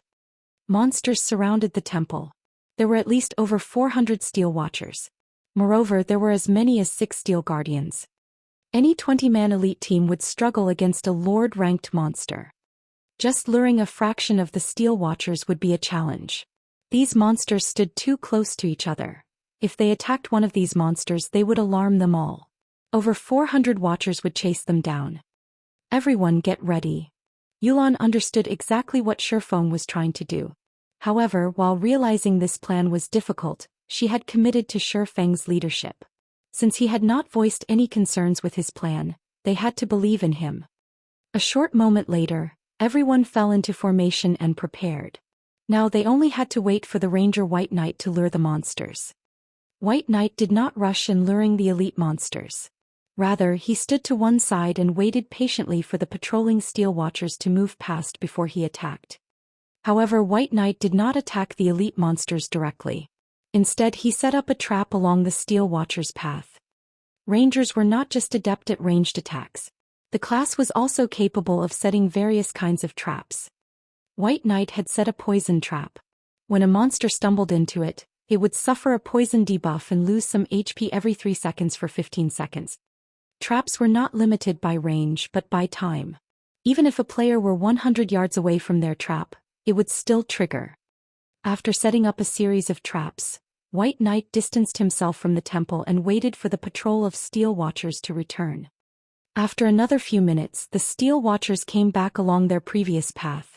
Without any suspense, one of the Steel Watchers triggered White Knight's trap, and its entire body took on a dark green hue. Although the remaining 19 Watchers noticed the abnormality, White Knight was outside of their perception range. Hence, the 19 Steel Watchers stood there ignorantly as they searched for the enemy. However, the poison Steel Watcher was different. Not only had the trap inflicted damage, but it also now suffered a dot debuff. It charged towards White Knight immediately. Traps were like curses. When a monster fell into a trap, it would detect its target after a certain amount of time regardless of how far the target was from it. Only this period wasn't long. After the time passed, the monster would similarly lose its target if the player were still outside its perception range. However, once the poison Steel Watcher had moved 10 yards closer to White Knight and just before the allotted time passed, it triggered another poison trap. As a result, the Steel Watcher confirmed White Knight's whereabouts and continued to charge towards the Ranger. In such a way, the Steel Watcher triggered a series of 3 traps, the traps luring it roughly 30 yards away from its companions. When the other Steel Watchers saw this, they cautiously followed the poisoned Watcher. Moreover, because of this Steel Watcher, 4 nearby patrol squads of Steel Watchers also began converging on White Knight's position. However, after a dozen or so yards, they abandoned their advance. After all, these monsters couldn't detect an enemy. Without a clear target, these Steel Watchers could not react properly. As for the Steel Guardians and Steel Slaughterer, they ignored the incident. Damn, that's possible? Minor Wind was stunned upon seeing this method. Minor Wind wasn't the only person present surprised.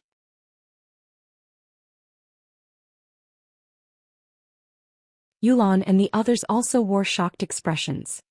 With a single move, White Knight had lured the elite monsters away from the troublesome lords and Grand Lord. With this, they didn't have to fear pulling the boss's aggro while they wiped out the elite monsters. Dealing with the bosses afterward would be much easier.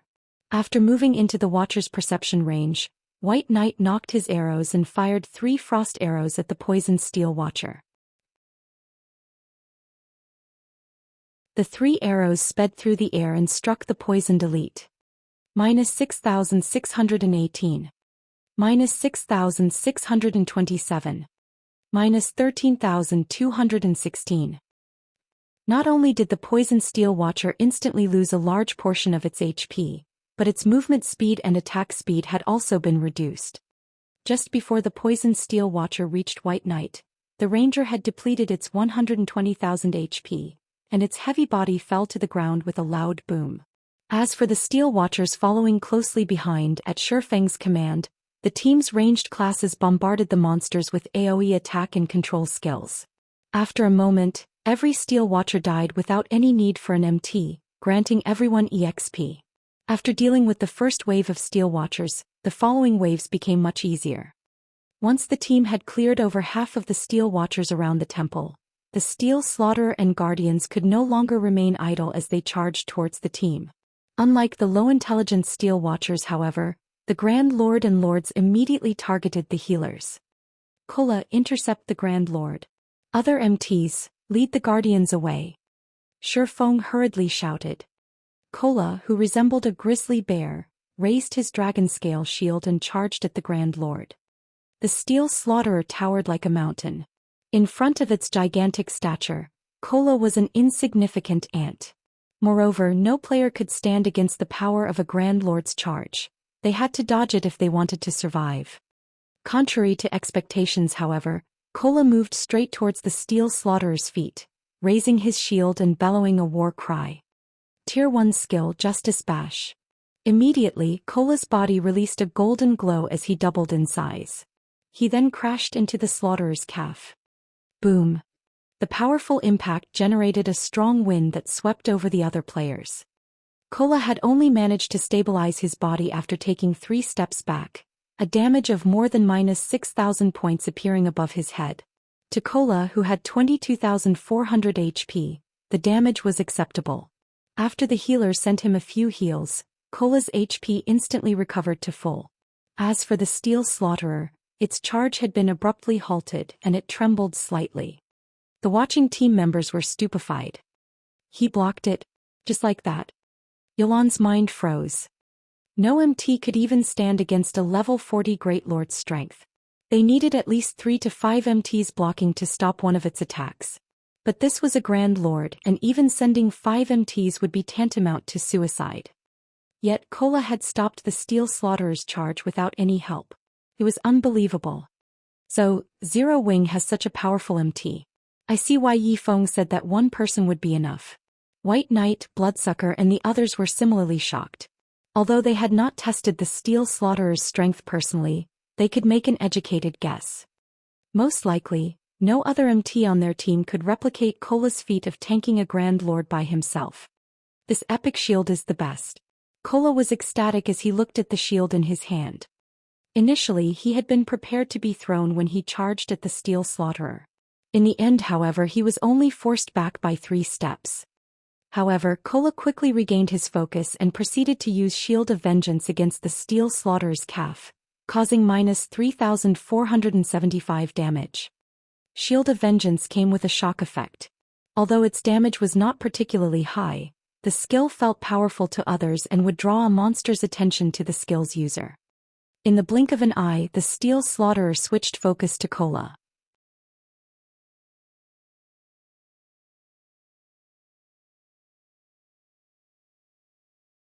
Chapter 921. Frightening Team. Halscythe Undershirt Fluffy Goblin. With Kola tanking the steel slaughterer, the pressure on the team lessened significantly. Kola only needed 3 healers to stabilize his HP, so everyone else could deal with the 6 steel guardians and the remaining steel watchers without needing to push themselves too much. To ordinary players, the level 42 Lord-ranked steel guardians might be a nightmare, but to Shifeng's team of top-tier experts, they weren't a problem. Any MT on the team could tank a Lord effortlessly on their own. Moreover, they only needed 1 healer to maintain their HPs. After the MTs stabilized their aggro on the bosses, the rest of the team dealt with the remaining 100 or so elite-ranked steel watchers. An ordinary expert player could defeat 2 or 3 elite monsters of the same level easily. As for this team, even the weakest among them could hold their own against a chieftain of the same level for a long time.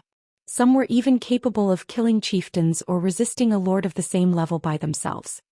If not for the threat of the Grand Lord, the team would have only needed a dozen or so players to deal with the 100+ elite monsters.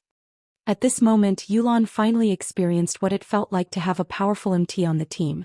With a powerful MT, even a headache-inducing problem could be easily resolved. Zero Wing's MT is amazing. Even without using a life-saving skill, he only took around -15,000 damage after the slaughterer's skill hit him. Even Boss Wolf might have died instantly if he didn't activate a life-saving skill in time. How high is his defense? His HP is so high. It should be at least over 20,000.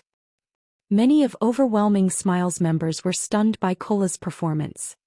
Although Zero Wing is much stronger than we had expected, Raven is more capable than this. Bloodsucker had no intention of letting Zero Wing continue to occupy the spotlight. After all, their goal in coming here was to show Shifeng their guild's strength. following which Bloodsucker led his party to attack a Steel Guardian. Generally, dealing with a Lord-ranked monster required a 20-man team of the same level. However, now that Turtledove single-handedly pinned down the Steel Guardian, Bloodsucker and his group of damage dealers could launch their attacks without holding back. Bloodsucker instantly appeared behind the Steel Guardian and used Chop on the Lord, his spear thrusting into the Lord's leg joint. Fully displaying the boundless strength of berserkers, Bloodsucker's attack forced the Steel Guardian to one knee, a damage of over -8,000 points appearing above the Lord's head. Bloodsucker's attack had put an end to the Steel Guardian's offensive. Following which the Berserker used Whirlwind Slash, his spear striking the Steel Guardian's other leg joint, dealing over -6,000 damage and causing the Lord to fall face first to the ground. Suddenly, a black figure appeared above the Steel Guardian's head. This figure was none other than Raven's Kirin. Kirin's daggers rapidly sliced the Steel Guardian's head as he descended, leaving 6 deep cuts, each causing over -2,000 damage or over -4,000 damage with a critical hit. Once Kirin landed, he spun and used Absolute Strike on the back of the Lord's head. Instantly, a black streak of light pierced through the back of the Steel Guardian's head, exiting between its brows and devouring over 13,000 HP. The other Raven members joined the fray, bombarding the Steel Guardian with attacks. Overall, Raven's Steel Guardian lost HP far faster than the Steel Guardian that Overwhelming Smile dealt with. Moreover, Raven's members disabled the Guardian with every attack. As a result, Turtledove had an easy time tanking the Lord, so much so that she no longer required the help of a healer. However, Owl did not lag behind Raven in the least. The adventurer team's 14 members fought 2 Steel Guardians simultaneously.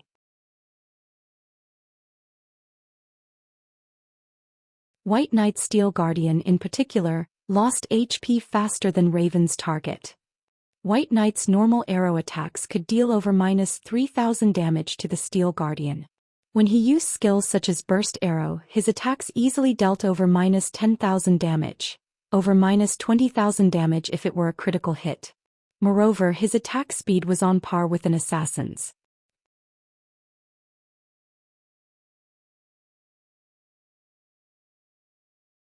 With Owl and Raven's members taking action, 3 Steel Guardians were dealt with. As for Zero Wings members, they focused on the Steel Slaughterer. The situation left Yulon speechless. Shifeng's side had dealt with 80% of the battle, leaving her side with very little room to display their strength.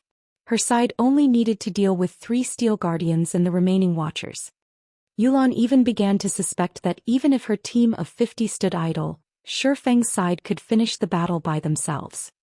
In less than 10 minutes, all 6 Steel Guardians and the 100+ Steel Watchers were dead. In contrast, Shifeng's entire team was also alive and well. Now only the Steel Slaughterer remained.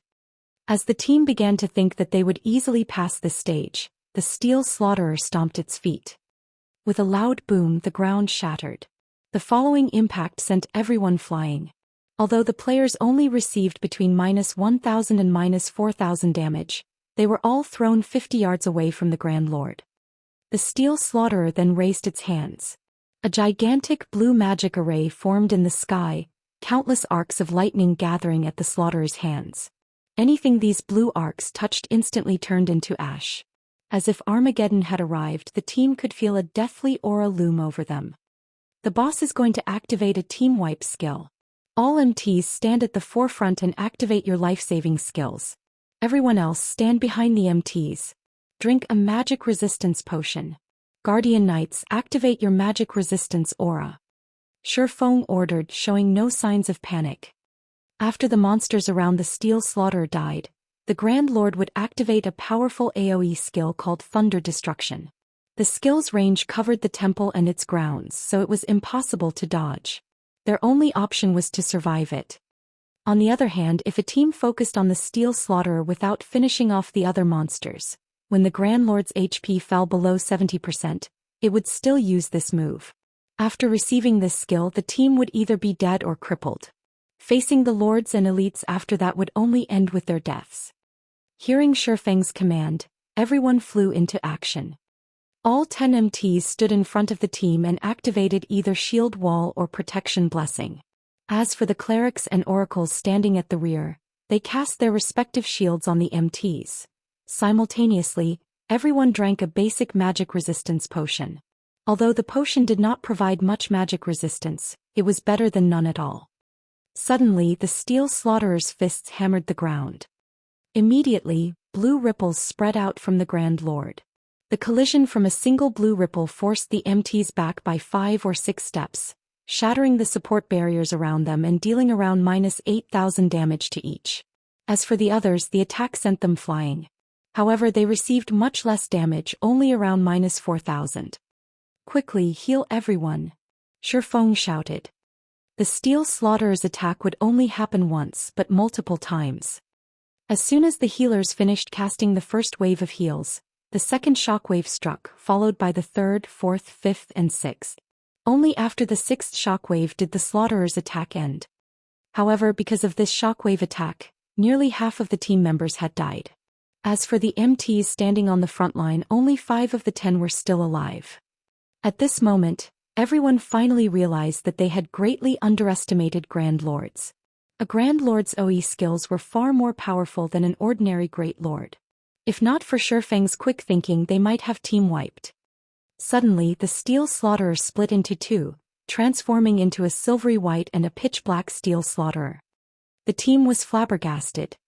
They now had to face 2 Grand Lords.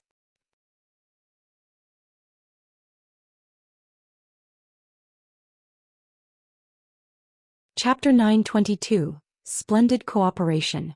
Halscythe Undersher Fluffy Goblin. That's a doppelganger skill. This will be tough. Bloodsucker frowned when the steel slaughterer split into 2.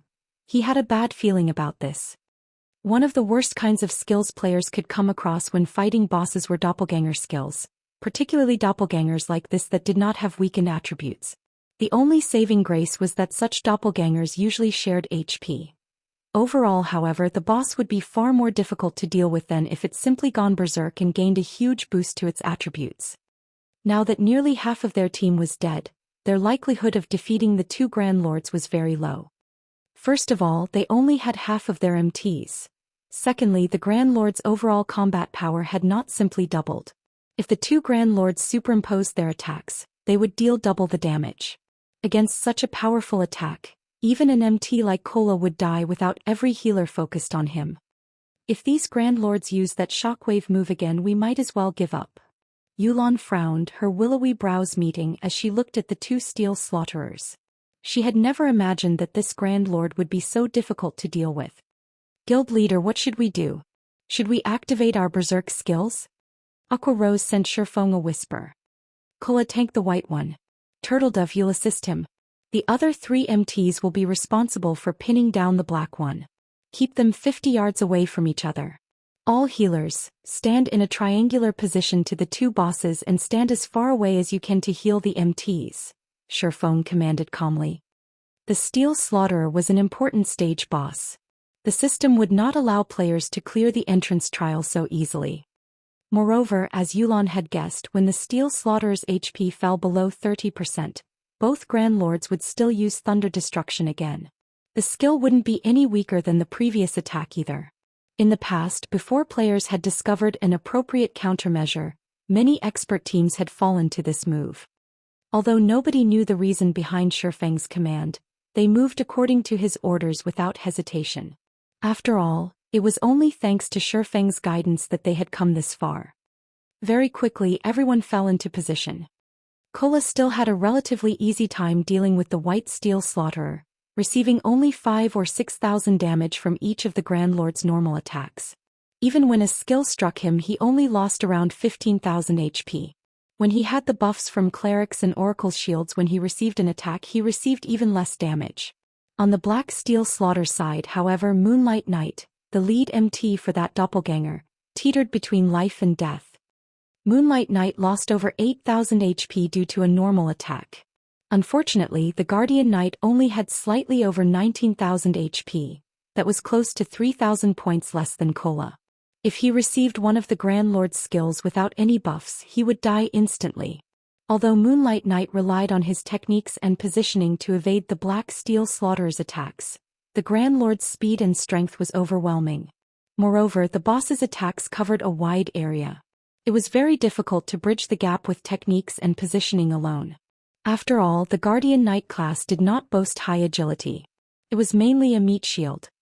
Fortunately, with 3 MTs taking turns tanking the boss, they could somehow avoid fatalities. "Everyone, focus your attacks on the white boss," Shifeng shouted. Under Shifeng's command, the team launched their skills at the white steel slaughterer. However, the Grand Lord's defense was quite high. Its innate magic resistance was also high due to it being an elemental being. The majority of the team members only dealt around -2,000 damage, -4,000 with critical hits. Even Bloodsucker and Kirin, powerful DPS players who wielded epic weapons, only dealt around -4,000 to -5,000 damage with their skills. As for White Knight, his overall damage was slightly higher than Bloodsucker. However, compared to White Knight and Bloodsucker, Shifeng's and Fire Dance's damages were shocking. Epic weapon wielders like White Knight and Bloodsucker already dealt awe-inspiring damage, yet Shifeng and Fire Dance surpassed them by a large margin. Upon arriving behind the Steel Slaughterer, Shifeng brandished Killing Ray. Immediately, damages of over -6,000 points appeared above the boss's head, one after another. Moreover, every hit was a critical normal attack. When Shifeng used a skill, his damage soared to 10 or 20,000. His performance was dazzling. The various players wouldn't be terribly surprised if only Shifeng's performance were so magnificent, yet Fire Dance, who fought beside him, also resembled a humanoid lord. With an overwhelming lead, these two occupied the first and second place in the boss's damage rankings. Among them, Shifeng only held first place with a small lead. Although Fire Dance possessed the fragmented legendary weapon Thousand Transformations, Shifeng's Abyssal Blade and Heavenly Dragon's Breath had both improved. Including the gap between their techniques and skills, Fire Dance had no advantage over Shifeng. Moreover, they both possessed extremely high strength attributes. When the two of them attacked, they matched their attacks to strike a single location. One person's strength might not cause a significant impact, but with their strengths combined, their attacks affected the Steel Slaughterer. Unfortunately, such combination attacks were difficult to achieve. If both individuals had not reached a certain combat standard, accomplishing such a feat was practically impossible. Overall, Shifeng and Fire Dance's occasional combination attacks against the Steel Slaughterer's joints had greatly lessened the burden on Cola and Turtledove. The healers could now split their concentration and focus more on the MTs on the other side. How are they accomplishing this? Am I seeing things? They can actually combine their attacks to shake such a powerful Grand Lord. Everyone was dumbfounded as they watched Shifeng and Fire Dance's attack rhythms, which closely resembled each other's. They had never imagined that players could use this method to deal with bosses. Although they, as experts, could also match their attack rhythms with others, Shifeng and Fire Dance's achievement was not that simple. These two were even capable of accurately striking the same position as if they had discussed this beforehand. In addition, they were fought impressively fast, which increased the feat's difficulty exponentially. The intricate control required to combine two sources of strength could easily cause an expert to go mad. This was no longer a lack of techniques. This feat required two people to possess a relatively high synchronization rate with each other. However, what everyone did not know was that, during their daytime training sessions in the real world, Shifeng often sparred with Fire Dance. Hence, they were very familiar with each other's attack patterns. Otherwise, they wouldn't be able to cooperate this seamlessly. How high are their attributes? Bloodsucker and White Knight had not only noticed the two players' perfect coordination. They were actually more curious about Shifeng and Fire Dance's basic attributes. Without sufficient strength, even if Shifeng and Fire Dance could combine their attacks, they would not shake the Steel Slaughterer. Previously, Bloodsucker had thought that Shifeng and Fire Dance was only slightly stronger than him in terms of attributes. After witnessing this, however, he finally understood just how wide the gap was between them. As for White Knight, he was curious about the Guild Zero Wing. After witnessing Black Flame's performance, he had already begun to re-evaluate his opinion of the upstart guild. Yet another two monsters had emerged from Zero Wing. Feng Xianyang has truly doomed Underworld. Yolan's eyes twitched as she watched the team's damage statistics against the boss. Even now, Feng Xianyang wanted to annihilate Zero Wing and replace it as White River City's overlord. After watching this, however, Yulan realized how foolish the man's actions were. Previously, she had not had a clear grasp of Zero Wing's top experts. Now she understood. She also how wide the gap was between Zero Wing's main force and hers, which she formed with Underworld's connections. It was no wonder why Zero Wing had not feared the Dragon Phoenix Pavilion and later dared to offend King's return.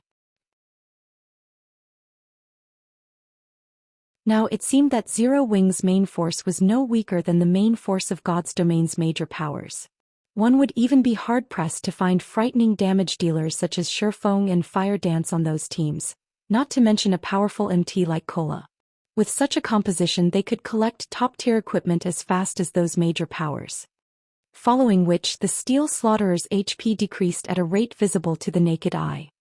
Very quickly, its HP fell to 30%. Suddenly, the Steel Slaughterers on both sides stomped the ground, forcing the players away. We're doomed. Everyone knew that the battle was over when they saw the Grand Lords prepare to use Thunder Destruction simultaneously. One boss using this skill had already left them standing at death's door. If both bosses used this skill simultaneously, the stack damage would undoubtedly blast them through that door. Everyone hide beside the white boss. Moonlight, you three hide beside the black boss. You'll be responsible for tanking the boss. Blackie, give Moonlight Night Guardian of Light. Kola, activate Dragon Scale Body. Shifeng shouted. Guardian of Light could reduce the damage the target received as well as heal the target. Meanwhile, Dragon Scale Body would increase Kola's defense by 200%, HP by 300% and recovery ability by 500%. After activating Protection Blessing as well, Kola could even survive without any healing. The Black Steel Slaughterer was simply too far away. It was impossible for the other three MTs to reach the White Slaughterer in time. Hence, he had to leave the MTs with Moonlight Knight to fend for themselves.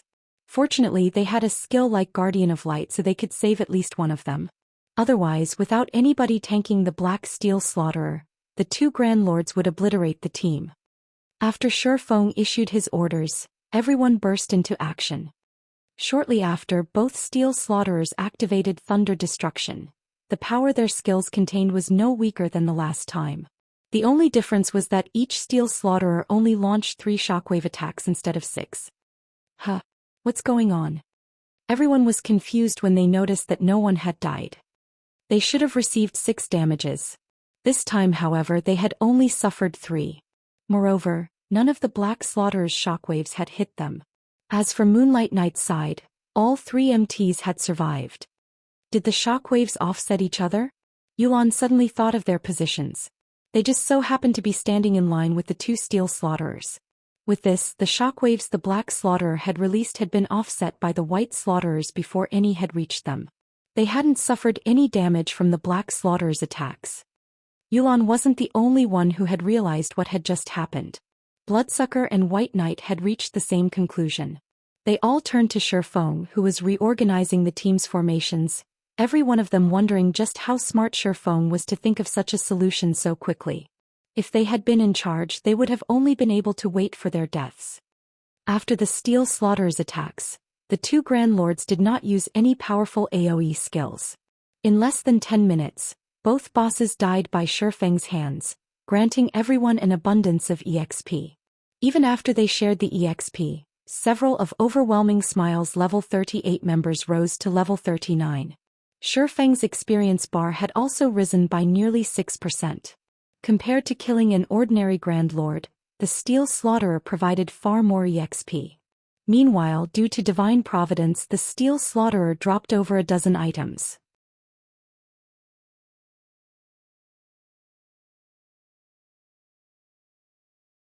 Chapter 923, Steel Crown. As the Steel Slaughterers crumbled into a pile of scrap metal, the temple's locked iron doors opened. It's finally dead. I was nearly out of mana. We won. Just like that. This is so awesome. Nobody will believe us when we tell them we defeated a level 44 Grand Lord. This was not the first time Zero Wing's members had faced down a Grand Lord. However, this was the first time for Overwhelming Smile's members. They had even shrunk back in fear even against a level 40 Grand Lord, not to mention a level 44 Grand Lord. Hence, how could they contain their excitement? Currently, very few teams in God's domain were capable of killing a Grand Lord. This is the first time I have killed a Grand Lord so easily.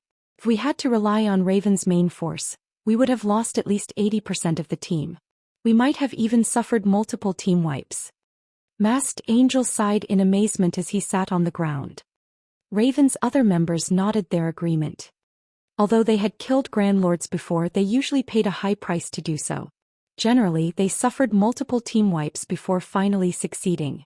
Moreover, their team usually only had around a dozen or so people alive at the end of the raid. This was the first time they had killed a Great Lord so easily. Bloodsucker's gaze drifted towards Shifeng, who was occupied with picking up the loot, and he smiled bitterly. Originally, he had wanted to prove Raven's strength to Zero Wing. In the end, he and Kirin were the only members of their guild to rank within the top 10 on the team's damage stats against the boss. He ranked 6th while Kirin ranked 10th. As for everyone else in their party of 6, they ranked beyond the 20th place. It was difficult to boast about such results. With his DPS statistics, he could rank within the top 5 among Raven's main force, yet he only ranked 6th on this team, showing that there were 5 people stronger than himself. The most laughable aspect was the massive gap between 2nd and 3rd place. White Knight, who ranked 3rd among the team, had only dealt slightly over half of Fire Dance's total damage. Aside from them, Aqua Rose ranked 4th on the team, while one of Owl's female elementalist named Frozen Dream ranked 5th. With such an outcome, just how was he supposed to negotiate for a better deal with Shifeng? When fighting the next boss, drink an intermediate boiling blood potion and raise your damage ranks. I don't want to be at a disadvantage during negotiations, Bloodsucker whispered to his party members. The intermediate blood boiling potion could increase a player's damage by 20% for 10 minutes. It was not available on the market and could only be obtained by killing certain special field bosses. It was extremely rare. Boss Blood, are you sure that you want to use such a precious potion here? Our guild only has a dozen or so of these potions, Kirin asked worriedly.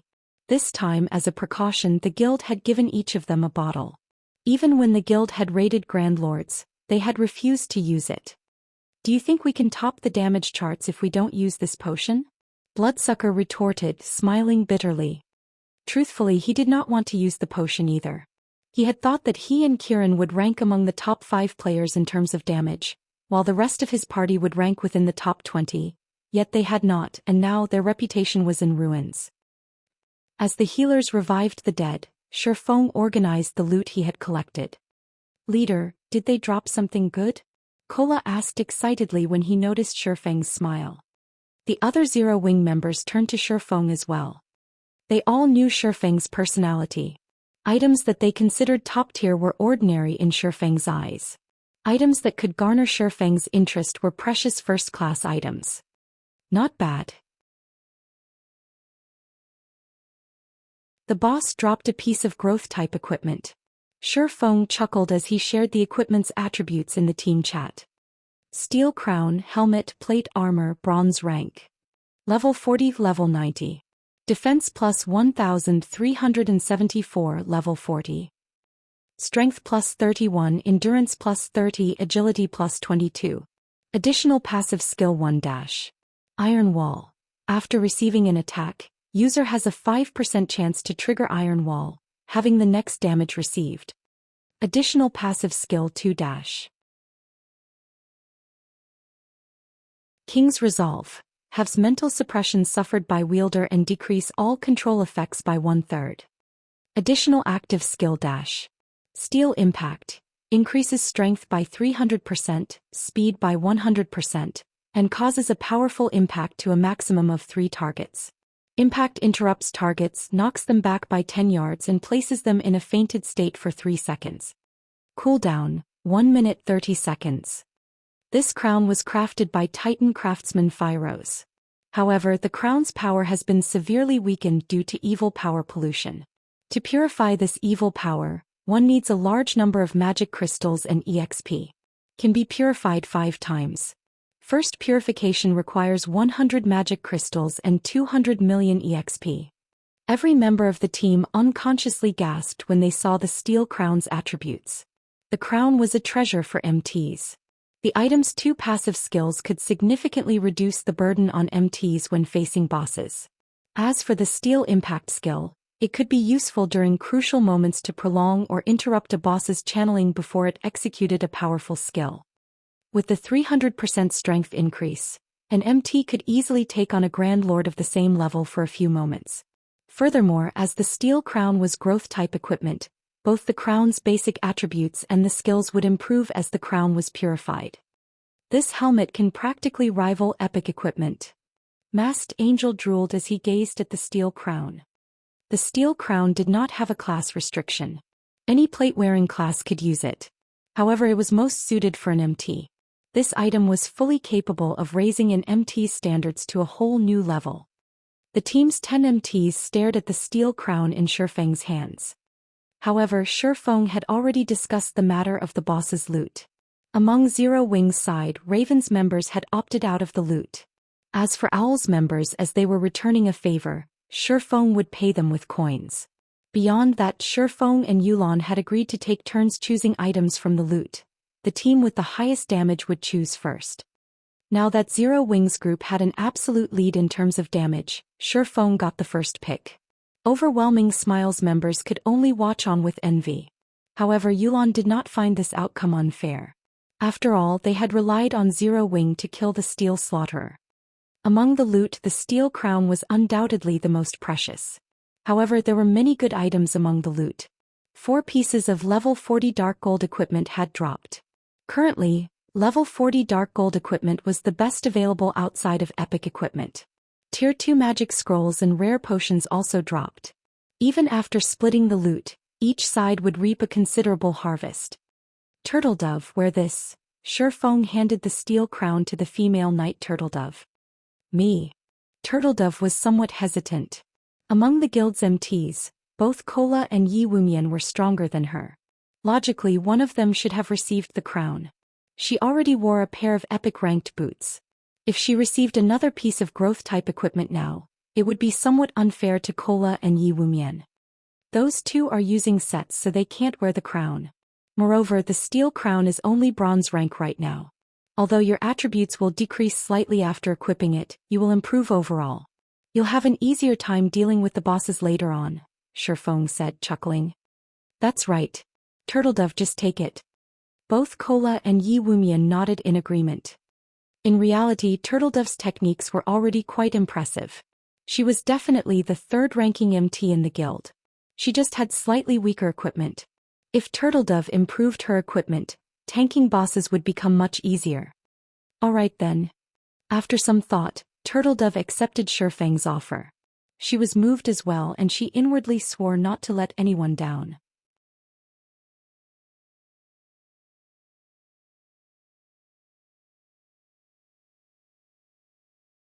Chapter 924. An Extraordinary Item's Hidden Effects under Chapter 924. An Extraordinary Item's Hidden Effects. After Turtledove equipped the steel crown, although her basic attributes had decreased slightly, her aura instantly changed. 5 ocean blue gems adorned the silver crown, which gave Turtledove a royal air. Moreover, Turtledove appeared far more relaxed. Clearly, the mental suppression around the temple released its grip on Turtledove. This crown is amazing. Wearing it actually calmed me down.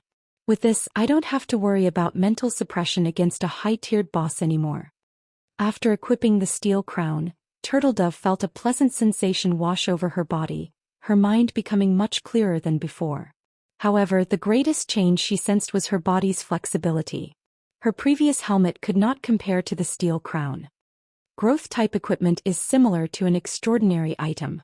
Aside from providing a huge boost to one's basic attributes, it generally provides some hidden effects, Shifeng explained. God's Domain was a constantly evolving virtual reality game. During the game's initial stages, epic items were only slightly stronger than dark gold items in terms of attributes. However, as God's Domain evolved, epic items' true power would reveal itself little by little. God's Domain had already undergone its 4th evolution. Certain epic items would start to display extraordinary hidden effects that would allow players to display more of their combat power. After the team rested, Shifeng led them into the temple. A long, narrow hallway which led to a plaza waited beyond the thick iron doors. There were no intersections along the hallway. Various statues decorated the spacious plaza. The plaza also contained swarms of monsters. These monsters were covered in sharp black scales. They had crescent-shaped heads and no eyes. However, rows of jagged, sharp teeth filled their mouths. Their forelimbs looked more like daggers than actual limbs, and wherever these monsters passed they left deep furrows in the ground. Silver versions of these pitch-black monsters also wandered the plaza. In terms of size, however, the silver monsters were nearly 3 times larger than their black brothers. Clearly, they would be more difficult to deal with than their smaller counterparts. Corrosive Beast, Dark Creature, Elite. Level 42 HP 150,000. Corrosive Beast King, Dark Creature, Lord. Level 43 HP 8. 0000000/8. 0000000. The plaza seemed to be these corrosive beasts' nest. There were more than 10,000 monsters wandering around. Just looking at them sent a chill down one's spine. Meanwhile, a gigantic teleportation magic array occupied the plaza's center. If they wanted to proceed through the trial, the teleportation array was their only option. Why are there so many monsters? Do we have to clear all of them? Yulan frowned as she watched the disgusting corrosive beasts. With a rough glance, she could see over 10,000 monsters in the plaza. Among them, several hundred were silver corrosive beast kings. Taking out these monsters would be a massive undertaking. Yulan wasn't the only one who with a headache. Everyone was dumbfounded. This was the first time they had seen so many lords in one place. These players even suspected that one of these monsters would swarm them the moment they descended the staircase. The thought of facing hundreds of lords made everyone more than a little tense. There was no way they would survive so many.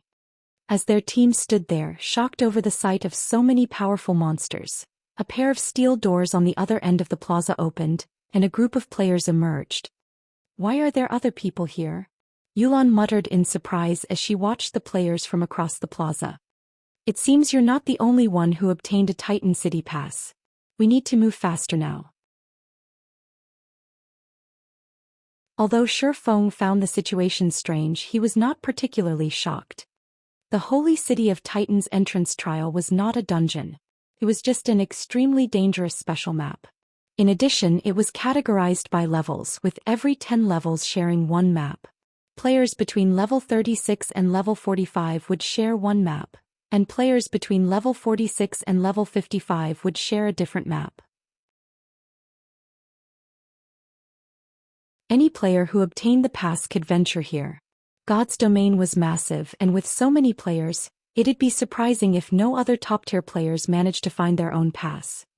Unfortunately, the other party was clearly a powerful team, based on the fact that they had come this far, and Shifeng didn't want to benefit another team in the entrance trial. The trial's 4 paths had 3 main stages, with each having a different challenge set for the first stage.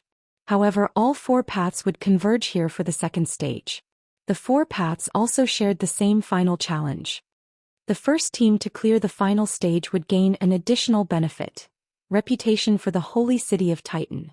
It was usually extremely difficult to raise one's Titan City reputation, so this was a massive benefit for the first team that cleared the trial. At the same time as Shifeng and the others discovered those players, that group of players had also discovered Shifeng's group. "Boss Peerless, there's another team over there. Should we get rid of them?"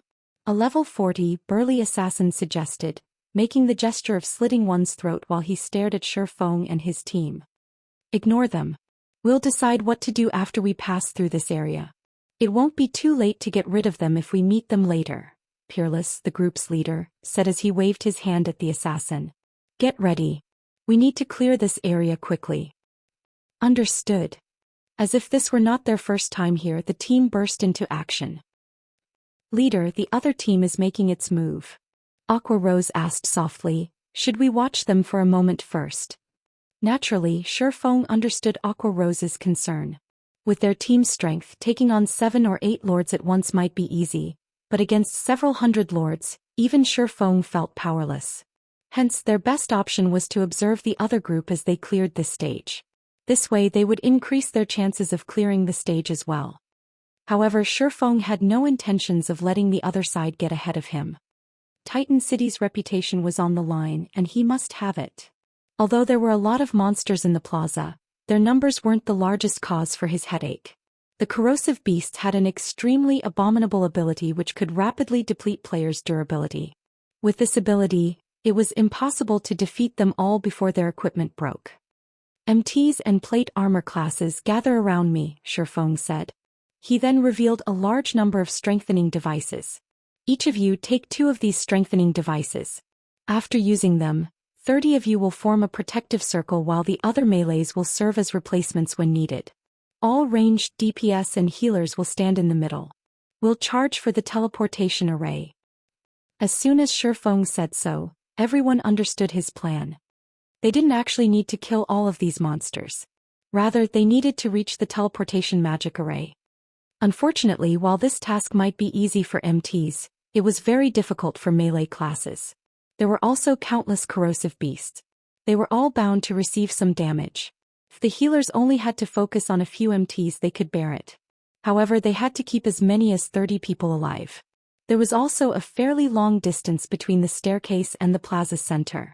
If their healing failed to keep up with the damage the melee classes received, everyone would die before reaching the teleportation array. Shifeng's decision was definitely risky. However, Yulan and the others could not think of a better plan. Hence they had to put their faith in Shifeng once more. Moreover, 2 groups of players were charging into the plaza. This would reduce the number of monsters they had to deal with. If they started moving after the other side had cleared the stage, it would be far more difficult to succeed. By the time everyone finished preparing, Shifeng had noticed that the other team had begun to move. Immediately he shouted, "Move out!"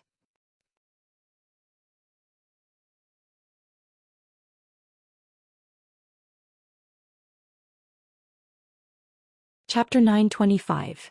King of Corrosion under. Chapter 925. King of Corrosion. The instant the team rushed down the staircase, the nearby corrosive beasts noticed them. The monsters turned their heads towards Shifeng's group one after another, and quickly, they swarmed towards the group like a tidal wave. The corrosive beasts were different from ordinary elite monsters. A layer of corrosive fluid coated their bodies. The corrosive fluid would reduce the durability of anything that touched it, whether it be weapons or equipment. If the equipment were secret silver rank or below, it would be rendered useless after receiving a few of the corrosive beast's hits. Even fine gold equipment would only last a few more hits, and only dark gold rank items could last any length of time. Now that they had entered the plaza, there was no turning back. Against the tidal wave of corrosive beasts, the team's only option was to reach the teleportation array within the shortest time possible. Shortly after the team met the corrosive beast army, although the elite monsters did not break through the team's defensive formation, after several bouts, everyone wore grim expressions. Why weapon? Why equipment? What are these monsters? Many of the players cried out in shock when they noticed their equipment and weapons durability. Even after a brief moment of contact with the corrosive beasts, their dark gold weapons' durability had instantly decreased by 1 point. An ordinary dark gold weapon only had around 120 or so durability. Their dark gold equipment fared even worse. After receiving a few hits, their strengthening devices' durability decreased by 1 point as well. It was obvious that, without the protection of the strengthening devices, their equipment would only last for a short time. "Leader, look at that team. It seems that they came prepared," Fire Dance said as she pointed at the other team. As she was not standing in the other ring, attacking with her throwing knives, she could focus on their distant competition. "That's a smart move." Shifeng was slightly surprised when he turned to watch the other team. Instead of using a circular defensive formation as they had, the other team employed a V-shaped formation. Their most durable MTs served as the spearhead while the others followed closely behind. When the other team attacked, they would try to push the corrosive beasts standing before them away, forcing these monsters into the corrosive beasts behind them and buying some time. During this short period, the team pulled away from these monsters, with neither side having the opportunity to clash. In addition, the magical classes in the middle of the formation used one tier 2 magic scroll after another. The magic scrolls they used all contained AoE spells. Whenever a corrosive beast king charged at the team, these magical classes used a series of magic scrolls to knock back the oncoming corrosive beasts and beast kings, allowing the team to move faster. Despite both sides starting towards the teleportation magic array at the same time, the other team was much faster. Boss Peerless, your method is really effective. We'll reach the teleportation array in half the time of our previous attempt. That's right. Boss Peerless is the best. We'll definitely clear the entrance trial. That team is pretty stupid. At this rate, we won't have to worry about them. Haha. I hope they can clear this stage though. The fact that they reached this stage shows that their weapons and equipment are excellent. We might be able to earn some top-tier equipment. Everyone on Peerless' team chatted cheerfully among themselves. As both teams were fairly far apart, they couldn't tell who the other team was. However, as they had experienced the first stage's difficulty personal, they knew that the other team must possess high-quality weapons and equipment. Otherwise, reaching the second stage would have been impossible. Team leader Yifeng, we can't continue like this. These corrosive beasts are wearing out our equipment too quickly. Yulan said anxiously after examining the team's situation. Why don't we start using magic scrolls as well? The monster's corrosive ability was much stronger than she had expected. If not for the strengthening devices, their equipment would have long since broken. However, there was still a long distance to the teleportation array. Moreover, more corrosive beast kings approached. In the beginning, they only had to deal with one or two at a time. Now over a dozen attacked simultaneously. They weren't even a third of the way, yet so many lords bombarded their team. Soon they may have to face dozens of corrosive beast kings. The corrosive beast kings were many times stronger than the corrosive beast. Not only were they stronger in terms of attributes, but their corrosive abilities were also stronger by a large margin. Even Kola, who used an epic shield, was having a difficult time against these lords. Currently, their only way to break through was to utilize the same method as the other team, which employed AoE magic scrolls. Although their team had not prepared to use these scrolls, they had brought some with them. Unfortunately, using large-scale destruction spells would only add to the chaos of their situation. Large-scale destruction spells did not differentiate between friend and foe. Even if they cleared out the monsters in an area with the spell, they would have to wait until the spell's effects were over before proceeding. In the end, the monsters they had left behind would catch up while they wasted time. No rush. We'll use them after we reach the halfway point. Shifeng rejected Yolan's suggestion. Using magic scrolls with impact effects was certainly a method that many teams had employed in Shifeng's previous life. However, the second stage had another hidden mechanism. When two or more teams were halfway to the plaza center, they would awaken the slumbering king of corrosion, Selu Taiban. Now that the other team had passed the midway point, Shifeng did not want to do the same too soon. At the very least, they should wait until the other team completed 2/3 of their journey. This way, the king of corrosion would target that team rather than theirs, which had just entered the king's domain. Hearing Shifeng's rejection, Yulan was momentarily speechless. However, since Shifeng's leadership had already proven successful, it would not be wise to oppose his commands now. As time passed, more corrosive beast kings converged on both teams. In the blink of an eye, each team faced over 100 lords. Even Peerless' team began to slow due to the large number of monsters. However, when Peerless' team was a quarter of a distance away from the teleportation array, Shifeng and the others reached the halfway point. Immediately, a pillar of green light rose from the center of the plaza, releasing a dense, green fog. As this fog passed over the area, everything it touched heavily corroded, eroding hundreds and thousands of little holes across the ground. The scene sent chills down everyone's spines. What's going on here? Peerless stared at the pillar of light, his expression twisting into something ugly. This was not his first time here. Rather, it was his third visit. The first time he had reached this plaza, his team had only crossed 2/3 of the distance before they fell under the overwhelming sea of monsters. On their second try, while they had forged through this stage after many difficulties, they had not encountered anything like this.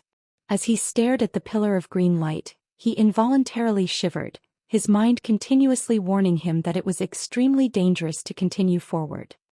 As everyone was caught in their stupor, a ferocious monster that stood over 20 meters high emerged from the green light. This monster was nearly 3 times larger than the corrosive beast kings, and green scales covered its entire body.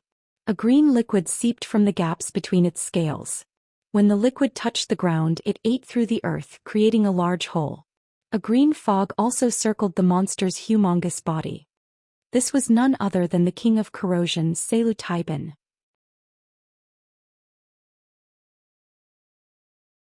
Seeing this, everyone involuntarily gulped in fear. Why has such a monster appeared? Peerless' complexion paled as he stared Zhou Xian.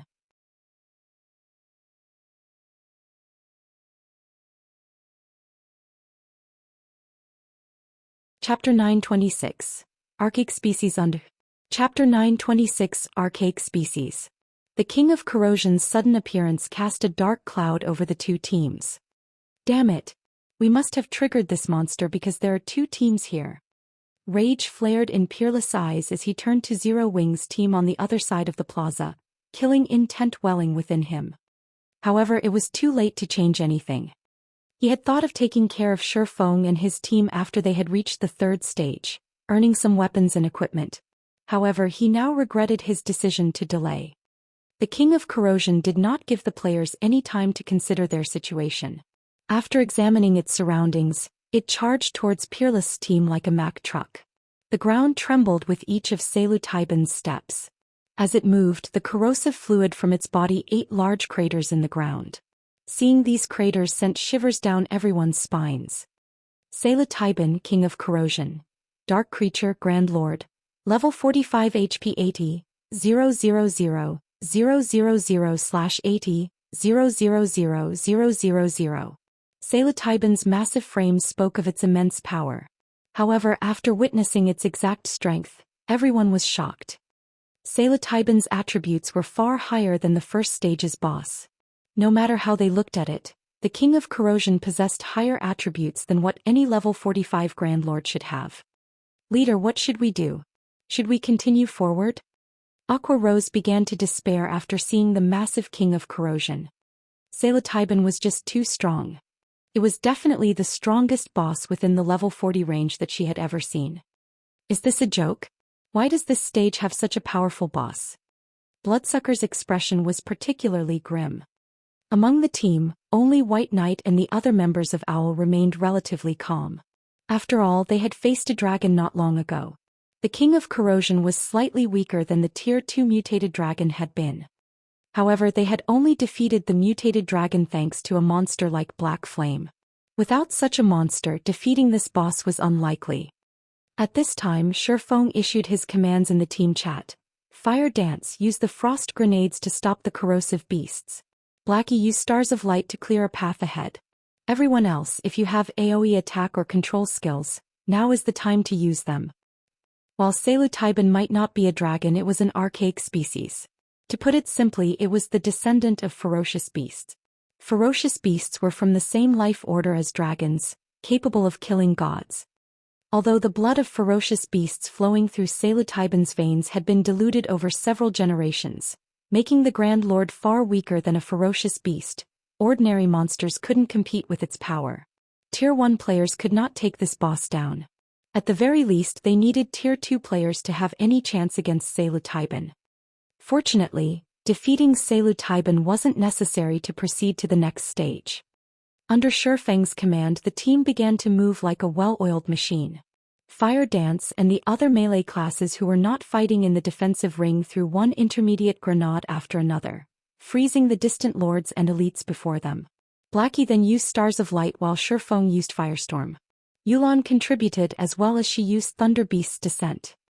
When the 3 large-scale destruction spells struck, light, flame, and lightning descended upon the plaza, looking as if doomsday were upon them. For a time, damages in the tens of thousands appeared above the frozen monsters' heads. In a few short seconds, over 1,000 corrosive beasts died, and a clearing appeared before Shifeng's team. Everyone's experience bar soared rapidly, a few of the team's level 38 players reaching level 39. Some of Zero Wing's level 39 players rose level 40 as well. Due to the frost grenade's freezing effect, the monsters that were fortunate enough to be outside the AoE spell's range remained frozen. For a short time, no other corrosive beasts could fill the new clearing, which allowed Shifeng and the others to proceed any resistance. Shortly after, the magical class players began to use magic scrolls to repel the incoming corrosive beasts. Not only did this speed up the team's advance, but it also significantly reduced their weapons and equipment's durability consumption. As Shifeng's team began to spring, the other team grew desperate. Everyone prepare for battle. Blade, get ready to use that tier 3 magic scroll. No matter what, don't let that monster near us. Peerless knew that there was no point in regret now. He needed to deal with the problem before them quickly. If they could hold on until they reached the teleportation array, victory would be theirs. Boss, we had prepared that magic scroll for the 3rd stage. If we use it now, a summoner in his mid-20s voiced his concern. Just use it.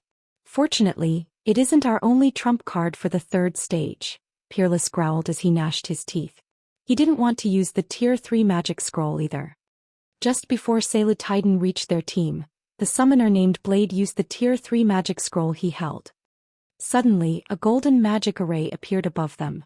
A gigantic beast then descended from the array, knocking away the surrounding corrosive beasts. Blade used the golden lion to lure the boss away. Peerless ordered. The king of corrosion was simply too dangerous. Even if it simply stood still and did nothing, the corrosive mist around it could claim their lives. They could only rely on the tier 3 great lord they had summoned to hold it off. The golden lion, which stood over 10 meters tall, then pounced on Salutiden. However, before it crashed into the king of corrosion, Salutiden swiped its claws at the lion. Ping! The attack sent the lion flying, its massive frame crashing into a crowd of corrosive beasts. What? Everyone's jaws dropped. A single hit had sent a level 55, tier 3 great lord flying. The golden lion was actually 10 levels higher than Salutiden. Even if it weren't a match for the level 45 grand lord's strength, there should not be too much of a difference. Yet the one attack had thrown the golden lion over 30 yards. This was unbelievable. Fortunately, the golden lion had attracted Salutiden's attention. Rather than stomping towards Peerless' team, the king of corrosion approached the fallen lion, one step at a time. Seeing the boss change targets, Peerless and his team released a sigh of relief. Taking this opportunity, they made a mad dash for the teleportation array. Unfortunately, the golden lion wasn't doing well as the king of corrosion trampled upon its body, its HP decreasing at a rate visible to the naked eye. Peerless and his companions shuddered in fear as they watched. As the golden lion's HP plummeted, Peerless' team sped towards the teleportation array. When the golden lion had less than 10% of its HP remaining, Peerless and the others were finally inside the teleportation array. Damn it! Damn this thing! Made me waste a tier 3 summoning scroll. A cold glint flashed in Peerless' eyes as he glared at the golden lion, which was on its last breath. He had hoped to take the lion with them through the 2nd stage. However, that was no longer possible. This had severely disrupted his plans. He shouted sternly, "Blade, remove the summoning. I want those people to die." Understood. The summoner understood Peerless' intentions. While it was no longer possible to leave with the golden lion, that did not mean they should let others take advantage of it. Immediately he cancelled the summoning. Shifeng's team still had to cross another quarter of a distance or so to reach the teleportation array. With the king of corrosion's strength, that was more than enough time to annihilate the team.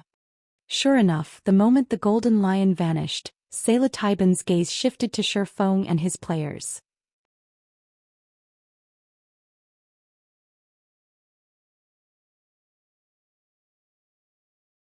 Chapter 927, Complete State Chapter 927, Complete State.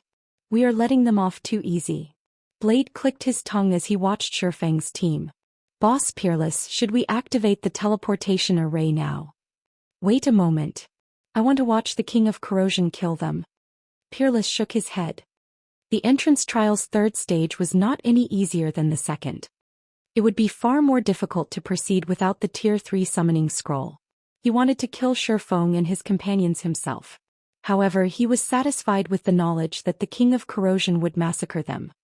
Psilocybin's corrosive fluid could cause a tremendous amount of damage to one's equipment.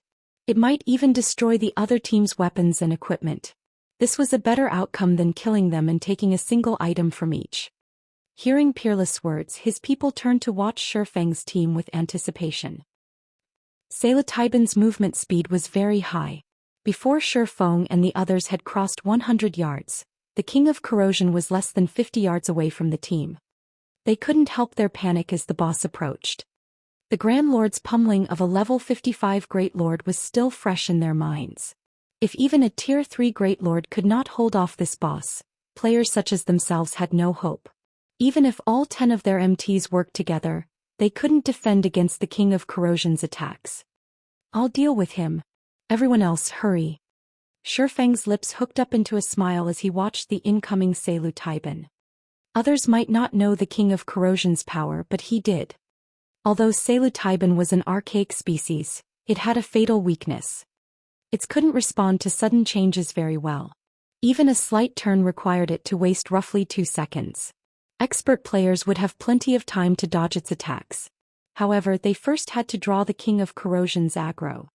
Shifeng instantly appeared before the King of Corrosion. Seeing this, Psilocybin swiped its claws at Shifeng. However, Shifeng easily evaded its attack using silent steps, instantly appearing behind the King of Corrosion. Dragon Breath. Suddenly, a massive white beam bombarded the back of Psilocybin's neck. -23,187. So tough. Shifeng clicked his tongue. Dragon Breath multiplied his damage by 10, yet when the skill struck one of the King of Corrosion's vulnerable spots, it only dealt around 20,000 damage. If an ordinary expert attacked the Grand Lord, they would probably only deal a few hundred damage. Shifeng's attack immediately drew Psilocybin's attention, following which the King of Corrosion tried to turn to attack Shifeng. However, Psilocybin was very slow when turning, shifting its body step by step. This gave Shifeng ample time to activate Windwalk and leave his current position. As for the corrosive beasts and corrosive beast kings blocking his way, they were no threat. "You're quite durable. Unfortunately, this Grand Lord isn't that easy to deal with. You're just wasting your time," Peerless sneered as he watched Shifeng. In the face of absolute power, techniques were useless. Even if Shifeng bought his team some time, it wouldn't be enough to reach the teleportation array. Roar. Psilocybin roared its fury as it chased Shifeng. In the blink of an eye, the King of Corrosion had moved away from Shifeng's team, the team sighing in relief. A moment later, however, tension gripped their hearts once more. Psilocybin was simply too fast. Even after Shifeng activated Windwalk, he could not match the King of Corrosion's speed. If he allowed the Grand Lord to catch up to him, he wouldn't have a skill like Silent Steps to help him avoid another attack.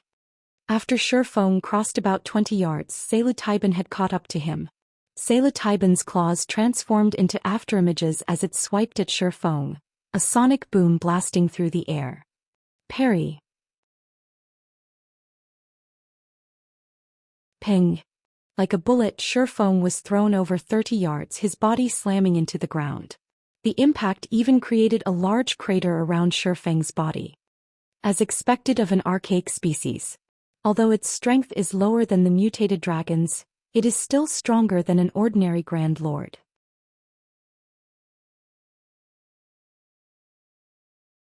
Once Shifeng stood back up, he felt as if every bone in his body was about to pop out of its socket. His arms were numb after taking the King of Corrosion's hit. If he had not used parry to block the attack, he would have been dead by now. Seeing Shifeng's HP remain static, Psilocybin flew into a rage. Taking 2 steps forward, it instantly arrived before Shifeng and stomped on the tiny swordsman. Seeing the mountain-sized foot descending towards him, Shifeng stopped holding back. Heavenly Dragon's Power. Thunder God's Descent. The 2 skills instantly increased Shifeng's strength attribute by 150%, HP by 500%, defense by 300%, agility by 60%, movement speed and attack speed by 150%, and damage by 50%. He also received a 50% damage reduction. Shi Feng's HP climbed to 122,800. As for his defense, even Cola couldn't match his. After receiving these massive buffs, Shi Feng swung Killing Ray towards the King of Corrosion's feet. Chop. 3 arcs of blue light gathered at a single point, tearing space itself apart. This spatial tear then extended towards Selu Taiban's feet. Boom. The powerful shockwave from the impact knocked the surrounding corrosive beasts back. Suddenly, there were no monsters within 20 yards of the King of Corrosion. Is he an NPC? When the dust settled, everyone's jaws hit the floor as they stared at the shockwave's epicenter. No one could believe their eyes. Shi Feng had actually blocked the King of Corrosion's powerful attack. Moreover, he had caused Selu Taiban to shudder slightly. Although Shi Feng was buried up to his knees, he had only received around -7,000 damage from the attack. To Shi Feng's over 120,000 HP, this damage was nothing. The upgraded Heavenly Dragon's Breath is wonderful. I won't even have to activate twofold Berserk at this rate. Shi Feng flexed his muscles, joints popping. Although he felt somewhat stiff, overall Shi Feng's combat power had not been affected. When he had faced the mutated dragon, he had been suffering a weakened soul state, reducing his attributes by nearly half. He had relied on dragon's domination to overcome the mutant. Now that his soul had recovered, although his strength was still not a match for the King of Corrosion even after activating Heavenly Dragon's power, the gap was not as wide as it had been. In addition, with his extremely high skill completion rate, he wouldn't have a problem defending against the Grand Lord's normal attacks. However, his sacred sword, Killing Ray, was the main reason that he could contend with Selu Taiban. Killing Ray increased his damage by 100% against dark creatures. However, just after Shi Feng pulled his legs out of the ground, the enraged King of Corrosion swung its claws at him once more as if it were trying to swat a fly. Just in time. Let's see how you fare against this. Shi Feng did not dodge the attack. Instead, he used his Sure-Kill skill, Flame Burst. A miniature sun then collided with Selu Taiban's claws.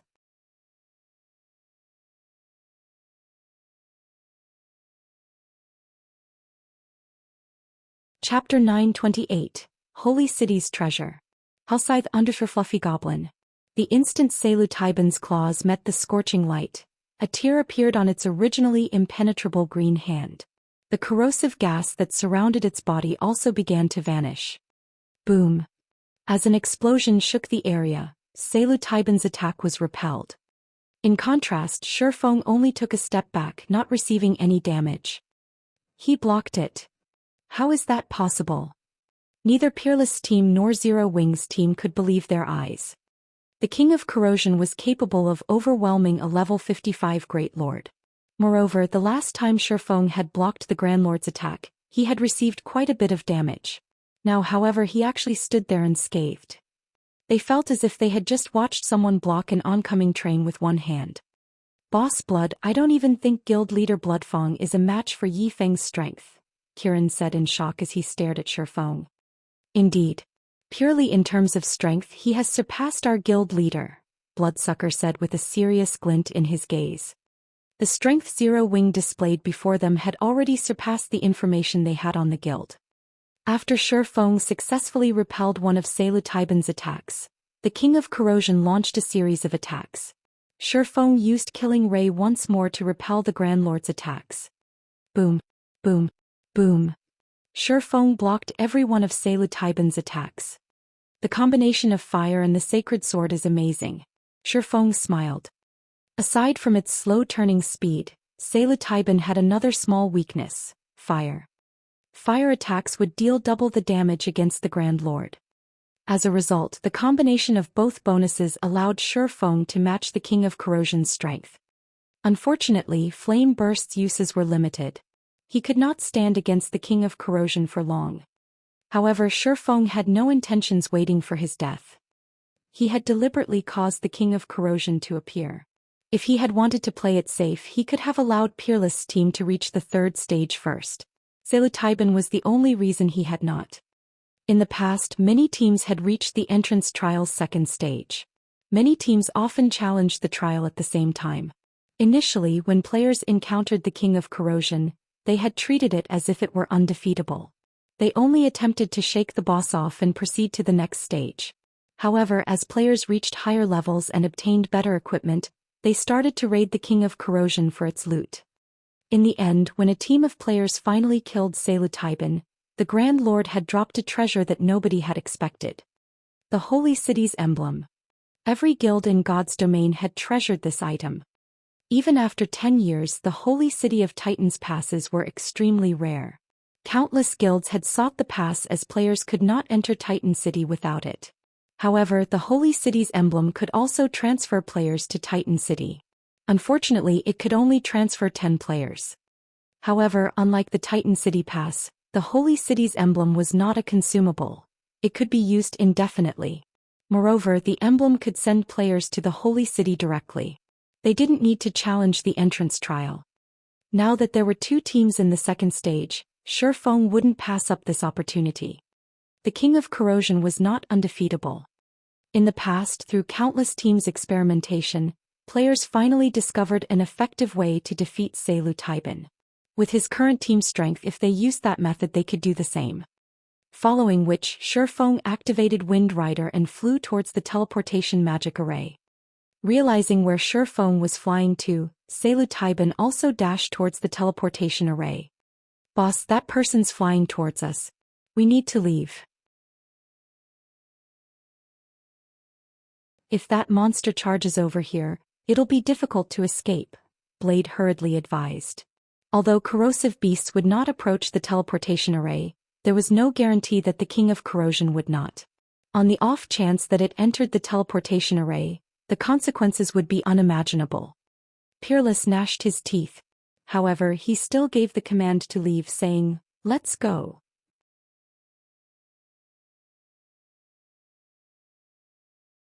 Although he was reluctant, he had to admit that Shifeng and his team were far stronger than he had expected. If they clashed, they might fail the trial again. This was their final chance. There was no room for failure. Following which, Peerless and his team activated the teleportation magic array, transforming into a beam of light and disappearing from the plaza. Shortly after Peerless' team left, Shifeng entered the teleportation array as well. Just as Peerless had guessed, the enraged King of Corrosion ignored the teleportation array and charged onto the platform. However, before Taiban reached the array's center where Shifeng stood, Shifeng reversed the flow of mana in the teleportation array. The teleportation array instantly transformed into a magic barrier. The green mist around Taiban began to scatter. Its basic attributes also plummeted. The Grand Lord's HP, which had been 80 million, fell to 60 million. In the past, nobody had thought that the teleportation array in the plaza center could do such a thing. Everyone had only thought of using brute strength to kill the King of Corrosion. As long as the magic barrier was active, the King of Corrosion could not leave the area. Of course, players couldn't use the teleportation array either. This was the equivalent of sealing off their own path of retreat, and unless they defeated the King of Corrosion, there was no way to proceed to the third stage. Now that the King of Corrosion had been weakened, even without Flame Burst, Shifeng only received around -3,000 damage from clashing with the Grand Lord. However, Shifeng no longer faced Taiban's attacks head-on. Rather, he evaded the boss's normal attacks.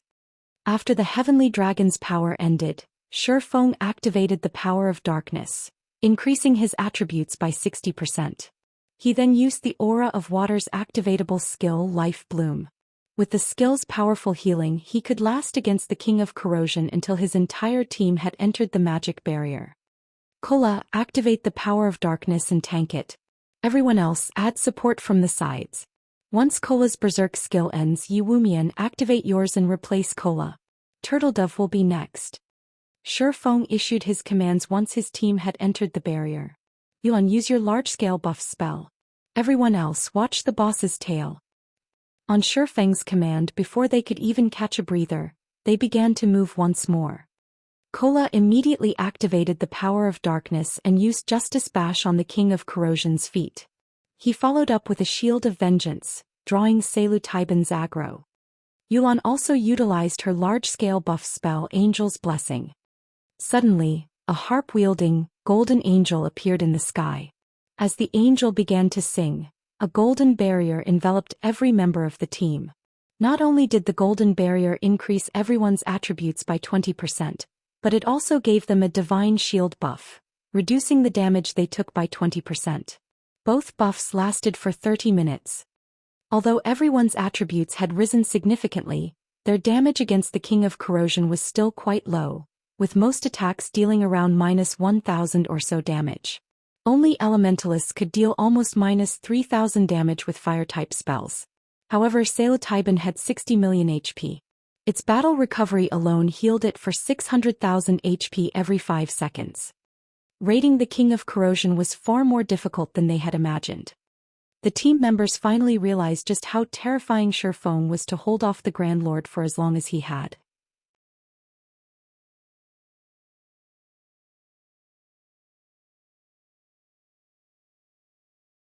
Chapter 929. Clear. Hellscythe Undershirt Fluffy Goblin. Even after Psilocybin had been weakened, it dealt over -10,000 damage to Kola despite the Guardian Knight's active Berserk skill. Fortunately, Kola now had 40,000 HP. Without the Berserk skill, the single attack would have dropped his HP to a critical state. If it had been a critical hit, he would have died instantly. Skill incoming. Melee players move back. Kola, focus on your positioning. Shi Feng warned the MT when he saw the King of Corrosion's raised claws release a green glow. Although Shi Feng had warned his team the moment he noticed the Grand Lord prepare the skill, Psilocybin didn't need long to launch it. When the Grand Lord's claws descended, many were still within 10 yards of it. Boom! The earth shattered. Everyone within 20 yards was thrown into a fainted state. In addition, green mist surfaced from the affected area. All players within the green mist lost 10,000 HP every second.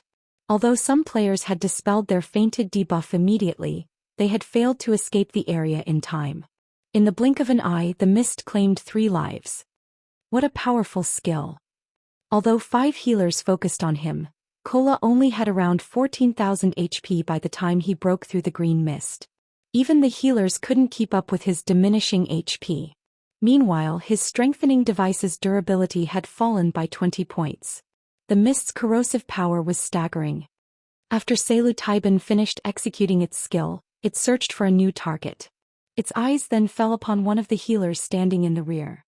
It started to turn and tried to charge towards the healer. The boss is changing targets. Please block it. Shi Feng shouted. Every so often the King of Corrosion would choose a random target within 50 yards to attack, and for 4 seconds, it would become immune to aggro-pulling skills such as Mach. During these 4 seconds, players could only do their best to hinder the Grand Lord. Although 4 seconds might seem like a short time to Psilocybin, it was more than enough to cross 50 yards.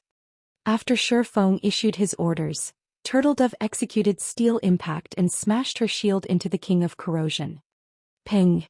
After a 300% boost to her strength attribute surpassed even Shi Feng's while the swordsman had Heavenly Dragon's power active. As a result, the attack forced the King of Corrosion back by 2 steps, a damage of over -10,000 points appearing above its head. Shock and admiration filled the team when they saw the Grand Lord stumble back. This move had delayed Psilocybin for 2 seconds. After including the 10 MT's blockade, the team foiled the King of Corrosion's attempt to eliminate one of the healers. Taking this opportunity, everyone bombarded the Grand Lord with attacks. Multiple damages appeared above Psilocybin's head. However, the King of Corrosion's defense was simply too high. Even Fire Dance had only dealt around -1,300 damage with each normal attack, while her skills dealt around -3,000 damage. This damage was not nearly as eye-catching as what she had dealt to the Steel Slaughterer. As for Shi Feng, with the Sacred Sword doubling his damage and the effects of Power of Darkness and Angel's Blessing, every attack dealt around -10,000 damage. If he scored a critical hit, he dealt around -20,000 damage. As time passed and Kola's Berserk skill ended, Yi Wumian activated his Power of Darkness and replaced Kola. After Yi Wumian was done, Turtledove took his place. During this time, Psilocybin managed to kill another dozen or so players. As for the King of Corrosion itself, its HP had fallen to 30%. A big one is coming. Everyone stand together. Healers, don't hold back. Heal everyone. Shifeng ordered a halt to his team's attacks as he gathered them together when he noticed the Grand Lord shrink. When its HP fell to 30%, Xianxia Taiban would randomly launch powerful AoE attacks around itself. Every player within range would share the damage from these attacks. If only one person were within a targeted area, the attack would even deal enough damage to kill Shifeng with Heavenly Dragon's power active. Hence, everyone needed to stand together to receive this attack. After the team had huddled together, pillars of green light began to descend from the sky, one after another. These pillars created large craters when they struck the ground. It was clear that these players would die if they were stuck. In the blink of an eye, Shifeng's team received a blast. Everyone lost over 10,000 HP on the spot. Before the healers could restore their HP, another pillar struck the team. The players lost another 10,000 HP. The pillars of light descended for over 20 seconds. Throughout this time, a total of 5 pillars bombarded Shifeng's team. Many had died partway. In the end, less than 50 people remained. Unfortunately, while Xianxia Taiban cast its skill, its HP had recovered, climbing from 30% to 50%. It now had 30 million HP remaining. Despair gripped everyone's hearts. They had fewer than 50 players standing now. Moreover, the surviving members were worse for wear, yet they still needed to burn away 30 million HP from the King of Corrosion. Had they not activated their berserk skills, the Pillars of Light would have killed them. If the King of Corrosion used this move again, their deaths would be imminent. Don't panic. The boss is now weakened, Shifeng said as he pointed to the King of Corrosion. Xianxia Taiban kneeled on the ground, a tired expression on its face. Seeing this renewed everyone's confidence. Immediately, everyone launched a bombardment at the Grand Lord. Sure enough, as Shifeng had said, everyone's attacks were now dealing 50% more damage to the King of Corrosion. Moreover, both the Grand Lord's strength and speed had decreased by 30%. This significantly reduced the burden on the MTs. Xianxia Taiban's HP rapidly fell. In just a few moments, its HP dropped from 50% to 30%. Soon it fell from 30% to 10%. However, as time passed, the King of Corrosion slowly regained its vigor. Don't hold back. Throw everything you have at it. Shifeng anxiously shouted. The King of Corrosion was too difficult to deal with. By the time Xianxia Taiban had 6% HP remaining, it had recovered from its weakened state. Despite having used their berserk skills, the team had failed to finish off the Grand Lord while it had been weakened. Now that their berserk skills were no longer an option, it was practically impossible to defeat the recovered King of Corrosion. Suddenly, Kola activated Dragon Scale Body and ran in for a final bout. Shifeng also activated Blade Liberation, his attributes instantly doubling. With the Sacred Sword's effect, each of his attacks dealt over minus 20,000 damage. The others began to activate all sorts of magic scrolls as well, bombarding the King of Corrosion with various spells. Once Xianxia Taiban's HP fell to 5%, it started to attack players randomly. To make things worse, none of their aggro-pulling skills were effective. As a result, the team rapidly lost players. When there were only 20 or so players remaining, Xianxia Taiban's HP finally reached 1%. Die. Watching their teammates die one after another, the survivors grew anxious. However, although everyone used every skill they had against the King of Corrosion, the effects were minimal. They had long since exhausted their options, so their damage was now limited. When there were only 14 players standing, Shifeng's flame burst finished its cooldown. Using silent steps, he arrived behind Xianxia Taiban's neck. He then began brandishing Killing Ray. 15 dazzling white lights flared. The King of Corrosion's final 300,000 HP vanished instantly, its massive frame crashing before the team. You're tuning in to the Zhou Xian's Legacy YouTube channel. Don't forget to subscribe and join us on this journey to catch the most captivating stories.